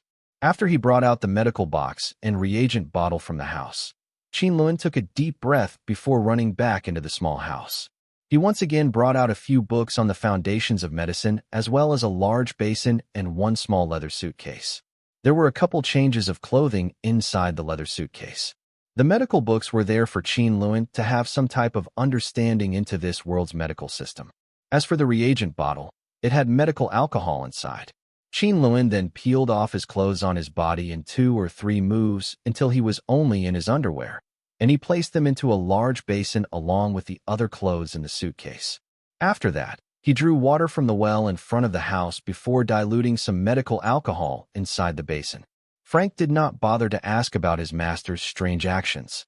Since he had seen many of Wellington's research studies, he could only vaguely guess that this was some type of disease prevention measure. He went to the back of the small house and obtained some chopped firewood before making a small fire under the basin. He also used a wooden pole to make a place to hang clothes to dry. Qin Lun opened the medical box. On one hand, he sterilized some cotton with alcohol to wipe the insides of the box and the items inside. On the other hand, he submerged his consciousness into Wellington's remaining memories. Because Wellington was already dead for 3 days, his memories were badly damaged, and there were only some of his biggest impressions still left behind in his rotting brain. This medical box was one of those things amongst the other things that were hidden in the bedroom. From his memories, Qin Lun was able to learn that this world was similar to the later period of medieval Earth. If he had to date it, it should be roughly from the time frame of the 15th century till the 18th century, since most of the technology and educational level were approaching that stage. This world already had glass, clocks, the loom, gunpowder, and other inventions from the not very distant past, the budding period of the Renaissance and capitalism. In the medical aspect, antibiotics weren't formally discovered. However, some brilliant doctors have already discovered something similar to antibiotics from the liquid extraction of plants. It's just that plants, where you could get antibiotics from, were extremely hard to breed, and the liquid extraction process was also extremely complicated. The value of antibiotic plants was 10 times more than gold was. Inside Wellington's box, there was a tube of an antibiotic whose color was violet. This medicine was called wisteria mixture. There were barely 30 milliliters of it left in the test tube. When he was treating those patients infected with plague before, he did not use this medicine on them. He wasn't even willing to use the medicine on himself. By the time he had noticed that something wasn't right, he had already long lost consciousness to the fever. In the end, he lost his final chance at saving his own life. From Wellington's point of view, this antibiotic was some kind of omnipotent medicine. However, Qin Lun did not have that kind of superstition with the results of this antibiotic. From the miserable condition of that dead body in the operation room, he did not believe that this tiny bit of antibiotic could resist that dark green jelly-like substance. From his point of view, that substance's might was simply comparable to a biological weapon, and even as the high-end type of a biological weapon that works in an extremely short time. What caused Qin Lun to feel strange was that in Wellington's incomparably normal memories, there were some abnormal memories mixed in them. Wellington was convinced that there were organisms in this world that cannot be explained with science, so he called them witch servers. Despite not seeing it with his own eyes before, Wellington was convinced that there were witches that could use black magic, and that they could also control all sorts of interesting magical organisms. They also hid in forests where very few people visit, and they were also high up in the mountains, as well as in marshes. After he finished examining Wellington's memories, Qin Lun once again submerged his mind into the mission of the other world. This mission was written in red on the death notice. It was hard to miss it. The mission content was very simple. Apostle number 70053. Your mission in this other world is to save Stephen Albert. The mission target is within 30 kilometers of you, and the time granted for the mission is a natural 30 days. The mission base reward is 1 shattered law crystal. The possibility of an extra reward depends on the progress of the mission. The penalty for the failure of the mission is the 30-point deduction of soul vitality. It was indeed a very simple mission. Qin Lun shrugged his shoulders a bit, and merely felt a bit strange at the fact that a serial killer was needed in order to save someone. Change your clothes, and use this to clean up your hair and beard. Qin Lun changed back into the clothes that had dried before he once again took out a few bigger vests and handed a knife over to Frank. Since he had obtained Wellington's storyline identity, then he might as well exploit it. In this period where the plague is spreading, he was popular considering the fact that he was a doctor, even if he didn't have a license. In all likelihood, he would end up finding the trail to the mission target very quickly. Young master, I think my current appearance is good. I don't need to cut off my hair and beard. Frank's eyes went all over the place as he said that. I told you to do it, so do it. Qin Lun looked in a strict manner at his hunchbacked servant. After being in close contact with him for a night, he was now more familiar with Frank's nature. This servant's nature was a bit self-abased and introverted. Besides the Stein family, there really weren't many others that accepted him for who he was. After Wellington died, he guessed that this ugly hunchbacked man would not be able to blend into human society, even if he wasn't ill with the plague. He can only live in the wilderness his whole life until he dies, or until he dies by the hands of some beast in the wild. Qin Lun wanted to use Wellington's identity and ask about information on Stephen Albert in the vicinity. He naturally cannot be followed by a wild-looking person. Even if he's a bit ugly, he should at least look more human. However, after Frank used the knife to cut his hair and shave his beard, Qin Lun's expression turned a bit strange. Now that he could see it clearer, he understood why Frank did not want to clean up his appearance. The hunchbacked servant's face was bumpy, from his cheeks down to his chin. Forget the greenish-black colored beard stubble on his face. There was a pair of triangular-shaped eyes, where one was smaller than the other one. He also had large upturned nostrils. His large mouth had teeth that were skewed awfully, with badly damaged and incomplete sharpened teeth. To be ugly to the point of shaking one to the core, it can also be considered a marvel. When he thought about Frank's name, then Stein's name, Qin Lun was filled with even more awkwardness. Isn't this just the Frankenstein of another world? No wonder in Wellington's memory, Frank's appearance was always messy and dirty, and never revealed his true appearance. With that kind of face, the cleaned-up version was even harder to accept than the dirty version. Frank leaned over, not daring to look at Qin Lun's amazed expression.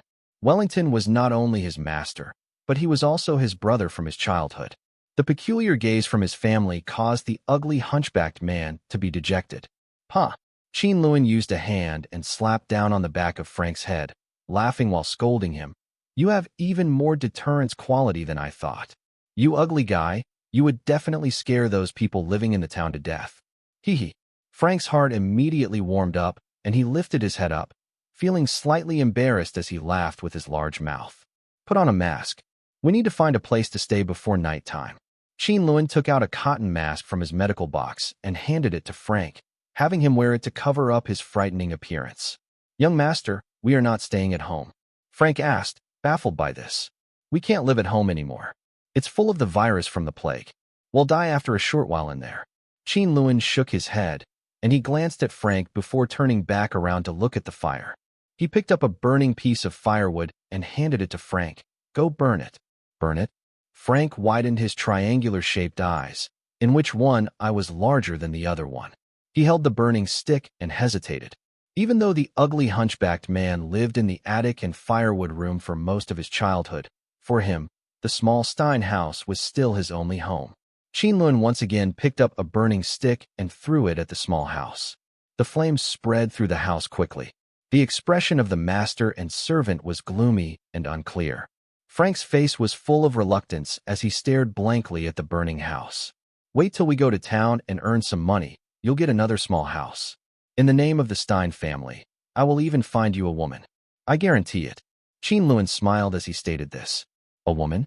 Besides young master and master, there wouldn't be a single person interested in being together with a monster. Frank said disheartened. Frank, you are not ugly. There are many people who are even more ugly than you. It's just that nobody has realized that yet. Qin Lun's eyes flashed, and he smiled. It's not like you can't change your appearance. Even though my ability isn't too good in that aspect, I can still make you more pleasant looking. As long as I can still follow young master, Frank is content. Afterward, I can also take care of little young master.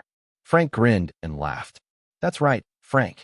Do you happen to know of someone named Stephen Albert? Qin Lun asked without thinking.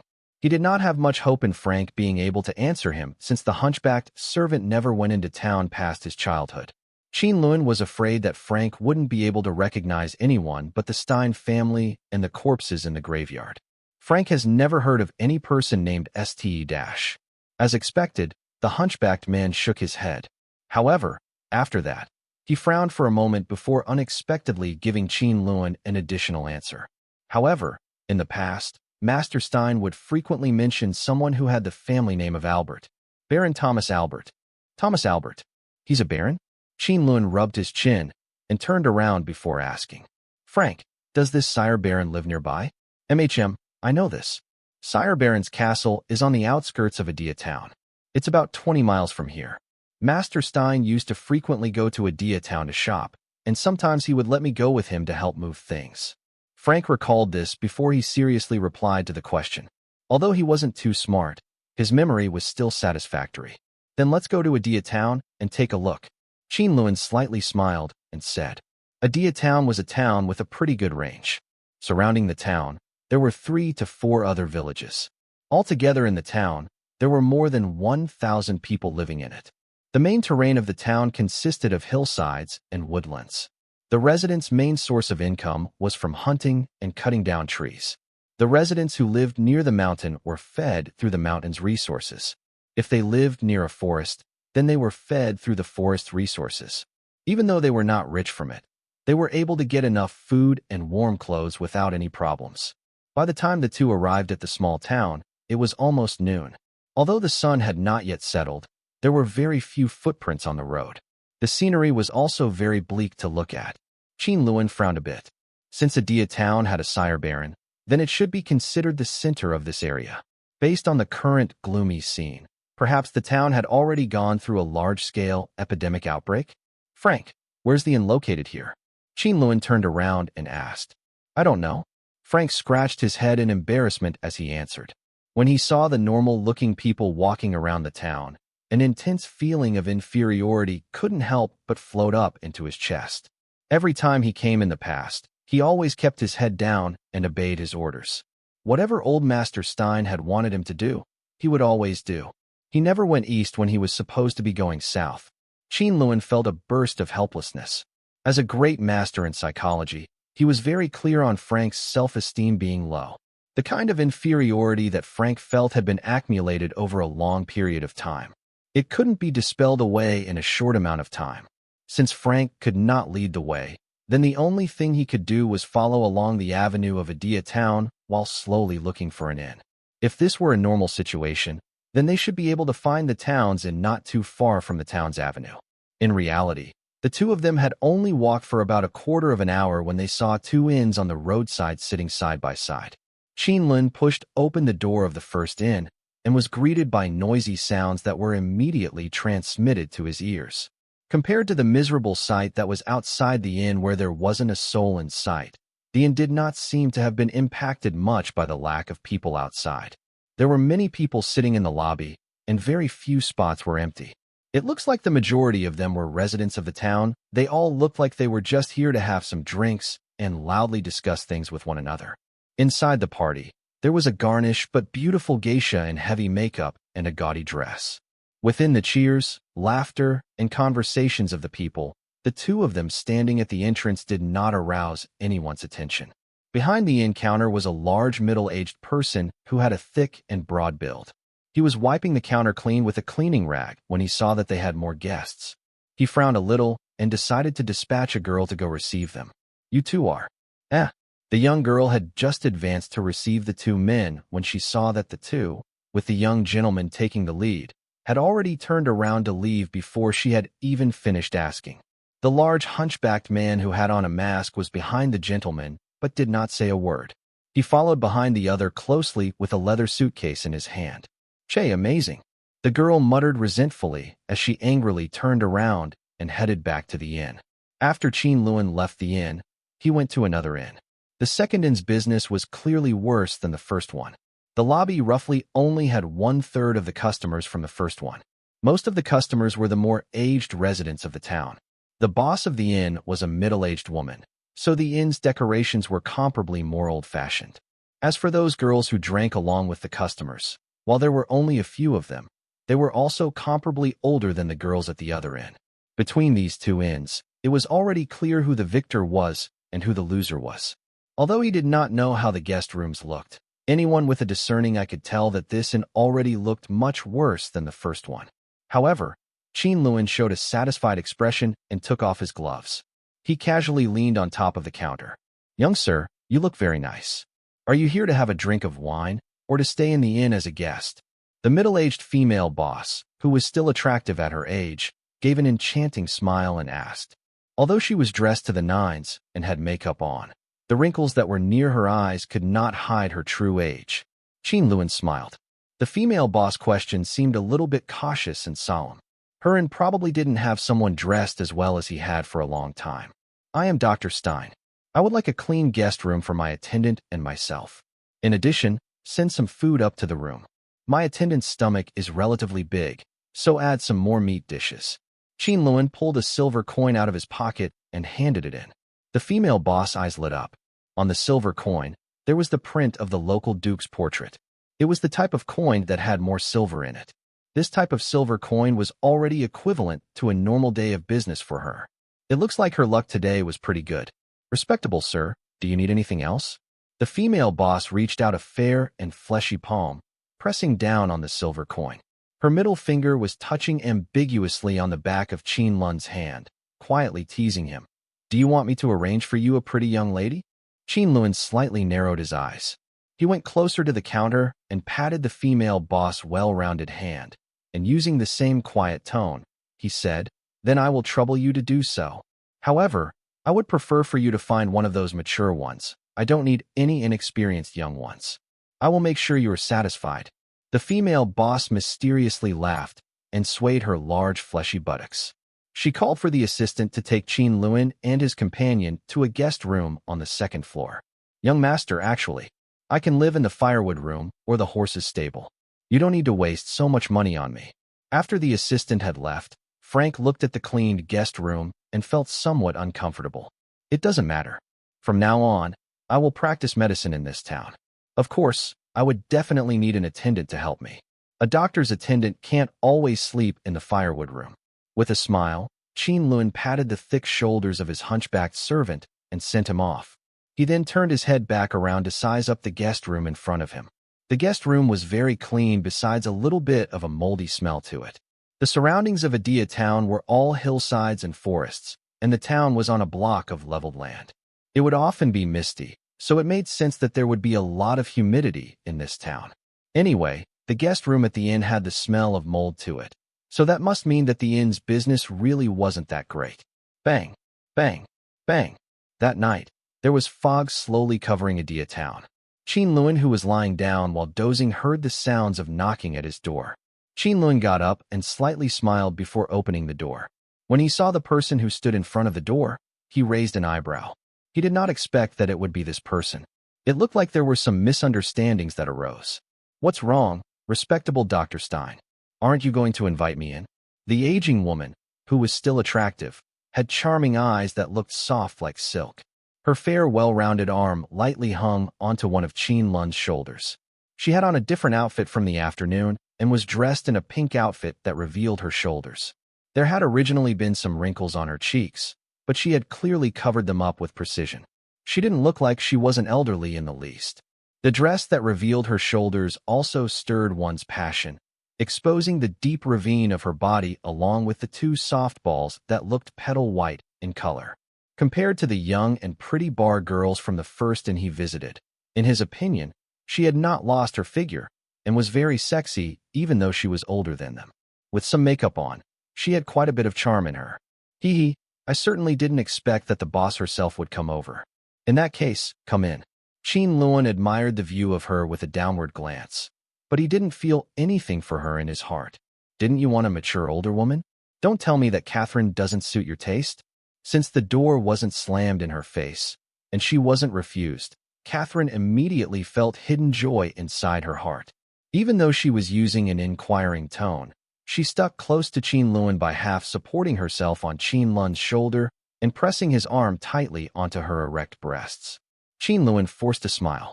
He used his free hand to rub his forehead, while his other hand held onto the middle-aged woman that was pretty much all over him. He sat down at the bedside.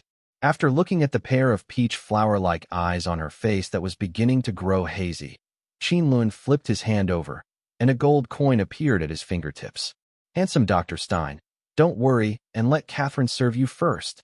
The female boss' eyes turned bright. The appearance of the gold coin caused any type of feeling that was surging up inside of her to clear up. However, this middle-aged woman had other ideas that were completely out of character, and she did not take the gold coin. Instead, she took Qin Lun's hand and pressed it onto her snowy white chest, slowly leaning towards the youth. No, this gold coin is to ask for some information from this beautiful lady boss. Qin Lun sighed and confronted the eager boss. He finally stopped talking in riddles and quickly revealed his true intent to her once she was able to think properly again. Oh, the inn's lady boss. Catherine was slightly surprised by this and sat upright. Catherine, darling, do you know the family name of Stein? To prevent the lady boss from flying into a rage out of humiliation, Qin Lun revealed an enchanting smile while holding a gold coin in his left hand. He stuffed the gold coin into Catherine's heavy cleavage. With his right hand, he hugged the woman's well-rounded waist. Stein, I think I've heard that name before. Catherine's distracted face revealed a lovely-looking smile. She turned her body slightly, causing her ample breasts to once again press against Qin Lun's arm. My father Stein is someone who frequently came to town as a merchant. However, my grandfather. Qin Lun's eyes flashed, as he somewhat tried to help her remember. Oh, I remember. Old Mr. Stein seemed to be a famous doctor that lived in the northern Slope Mountains wooded area. However, his son renounced learning medicine. Then, in that case, are you old Mr. Stein's grandson? Catherine finally remembered some of her older memories. Yes, I am successful in the medical field, and I want to inherit grandfather's practice. I heard that there was recently a plague that happened in town, so I wanted to come help the town. I also want to obtain a medical license at the same time. Qin Lun inwardly heaved a sigh of relief as he continued to smile. I don't know whether darling Miss Catherine can help me with this. How would you like for me to help you? The lady boss heard Qin Lun call her Miss Catherine and felt so happy that she started to tremble. Her erect chest swayed, causing the sight before the youth to be full of the snowy white color. Tell me everything about the plague that's in this town. Also, do you know of someone named Stephen Albert? Qin Lun beamed at her and asked. A lot of what I know is just gossip. There seems to be someone blocking the news of the plague from coming out. Catherine slightly frowned. As for Stephen Albert, he was Baron Thomas Stephen's oldest son, and he seemed to have passed away more than a year ago. Why are you asking about him? He's already dead. After Catherine, the lady boss, had left, Qin Lun laid on his bed quietly and sank his hand into the pillow as he pondered. To think that Stephen Albert was already dead. Shattered Starry Sky actually gave him a mission where he had to save a dead person. In this small town, the heir of a baron dying is already considered a major event. A lot of people had seen the Albert family's funeral procession, so it shouldn't have been fake. According to Catherine, despite the fact that the Albert family were barons through inheritance, their fiefdom consisted just of Adia town, as well as the grove on the outskirts and the mountainous region nearby. Since the fiefdom was not very large, the value also wasn't very high. Moreover, this family was far from the Mises, the center of the ruling dukedom, so they did not have any political enemies. In other words, they remained at a distance from worldly affairs all year round, and they lived in seclusion with their noble lives. This type of family naturally wouldn't need to have their heir play dead in order to avoid animosity. Considering that Catherine was only the boss of an inn, the information that she offered could only be used as a reference. What actually happened was still something that Qin Lun needed to personally find out. Thinking back to Catherine, a slight smile floated up to the corners of Qin Lun's mouth. This middle-aged lady, who was still attractive at her age, gave him a brand new life experience. However, on the matter of physiology, it was just an experience for Qin Lun, and there was nothing more that could come out of it. Regardless of whether it was Qin Lun or Joey, they both did not have a genuine reason to live. Perhaps, for normal people, to enter shattered starry sky was an opportunity or a test for them. However, for Qin Lun and Joey, it was just something to feed their curiosity. Not only was he able to break away from prison that bound him, he could relax and live to his heart's content. Even if this was a mission in the other world, the most important thing in Qin Lun's mind wasn't to complete the mission, but to investigate the reason who he had been given this mission. If it was someone else that had obtained the mission's notice, they would have really thought Stephen Albert was just playing dead. Although Qin Lun wasn't completely sure, he cannot deny that originally, he was half-heartedly completing the mission.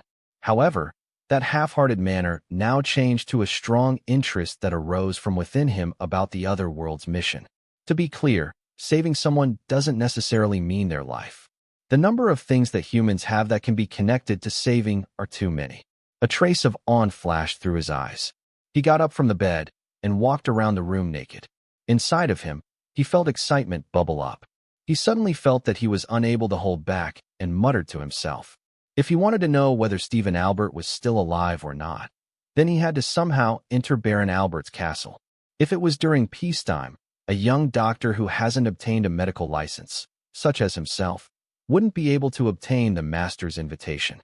Even if it's a famous doctor of the town, they wouldn't be able to get an invitation either. However, the current situation was different. The plague had already started to spread around the town. Despite Catherine being under Qin Lun's spell, he still wasn't able to get all the information he needed. However, during their conversation, Qin Lun could sense what the lady boss meant by the information blockade the town had. This plague had actually appeared more than a year ago, before the recent outbreak. At that time, Adia town had a few strangers suddenly faint on the streets. However, the plague that these people suffered with was not contagious, and they must have struggled for many months before eventually dying. The most recent plague had happened about half a year ago, when someone in the town fell ill and died. The people near that person ended up also becoming infected. It started to spread from the edge of the town and slowly made its way to some place nearby, which covered many of the other small towns. The reason why they connected this case to the case that happened more than a year ago was purely that the remains after the ill ones died held very distinctive features that were similar. The body usually would start rotting internally, and then they all had that characteristic dark green jelly-like thing. At the moment, they did not know about the situation from the other towns. However, it was in Adia town that there seemed to be some type of mysterious power that could hide these corpses and even force the family members of the victims to keep silent. Based on the rumors that Catherine had received, there were several different versions. It was one of the versions that held Qin Lun's attention. One of the versions said that the source of the plague was from a small town located in the forests of the mountains hundreds of miles away. From this version, it was believed that a sinister witch lived in that place, and that she had control over evil organisms. It was also believed that this plague was a magical potion she created to harm people. Another version was that the plague was brought by a few strangers that came a year ago. The disease had hidden themselves on the now dead people, and it didn't really make a reappearance until recently. This theory actually made sense considering the first group of people to die had been the town doctors, who were the first to touch the diseased strangers. However, Catherine unintentionally leaked another piece of information that Qin Lun took note of. It was more than a year ago when those strangers that came to visit Adia town had received Baron Thomas Albert's hospitality. For the people of the town, this piece of information was nothing new. The clothes that the strangers wore were gorgeous, so it didn't really matter whether they were a merchant or a small lord. All that mattered was that they were able to get an invitation letter to the Alberts' castle and participate in a dance. This was nothing to gossip about. However, for Qin Lun, the information that was contained in that was even more thought-provoking. The master of the place hosted the party, and the guests who attended would fall seriously ill and die after the party was over. The master who hosted it didn't feel any remorse about what had transpired. Perhaps these strangers were momentarily invited by the Baron when the time drew near for guests, and he just forgot about them afterward. It was possible that the Baron was powerless against their situation, considering it was none other than himself that secretly killed off these strangers. The connection between those who had died over a year ago and the Baron heir named Stephen Albert, who may be feigning death, was all very interesting. Qin Lun's eyes flickered and shone bright, and he subconsciously pinched his nose. He seemed to have finally smelled the dense smell of a conspiracy brewing. It looks like tomorrow I shall have to go find this dear lady boss and investigate a little bit about the true meaning of life. Accompanying the woman's resounding cries was the creaking of the wooden bed in the guest room that suddenly halted. Lady Boss Catherine slid down onto the bed as if she were a puddle of mud. There were clear-colored beads of sweat falling from her blonde hair into the deep ravine of her body. The woman allowed the youngster to lean against her erect and fair chest. The bangs of his black hair were moving to and fro on his forehead. Looking at the youngster's bright and clear eyes, this sexy middle-aged woman could only silently sigh. She knew that she had not been able to obtain his heart. The two of them were just like a pair of short-term mandarin ducks. She felt this so much that she thought of herself as a new type of fruit that the youngster was experimenting with. He was young, handsome, and charming. He even had both family background and talent. If she were 10 years younger, she would have long gotten herself tangled up with him and wouldn't let go of him. A strange thought floated up into Catherine's mind. Do you really want to do that? After a craze of clouds and rain, sex, the lady boss finally got down to the main point of this visit. I only have you as an acquaintance in Adia town. I'm afraid I can only ask you to help me. You will help me, right? Qin Lun smiled with his eyes narrowed. Of course I can. I'm just worried about what happens after it. I don't want my darling to become infected with that strange disease. Catherine extended a soft finger, smiling and scolding him as she jabbed it at his forehead. It should be fine. As a matter of fact, I had already cured a few people at home, including myself and my attendant. It's just that I don't have a formal license. My reputation is small and unheard of within Adia town. Qin Lun's eyes flashed, stating while smiling. Besides, the cure for this plague is a medicine that's very precious. I will not be able to take care of every sick person. When you get your medical license, will you still come for me? Catherine bit his lips, and there was a rare trace of blush on her cheeks. Of course. Catherine is my most beautiful sweetheart. His eyes flashed as he pinched the woman's cheek slightly. Catherine was a little bit disappointed to be called just sweetheart, but very quickly she started grinning from ear to ear again. Honest answers were better than empty promises by 100-fold. The experienced lady boss already knew that she had passed by her dreams of when she was a young lady. It was 3 days later that a robust individual suddenly had an expression of pain while he covered his stomach with his arms and slowly fell down onto the large public square of Adia town. While paralyzed on the ground, a trace of an unknown dark green-colored substance flowed out from his mouth. A woman's screech sounded out from the town's public square. It was in no time that everyone around the spot took notice of the outbreak. There were crowds of people that gathered together and crowded around, but no one was willing to lend an arm to support the sufferer of the disease. Despite the fact that the people of the town already vaguely knew about a plague that was spreading around from within the town, it was only 1 or 2 outbreaks at the most. They had never heard of anyone having their plague break out in a public place. The symptoms of the plague were already spreading. This fact was something all the people of the town knew about. Although there was some type of mysterious power within the town that could temporarily prevent the information from leaking out on the surface, it was still unable to prevent the feeling of anxiousness the people of the town felt about the plague. In fact, Whenever someone caught a fever or cold in this town nowadays, their family members wouldn't let them out, and they tried any means possible to conceal the illness, regardless that the doctors have already died from the first plague outbreak. Even if they were still alive, these people would rather go on a long trek and find some doctors outside of their town to treat the plague. They were still unwilling to let their surrounding neighbor find out about it and leak the truth to others. This was an infectious plague. No one knows what kind of panic it would cause to their neighbors after the condition of their sickness was leaked out. Also, they didn't know what kind of treatment they would obtain afterward. People chose to secretly fall ill, secretly treat the illness, secretly die from it, and secretly get themselves buried.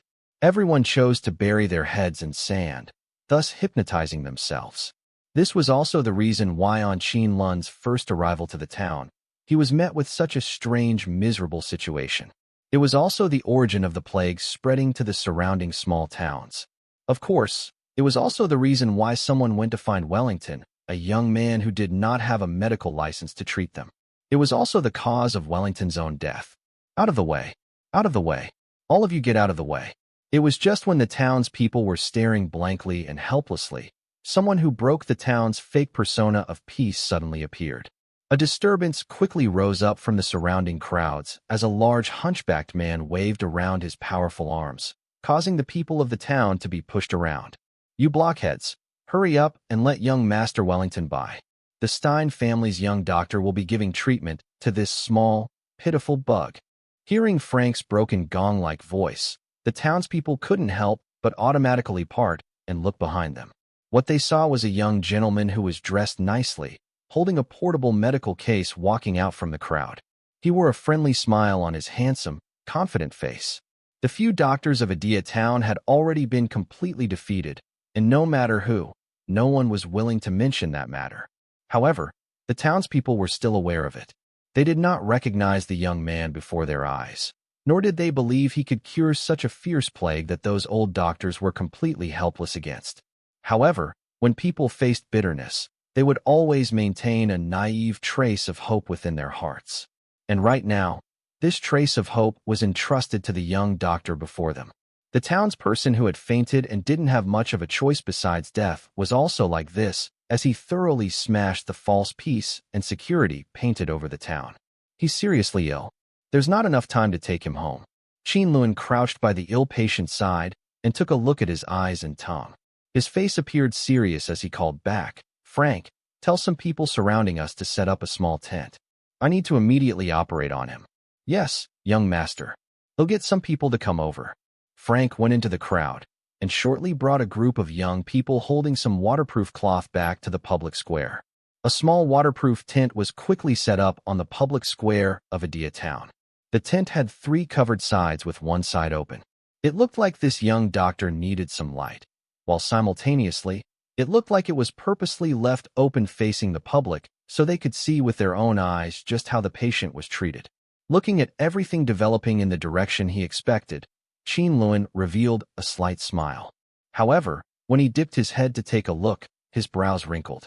The patient was lying by him with his eyes closed. Under his eyelids, his eyeballs were shifting around. His forehead was also beaded with cold sweat. It was clear he heard that Qin Lun was going to operate on him. Qin Lun extended 2 fingers and lightly pressed the main artery on the patient's neck. Very soon, the patient's breathing slowly evened and the shifting eyes finally stopped moving. This time, he really lost consciousness due to not receiving enough oxygen for his brain. Opening his medical case, Qin Lun took out a small, transparent test tube and drew out some of the liquid inside it with a needle. With that done, he injected it into the patient's vein until not a single drop remained in the needle.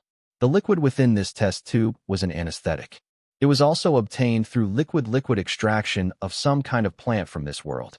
After doing the anesthetic preparations, Qin Lun put on a mask and leather gloves. He then took out a leather hide from the medical case and unfolded it. Within was an entire set of surgery equipment. This world has not discovered that rubber existed yet, so he could only use animal leather surgery gloves that were tanned beforehand. In fact, the quantity of anesthetic Qin Lun had injected into his patient wasn't enough to numb his whole body. It also would not last the entire abdominal cavity surgery. And him starting a surgery where there was plenty of dust flying around in the public square was an even more absurd action. In regular situations, no matter whether the surgery succeeded, the patient was more likely than not to be infected by harmful bacteria and die from it.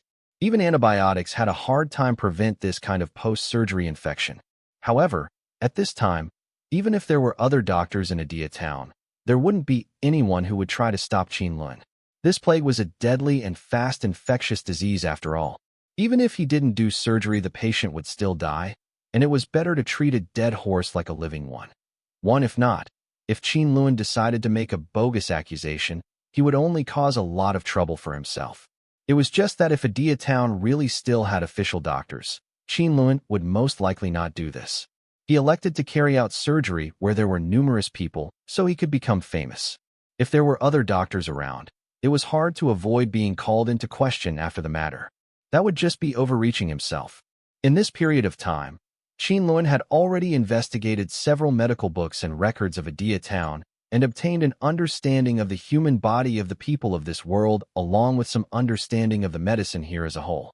With the clinical medical science he had learned before, it was already enough for him to complete the theory behind it. As for surgery, although Qin Lun was not officially a surgeon, his hands were much more steady than a majority of brain surgeons. His nickname the dissector wasn't just for show. Of course, just relying on those things would not make the operation succeed. Qin Lun was just making an appearance. What he was really confident in was the world tree flower nectar. Qin Lun took a deep breath, his gaze concentrating with the operating knife in his hand, drawing down the patient's chest and navel. The incision was hair-thin as slight beads of blood seeped out. After cutting the vertical line, he once again started from the patient's collarbone and cut down, forming a Y-shaped incision. In fact, this kind of cut wasn't really an orthodox surgery method. It was more like a doctor dissecting a dead body. However, Qin Lun also had no choice. He didn't have any modern examination machinery, so he could only cut him open. There was no other way for him to see the body cavity of the patient. After splitting open his flesh, Qin Lun used a bit of force to pull open the patient's sternum, exposing the bloody thoracic cavity. Due to him not using much anesthetic, the unconscious patient showed some pain. His heartbeat also went up. Qin Lun knew that he could not drag out the operation time. If he did, this person definitely wouldn't hold out and would die. Darting his eyes around, he quickly took note of which internal organs of the patient were dotted with green spots. These green spots appeared similar to mold, and though the internal organs hadn't begun to rot, there was already a strange odor coming out of the thoracic cavity. Qin Lun did not attempt to remove these green spots. These were considered large areas of infection, spreading out like cancer cells. Any operation was powerless. However, his current operation was just to show off, so he did not need to worry about these green spots. With the knife in hand, he cut down on where the infection was the most serious, the small intestine. Right after that, he took out Frank's flat wine bag and poured out half of the diluted world tree flower nectar into the patient's mouth. Then the remaining portion was evenly poured over the cavity. The world tree flower nectar did not disappoint Qin Lun. Those green moldy spots disappeared at a speed visible to the naked eye, as if they had seen their natural enemy. Even the face of the patient slowly calmed, looking a bit more relaxed and healthy. Qin Lun breathed a sigh of relief, then nodded at a woman who came over to help from an inn, indicating to her that he wanted her to wipe away his sweat. After that, he started to use a thread and needle to stitch up the incision. Half an hour later, Qin Lun finished his on-the-spot operation that was faster than normal. The family member, who received the news and hurried over, carried the plagued patient out of the tent. When Frank proudly lifted the cloth that held the lump of rotting green small intestine, displaying it to the townspeople, Adia town broke out into unrestrained cheering after being depressed for so long. Hooray! Hooray! Morrison, is he really okay now? Catherine looked worriedly at the youth. Of course. As long as his family burns all the items Morrison touched and don't let him be infected with the plague again, he should slowly recover to full health. That's good, that's good. Catherine was relieved and immediately stared at the youth's expression. She was fired up once more. That youngster's luck is really good. His luck and my luck are both pretty good. A meaningful smile floated onto the corners of Qin Lun's lips. It wasn't just Morrison who had good luck. Qin Lun had good luck too. This time's otherworld mission wouldn't normally go so smoothly. But right now, he was relying on Mafa's world tree flower nectar to take a shortcut. Qin Lun's noontime operation in the public square was the result of him asking for Catherine's help. Morrison was just a neighbor Catherine knew and had the plague symptoms appearing just for 2 days. Morrison's family was just about to send him out of town. Morrison's body was rugged, so the plague infection wasn't very strong. Him losing consciousness in the public square was faked, but the operation demonstration afterwards wasn't. Qin Lun really did save his life. This time's operation demonstration was, in fact, already planned by Qin Lun before he had even arrived in Adia town. Qin Lun chose Catherine's Inn over that other, livelier inn. One of the reasons was that the livelier inn's owner was a middle-aged man, whereas Catherine was a middle-aged woman. Another reason was that it was harder to use money to bribe the owner of the livelier inn. Women were naturally gossipy, while men were unwilling to dig to the bottom of things. A woman could easily get more thorough and detailed information. Plus, since Catherine's Inn's business wasn't too good, she would be more easily enticed with money. Qin Lun planned to use the little wealth he had on his body to bribe Catherine and arrange an operation demonstration in the first place. However, what he didn't expect was that the target he chose was more suitable than he expected. Although he had to sacrifice a little bit of his sex appeal, Catherine was able to find him Morrison, which was considered a big help. On the flip side, if it was the middle-aged man owner from the other inn, even if he could bribe him with money, he would not have been able to find someone like Morrison, a suitable person who turned a false show into the real deal. As for Morrison, the communication went smoothly. How would the family who was originally despairing be unwilling to play along with Qin Lun's trick when they finally had an opportunity to treat the plague? Besides, as long as Morrison could be cured, this false show would turn into the real deal. That green, rotting small intestine he cut off at the scene was something taken out from Morrison's belly. With the townspeople as testimony, this operation demonstration had obtained the perfect success. The only thing that Qin Lun needed to think about now was when Baron Albert would send people to invite him over. For the next few days, Catherine's Inn became the center of the town. Townspeople who had hidden their state of illness all began to appear in the originally secretive town. They were falling over each other to invite Qin Lun to treat their family members. The middle-aged lady was beaming with joy. She hadn't had such good business for many years. When she served Qin Lun at night, she was even more energetic. As for the request from the townspeople to diagnose and treat people, Qin Lun did not refuse, but he also did not accept. He was extremely harsh in choosing his targets for treatment.